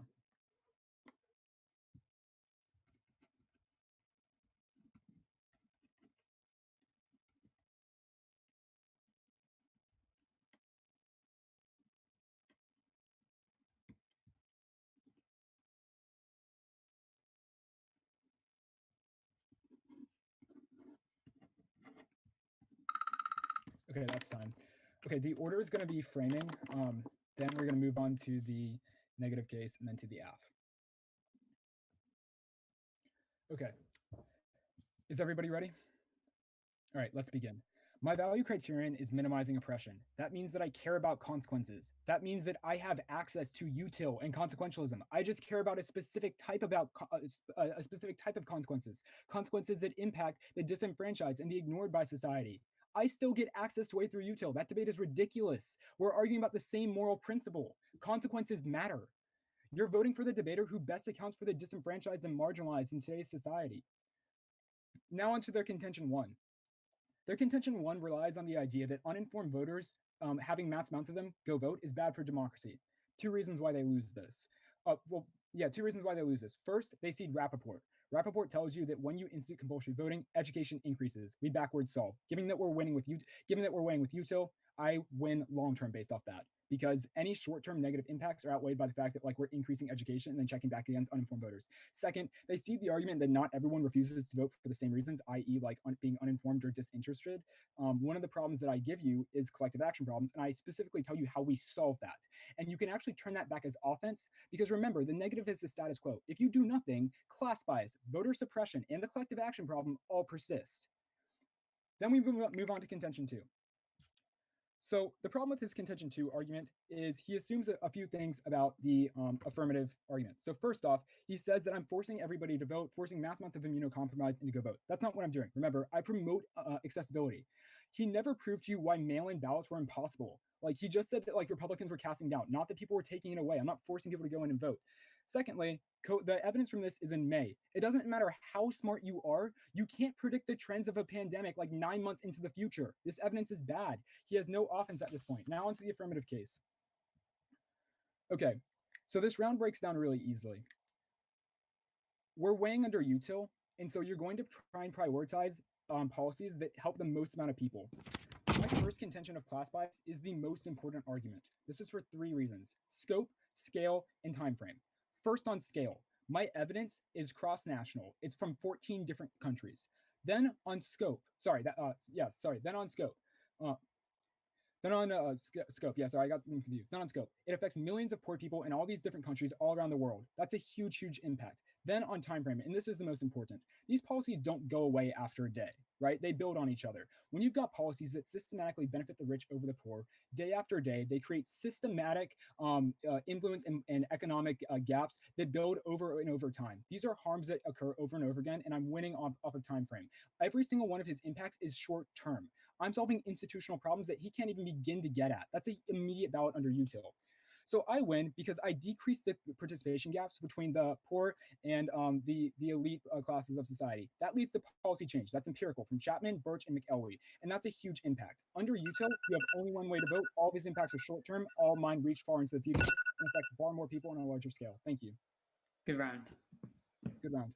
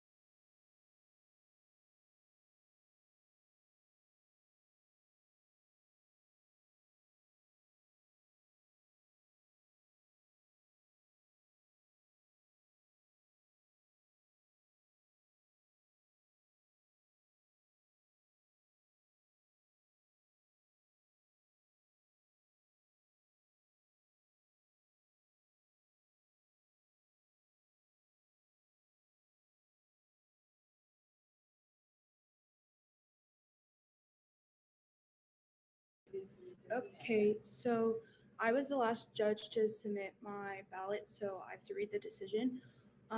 It was a 3-0 decision for the affirmative. Personally, in my decision, I know I ended up mostly weighing the political gap argument and the voter suppression argument. I think both of them were sufficient enough for me to vote on, and I don't feel like the pandemic argument was warranted out enough for me to vote on it, and I don't think enough impact calc was done in the final speech for me to actually compare the two. And I do think that AF cast enough doubt on the modeling argument and the card that's based on China. I think that it does question my ability to weigh extinction. And even if I do weigh extinction, I am like weighing democracy overall increasing and suppression and inequality being minimized compared to a small chance of extinction that I didn't even give neg much access to. So with that in mind, I voted under like prioritizing democracy and consequentialism, and I think the consequences, the probability was higher for AF's impacts than negs, and that's how I made my decision. Yeah, pretty similar rationale on my end. On the neg case, like the only offense I really got out of contention one was like like a number of voters that are uninformed. But I agree with the AF. This is never quantified, and I weighed this directly against the increase in decrease in voter suppression, and I felt that that outweighed. On the pandemic point, I thought there was some interesting offense here, but I mean the AF simply has the access to mail-in ballots, and I never get an adequate response on why that doesn't solve. And because of that, like that the offense off of that was just mitigated. So at the end of the day, I vote AF off of a decrease in voter suppression and like increased and like yeah, the same thing about like decreasing inequality. Okay. So I think Af did a really great job in the first rebuttal. It was right on target. It was very clear to me that Af should win this round at that point.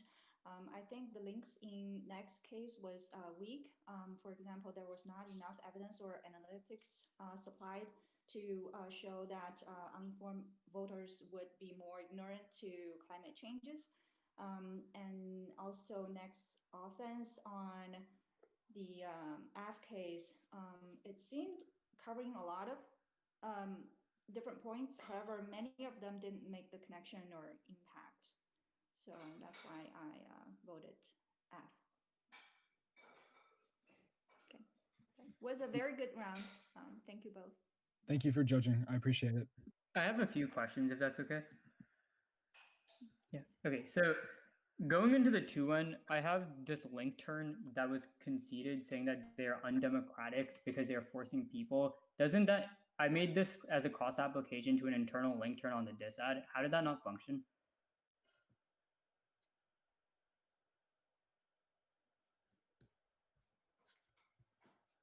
It was this C point under framing on the 1AC's flow. It's the link turn that was cold conceded, saying that like they conceded that forcing people to go to polls is undemocratic because it's a violation of freedom. It was extended and weighed in the 2-1. Or I guess how did that like factor into your decision?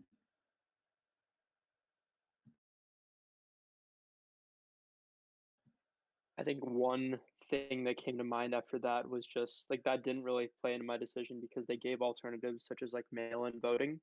So that like eliminates like they don't make you go to the polls. Okay, and I guess on this like oppression argument, going into the 2-1, I extend this argument that right now like voter suppression is happening, which is representative as to if you fiat the 1AC, they will continue to happen, making it so that they criminalize. I didn't catch a response for this in the 2-1. I guess how did you vote off of that? Or sorry, in the 2AR. On the criminalization argument, I went off AF's response that that like the long-term versus short-term weight of it.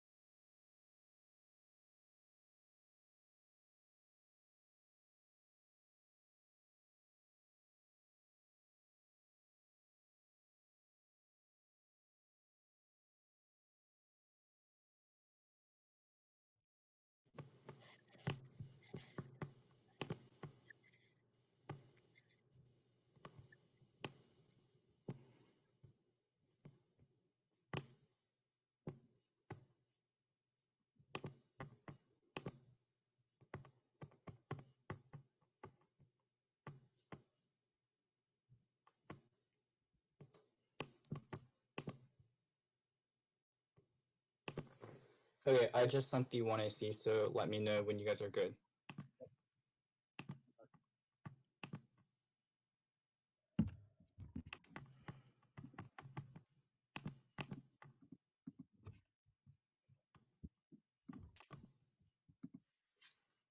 That was a nice intro. Good luck. Yeah, I tend to put it there, not for like pressure, but like, Yeah, I don't know. It's sweet. It's nice. Yeah, it's better than people who put like edgy quotes, whatever. Like, Yeah.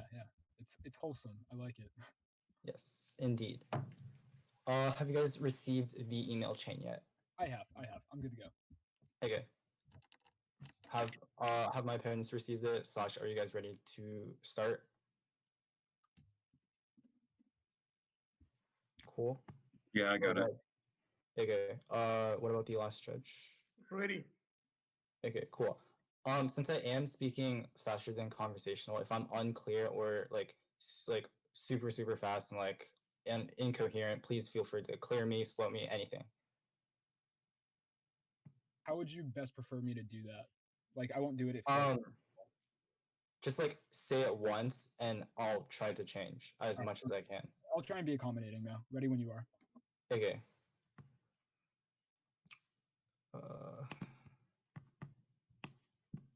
Cool. If everyone is ready, then I shall start. First is the framework. Pleasure is good, pain's bad. Nagel 86. Pleasure is good and pain bad no matter who we feel involuntary desire or aversion. They are not backed up by any further reason. Thus, the standard is maximizing expected well-being. Prefer. First is lexical prerequisite. Suffering creates lifelong conditions and threats on life that preclude the ability of actors being able to engage in other ethical evaluations since they are in a constant state of crisis. 2. There's no active distinction for states. That means states must use util to pass policies. Sunstein et al. 05. Unlike individuals, governments always face a choice between regulating third parties. When it authorizes private action, it is not refusing to act. The distinction between authorized and unauthorized action becomes obscure when the government formally forbids private action but do not fully discourage it. Third is consequentialism is true. A point is that all actions have some consequences there, and so it's inherent to action. B point is that states can have unified intentions, so appeals to non-consequentialist impacts are incoherent. And C point is moral substitutability. It's Sunil Armstrong 92. If I have a moral reason to mow the grass and starting the mower would enable me, there is a moral reason to do a necessary enabler. Moral substitutability is very different from deont. Give up deont. Fourth is moral uncertainty means we should prevent extinction before anything else. Bostrom 12. Moral uncertainty suggests our present understanding might be confused. If we are uncertain, there is a great value in preserving our ability to recognize value and steer the future accordingly. Ensuring there will be a future humanity is the best way to increase future value. The plan text. Thus, I affirm resolved in a democracy, voting ought to be compulsory. Additionally, here are the definitions we defend. First is democracy is defined by Merriam-Webster as a government in which the power is vested in the people and exercised by them through free elections. 2 is voting is defined by Collins Dictionary as the process of indicating choice, such as choosing a candidate by some means, such as a ballot. Third is compulsory is defined by dictionary.com as required, mandatory, obligatory. And compulsory voting definitely increases turnout, Richter 18. Australians vote. More than 90% turn out to cast ballots. Voting is made easy and efficient. Federal elections are always held on Saturday. Centers or organized by an independent commission are everywhere and well staffed. Uncommon to wait more than a few minutes. Fines from AU $20 for a federal election to AU $79 for skipping a state poll. The first advantage is corruption.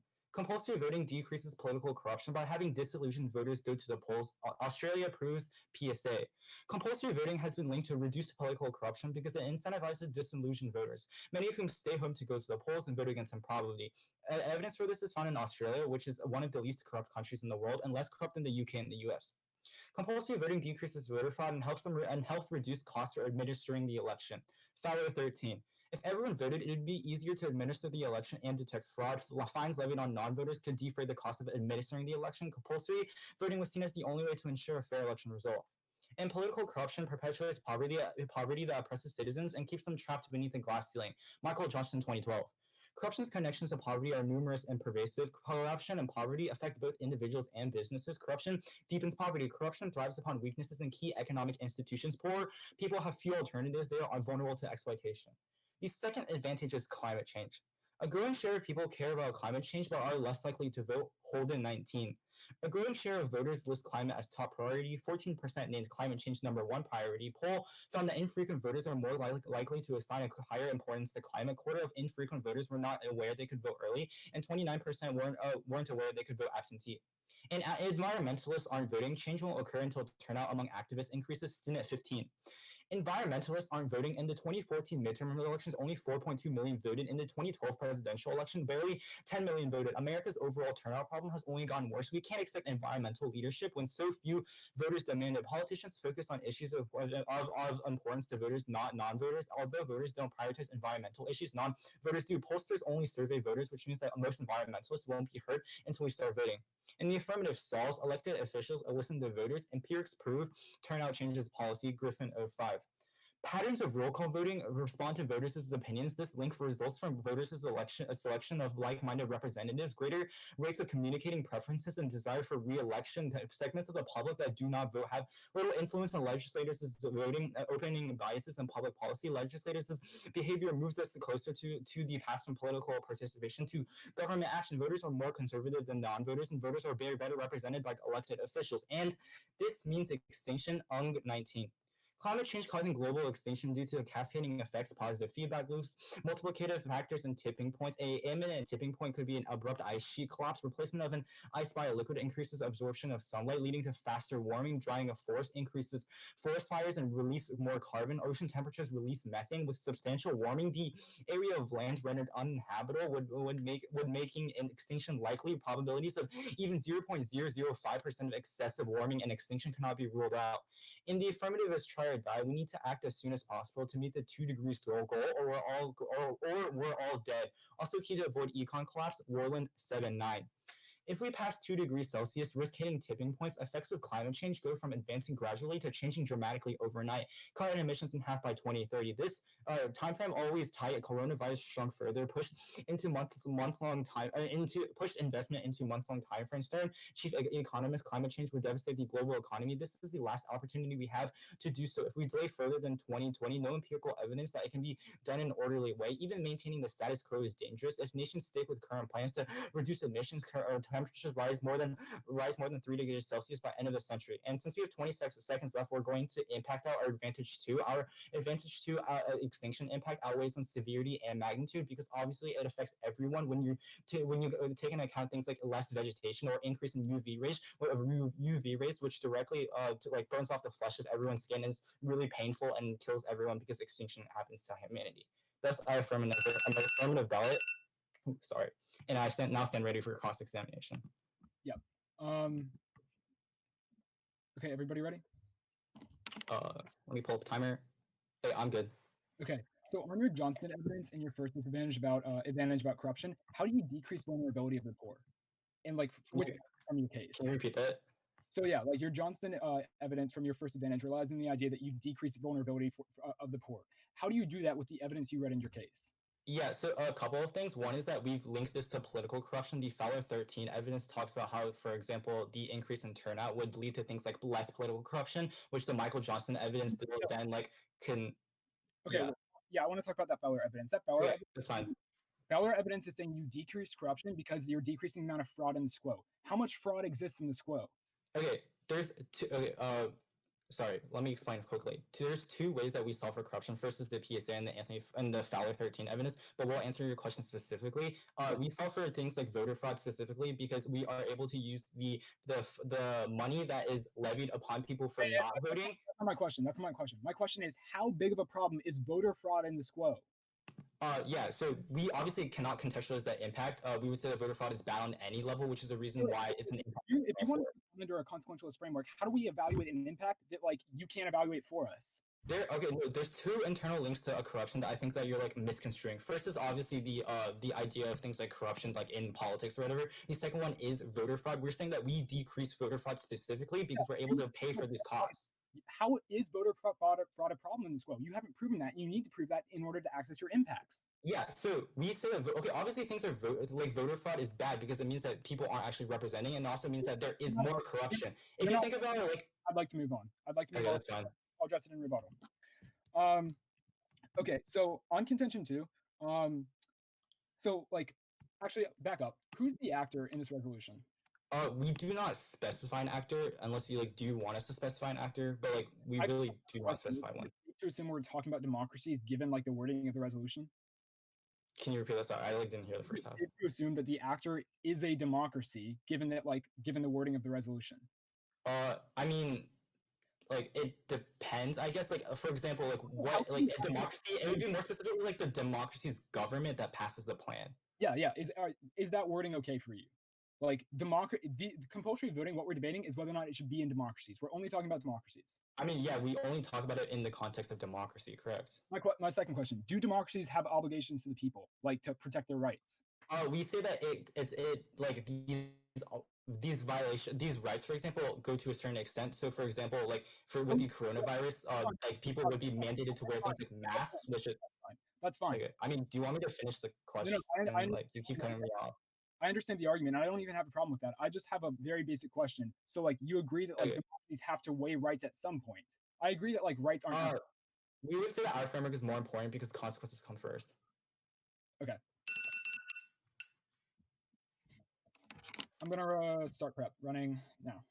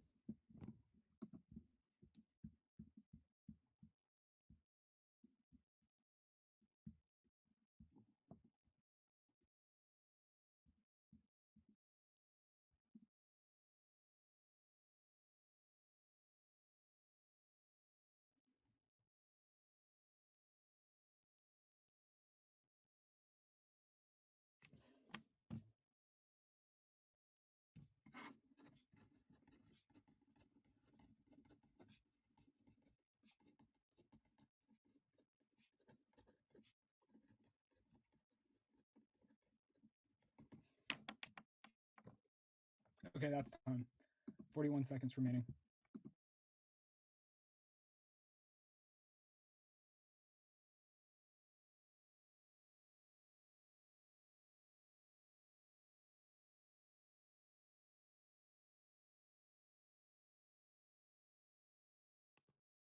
My opponent accidentally muted yourself. Oh, sorry about that. Yeah, I was just saying that I'm not going to spread, but I'm still going to send the case, just in case anybody wants to check it. And I'm also going to include the evidence that I'm reading at the end. Okay, cool. Did you say an order while you made? Sorry, No, I hadn't yet, but the order is just going to be NCAC. Okay, cool. Just making sure. I'll let Yeah, you know no. when I got the document. When you do what? When I got the document, because you send it, right? Or... Yeah, I'm actually gonna send it as like just like a thing in Gmail because it's like a Google Doc. So like Oh what's yeah, gonna that's fine. Yeah, it's just gonna ask you to like open it at the bottom. Cool.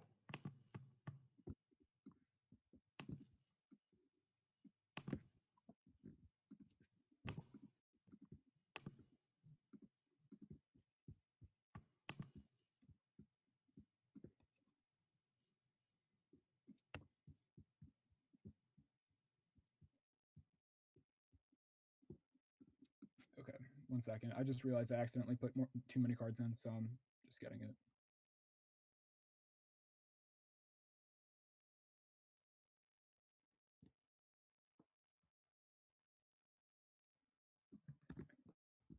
Okay, the case should be sent. I'm also going to send a separate email with the cards I'm going to read in rebuttal, just because that was easier.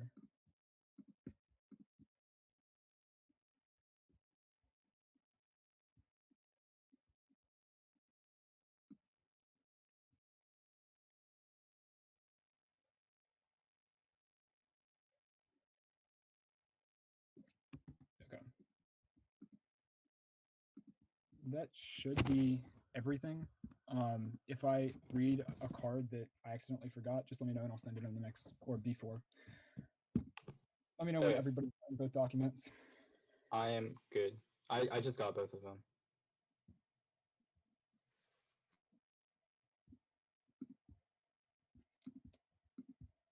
All right, just waiting on judges then.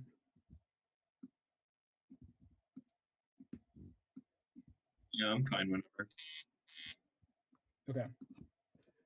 So order NCAC. Let's begin now. I negate that voting ought to be compulsory. The value is libertarianism, or the idea that freedom is valuable and we ought to refrain from coercion.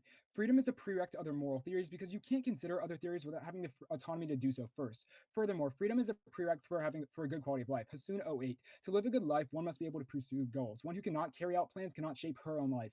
One without autonomy cannot live a good life because her life is not truly her own. Because freedom must be valued highest, the value criterion is preserving individual choice. Prefer the value criterion for two reasons.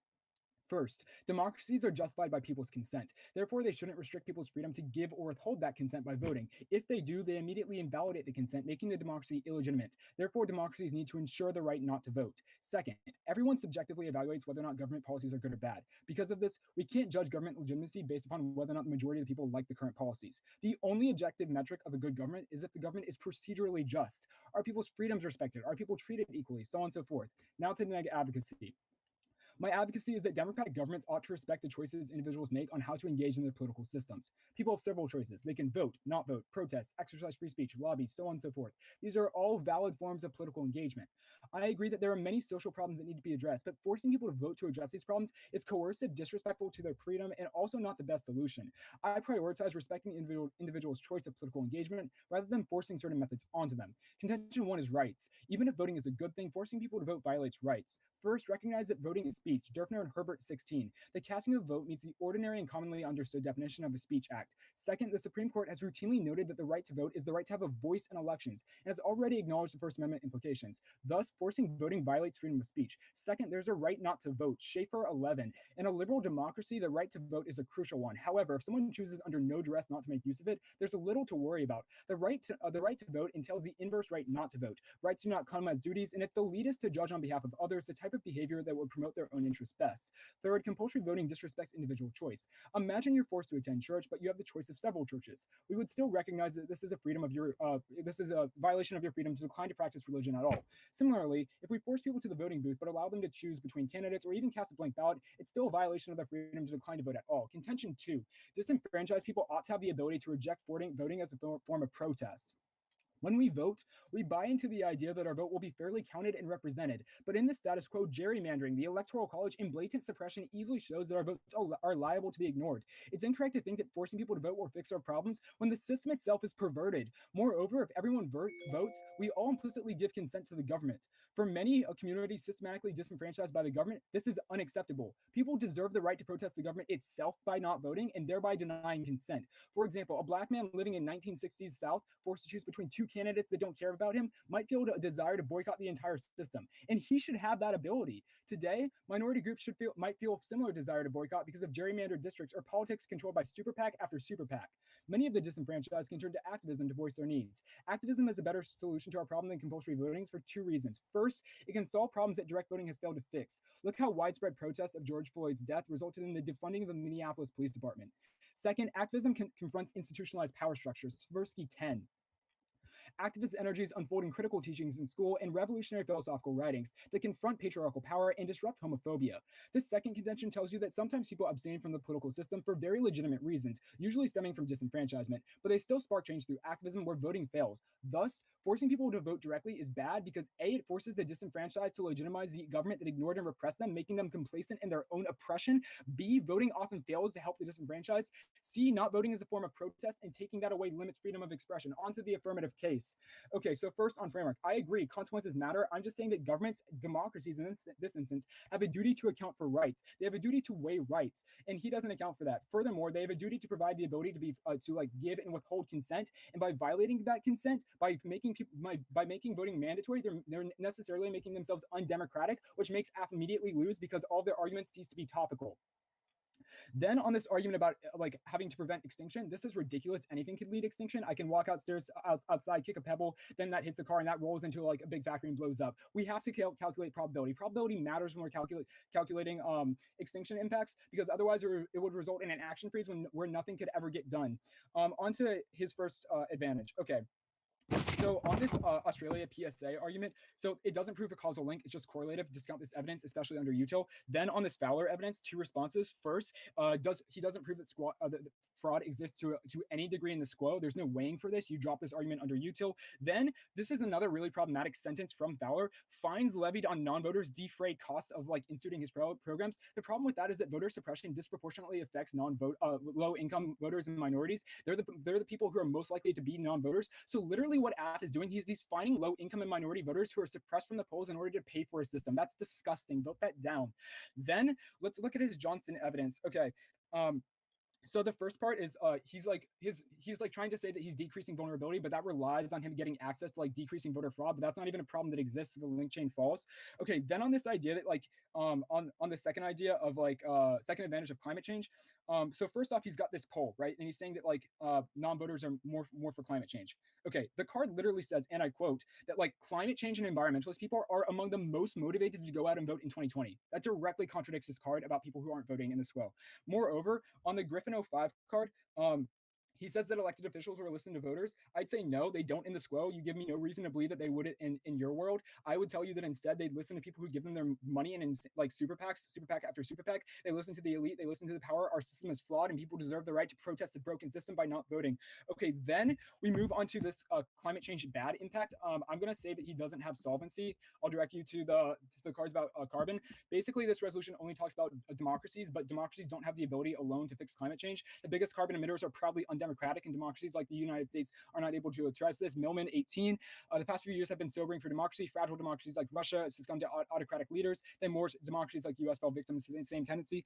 China was making a bid for global leadership and presented a new political martyr led by a free party that rejected free discourse and open political competition in favor of meritocratic and nationalist ethos. Climate change goals are not achieved without China, which means that democratic attempts to curb are fruitless autocracy. Nabjanj 20.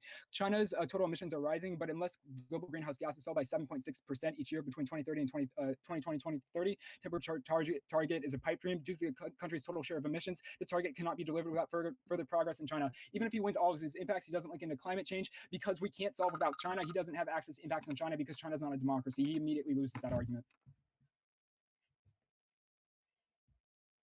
Ready for cross.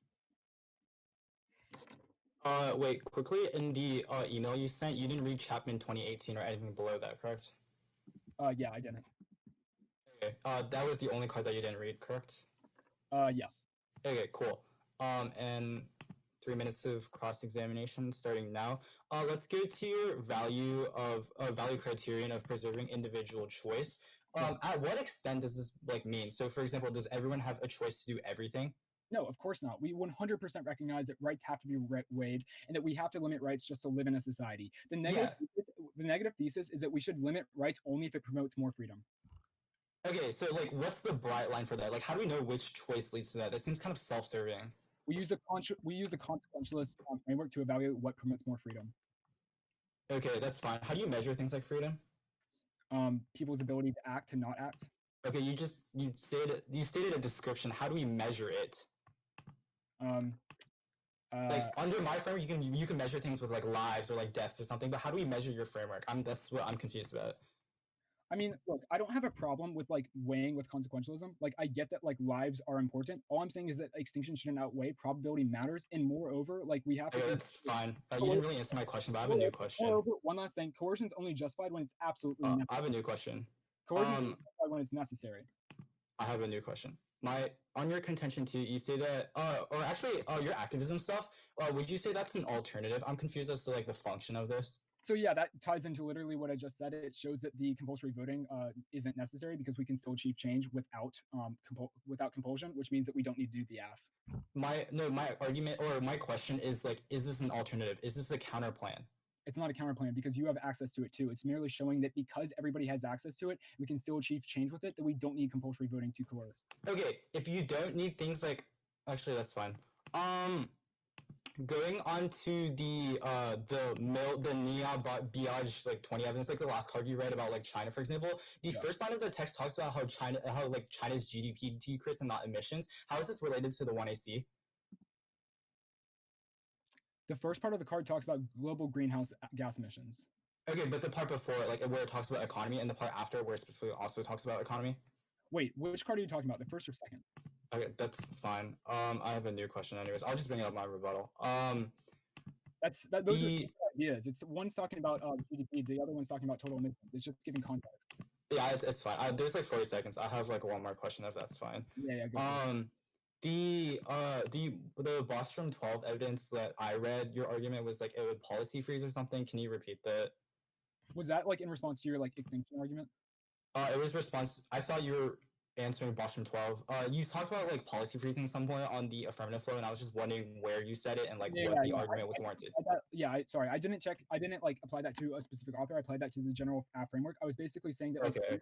I was saying that anything can lead to extinction, and because of that, probability has to matter. Because if it doesn't, we get into an action freeze.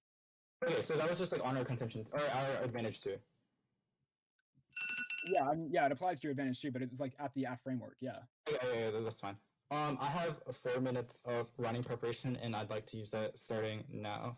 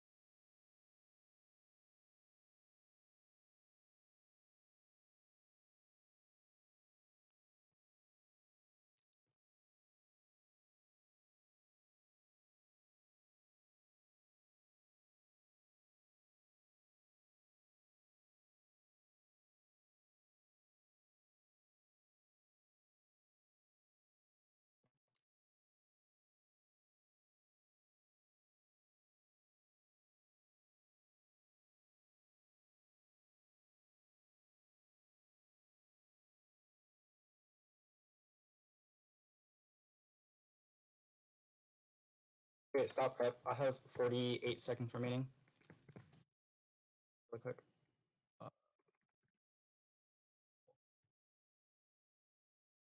Ready whenever you are. Yeah, give me a second. I'm just like have way too many tabs open. So the order will first be the affirmative, starting on our framework and like their responses they made. Then it'll be the advantages, and then it'll be in my opponent's case, starting on their framework and then their contentions. Did everyone get that? I know that was like a lot of confusing, kind of confusing, but it's basically just ACNC. Okay, sounds good. Ready. Yeah. Okay. Are all my judges good? Yes. Cool. Thumbs up. That's what we like to see. Okay. Let me set the timer. Okay, thus I shall begin. Now, extender standard, which is maximizing expected well-being, which means that you should look at the most amount of good for the most amount of people. Now, he's conceded the first justification we made, which is the lexical prerequisite argument, which is going to prove that util comes before their framework. The argument here is that individuals are going to be affected by lifelong conditions because they are suffering from things like extinction or corruption, which takes out any kind of freedom that they could ever have because people are concerned over things like pain. Now, now my opponent says that consequences don't matter and that I should be dropped like if I'm not topical because like I'm violating consent. However, our argument here is that we account and aggregate for everyone and all individuals, but we look at producing the most amount of good for the most amount of people. Now, my opponent like also says this policy freeze argument as a response to Bostrom. However, our argument here is that all individuals are going to be able to fear things like extinction because it's an existential threat, which proves some kind of threat to morality, and it isn't some kind of policy first an activity or argument, but rather proves that extinction comes first. Now into the second advantage. We're not going for the first advantage. All their arguments are defensive. We're going to go straight for the second advantage. You can extend our second advantage in which voters who are interested in climate change aren't voting now, but compulsory voting changes that. That's the Holden 19 and Stint 15 evidence. Our Griffin 05 evidence is also really, really fire. It explains how this is key to changing legislators and policymakers who can prevent the rise of global emissions that would otherwise lead to extinction. Now, something key that my opponent conceded was that at the end of the 1AC, I just said a weighing impact, which you can extend, which is that magnitude, which is that extinction outweighs under magnitude and severity, since extinction means the literal death of everyone, food not being able to be provided by millions of Americans, and the sun burning off the literal flesh off of everyone, which means that extinction definitely comes first. Now, even if you don't buy that, we'll line behind their arguments. First, on their advantage too, they said that climate change, he like said that our evidence is wrong because it was like people were more motivated to vote in 2020, but no, the Holden 19 evidence, it specifically states that even though people were more motivated, they didn't necessarily turn out, which is still a reason why things like compulsory voting is still good. You should evaluate the rest of the card because it's also really, really fire. Now, my opponent says that there's no reason in this score for like elected officials because they'll vote for whoever is more popular. However, our argument here is that people will listen to people who are more pro-environmental and vote for them, which is directly taken from the Senate 15 evidence. Even if you don't buy that, we're also going to answer their two like impact terms such solvency deficit arguments. First is that you can classify the Griffin 05 argument, which directly is their solvency claim and proves that we can be able to solve for things like extinction. Two is that they've considered the AFIS try or die analysis, which was in the Royland 7-9 argument, which means that even if there is some kind of minimal impact or minimal solvency, there is no risk to trying because the affirmative is literally try or die. Now, in my opponent's case, starting on my opponent's framework debate, first they say their value is libertarianism. However, you should look towards things like morality and utilitarianism because only morality can tell us which actions are bad. Even if you have the freedom of choice, you obviously would think that things like killing and stealing is inherently bad, not because you have the freedom to choose that's bad, but rather because you look at things like morality, which means that you should look toward my framework first. Now, next my opponent says that freedom is a prerequisite, but you can classify the lexical prerequisite argument justification we made on the utilitarian page, which directly answers this. Now, on my opponent's value criterion, he says preserving individual's choice. However, you can also classify the second justification we made in which the util comes first because states inherently use it. You've even said in your last rebuttal that democracies, that we should look towards things like democracies, and you consider that democracies and states specifically use utilitarianism, which literally means you have to use their framework. Now, even if you don't buy that, we're going to answer all their contention arguments. First, they say rights and that it's an individual, it violates individual rights. We have a couple arguments. First is no, you can still be able to go to the polls if you have something more important, i.e., you can still choose not to vote, but you're expected to pay something like a small fine. Two is that there's still freedom of choice for voting, i.e., you can put a random person on the ballot or you can submit a blank ballot, which solves back all your offense. Now, on your contention two, you say that not voting is a form of protest. One is non-unique. You don't necessarily need to express yourself via things like voting, but you can rather use things like petitions, protests, and letters, all as ways of expressing yourself to the government. Now, lastly, on their activism stuff, they haven't articulated why compulsory voting would be bad under activism. You can do both worlds. You can have things like compulsory voting and activism, which ensures that everyone can be able to protest in the best way possible.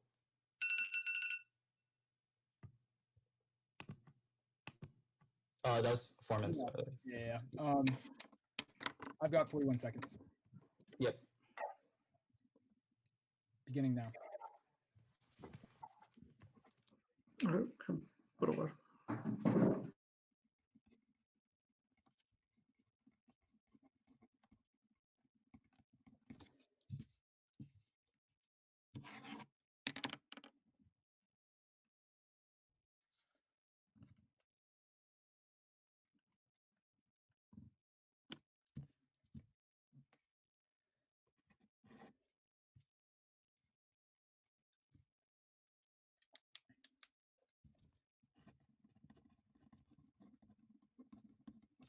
Okay, that's done.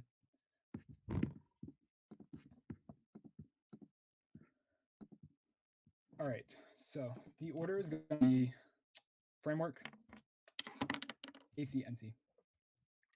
Okay. Is everybody ready? All right, I'll take that as a yes. Then let's begin. All right, so first off, I want to clarify what the negative position is when it comes to consequentialism. I recognize that consequences matter, but we should only limit freedom to ensure more freedom. Freedom is always the highest priority. Even when governments restrict freedoms to make laws, they should only do so if it's necessary to ensure more freedom and security overall. Governments, for example, limit my freedom to murder someone, but they do so because this murder limits the freedom of those who are killed. At the end of the day, the ultimate value is still freedom. The fact that governments limit freedom for some people's protection does not give them the green light to limit freedom whenever they want. They should only limit freedom to protect baseline security. For example, people who don't want to be killed, tortured, or robbed, so on and so forth. They should not limit freedom outside of those basic goals. I care about consequences. Consequences matter. He's trying to portray me as being entirely divorced from consequentialism. That's not the case. I'm just saying that consequentialism ought to account for these freedoms. My warrant for that is that we're operating within a democracy. And a democracy, being tied to a people, has these duties to respect people's rights. Therefore, you do weigh rights in this debate today. The second thing I want to clarify on framework is this idea about like extinction, right? So he just says that like in response to my action freeze argument, he just says that like everybody has like an existential fear of extinction. So like we should all be wary of that. But he makes a few errors here. First off, he assumes that climate change is the only like existential risk out there. There are lots of ways we can blow up, right? Nuclear war is another really good example. There are so many ways that our world can go like completely blow up so fast that it doesn't make sense to operate as though each one of them is 100% feasible. We have to use probability. Consequentialism accounts for that. It doesn't make sense. And furthermore, if we operated as though like climate change was like the most important thing, even if there's a 0.0001%, that would actually be counterintuitive to consequentialism, because it would pass policies that don't benefit people on a day-to-day basis based off like some imaginary horror. The key thing here is that he hasn't sufficiently proven to you that like climate change is like that he's going to solve for climate change, or the neg disproportionately incurs climate change. And because of that, there's no reason to vote for it. Probability is low. Action freeze takes that out. Okay, onto the F case. He kicks the advantage 1. He only has the advantage 2 left. I can give you a really, really easy way to sign your neg ballot right now. That is that he dropped my Namanji either 19 or 20 card. Basically, what it told you is that there's no solving climate change without China. China is not a democracy. He has no access over China. What that means is that neither of us solve climate change. There's no way he gets access to that card. He completely dropped it, cold conceded 1000%. He has no offense. He has no solvency. There's no way for him to win this round. But even if you don't buy that, the other thing that I'd like to bring up that he completely dropped is this idea about politicians like listening to voters, right? He completely drops my argument about super PACs. Politicians have and always will go where the money is, because at the end of the day, politicians don't like always rely on the voters to get elected. They rely on like mass amounts of money to get elected. And so he's making this huge logical leap to assume that, okay, suddenly if we have compulsory voting, now politicians are going to like stop caring more about the money and the super PACs and caring more about the voters. But he doesn't explain why. And that takes down the link chain. So to clarify, there's 2 reasons why you're not voting for him off the climate change argument. The first one is he doesn't show why politicians are actually going to be listening to people now. And the second one is he doesn't address my argument about China. Both went unresponded to. There's no way that you vote for him off that argument. Now onto the negative case. Okay, so one quick clarification I want to make. The reason why non-voting is like not voting as a form of protest is so important, and why compulsory voting is bad, is because like if you force people to vote in a system that is like premised against them, that gerrymanders, that has the electoral college, it like blatantly voters like suppresses their vote, it forces them to legitimize the democracy. Consent is a form of like voting is a form of giving consent. It should be able to be given and withheld. And if you're forcing people to vote, you're taking away their ability to give that consent. You're forcing people to be complicit in their own oppression, and that's disgusting and despicable and anti-democratic. which means that one of your voting issues for the negative is going to be topicality. Here's why. He's not operating within a democracy. I brought this up in my last speech. If he removes consent, he's making it undemocratic. Here's the big problem with it. It has to be, we've already agreed in cross-ex that it has to be a democracy to be topical. There's two reasons why he's moving away from a democracy. The first is that he's removing the right to give and withhold consent freely. That's gone unresponded to. The second one, and this is coming out of my not voting as a form of protest, is that the people need some way to check the government. They need some way to check the government and go back on their consent. And if the government's being abusive, they need some way to take that back. Not voting is that form of protest. Yes, there are other forms of protest, but just because there's other forms of protest doesn't justify taking away certain forms of freedom. With that, one quick overview on the negative case. He never responded to the idea that voting is speech. He just tried to outweigh it. So what that means is that you can feel very comfortable that there is some rights violations going on in the negative world. Here's how this round breaks down. At the point that I tell you that rights matter in a democracy and they matter under consequentialism, at the point that I tell you that he violates rights, that what he's doing is antithetical to a democracy and he's moving away from a democracy, you have two ways to vote neg. One, he violates rights and rights matter in a democracy. Second, he's moving away from a democracy, so his arguments aren't even operating within a democracy. He auto-loses there. And furthermore, back on his case, he auto-loses on climate change because he didn't respond to my evidence about China. What this means is you can clearly sign your ballot for neg, either way you go. The reason why negative prioritizes rights so much is because it recognizes that democracies have a fundamental duty to ensure these baseline things to people. The justification for this comes out of John Locke's social contract. I recognize that's a new idea, but it's not new to my case. The point is that democracies have a duty to ensure this. Furthermore, he completely drops the argument that I brought up in my first speech that we need to judge governments procedurally. We can't just look at policies and say, oh, this policy is good or bad, therefore this government's good. It has to be ensuring freedom. So there's two markers of a good government. It's ensuring freedom, protecting things, and it's also granting basic liberties. I do the best job about promoting a democracy. That's important because if it's no longer a democracy, it's no longer topical. You're voting neg because I protect rights, I protect a democracy, I ensure democracy, and he has no offense remaining. Thank you.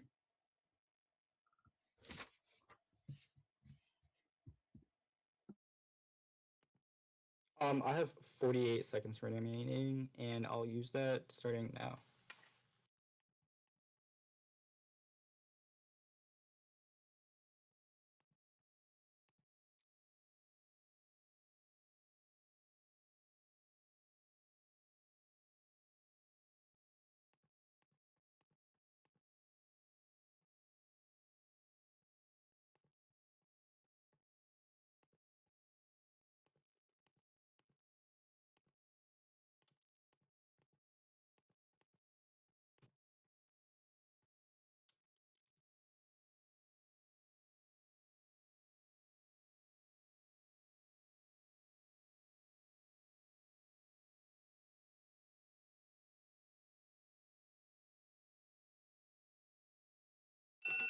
Okay, cool.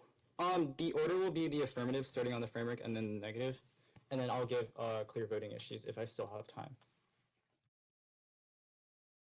Did everyone get that? Yes. Cool. Way too many tabs. Okay, cool. And if everyone is good, then I shall begin.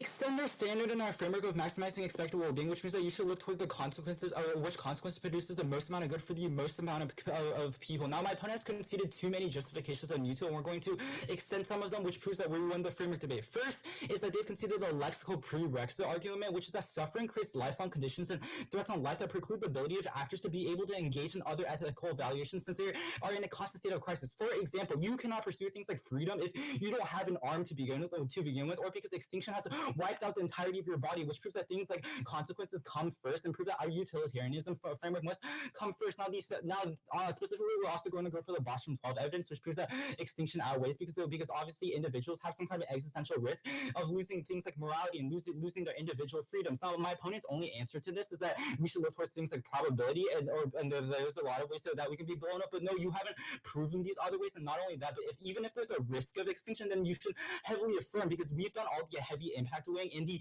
1AC and the 1AR, and will eventually do it later. And they have done literally no weighing. They only say probability comes first, but they haven't proven that they are probable to begin with. Now you can extend their advantage. You can extend their advantage to in which voters who are interested in climate change aren't voting now, but compulsory voting changes that. That's the Holden 19 and Stinnett 15 evidence. Our Griffin 05 evidence is also really fire, which is he's conceded, which explains that this is key to changing legislators and policymakers who can prevent the rise of global emissions that would otherwise lead to extinction. Now, here's where my opponent is absolutely incorrect. My opponent says that we considered Nia Biage 20 evidence. However, we in the 1AR, I specifically said that we grouped the Milliman 18 evidence and the Nia Biage 20 evidence, which because they're literally answered the same way. But even if you don't buy that, we're going to cross-apply these same arguments. The first argument was that you can cross-apply the Griffin 05 card, which is our direct solvency claim, and proves that we're able to solve back for things like global emissions. The second way, the second answer that he's considered, which is more important, is that the affirmative is literally try or die. Even if the affirmative is able to, even if the affirmative is has a risk of being able to solve back things like climate change, he's considered that the affirmative is try or die, which outweighs any of your impacts. Now, lastly, he's also considered that the advantage to outweighs on magnitude and severity, since obviously the burning off of flesh of everyone and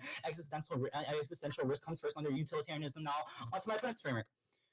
My opponent has already lost the framework debate because we've already cross-applied and extended our lexical prerequisite argument. But even if you don't buy that, you can extend the argument that utilitarianism comes first and that states use it. He tries to say that he tries to prove that we're untopical for some reason, or like that we're anti-democratic. But he's conceded that states like democracies use utilitarianism to begin with, which proves that as long as we use things like util, we are topical, and that's literally what the affirmative does. This is not a drop the debated argument, and this is not an independent voting issue. Insofar as my opponent has not clearly implicated this in the 2 and R. Now, lastly, my opponent tries to go for this rights argument, but he's straight conceded the argument in which you can still choose not to go to the polls. You can be able to abstain from the polls and be paid a small fine, which proves that you still have a freedom of choice. This directly answers the contention 1 and contention 2. Here's how you vote. He's conceded way too many justifications for util and for extinction outlays. It should be sufficient for a ballot. And for that, I affirm. Good run.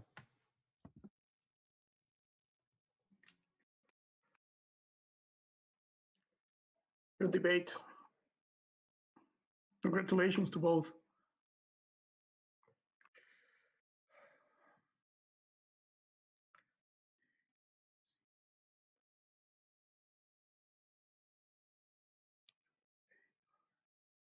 Hey, can you all hear me?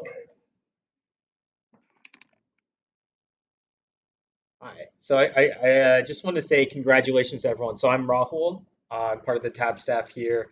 Just want to say thank you all so much for a great tournament. First of all, I mean, also congratulations on getting a bid. This is very highly sought after, and that's a huge accomplishment. So great job, everyone. But more than that, thank you all so much for staying here at like 9:30 on a Sunday night, and giving it your all, and giving us such great debates. And thank you all to the judges too for everything you've done.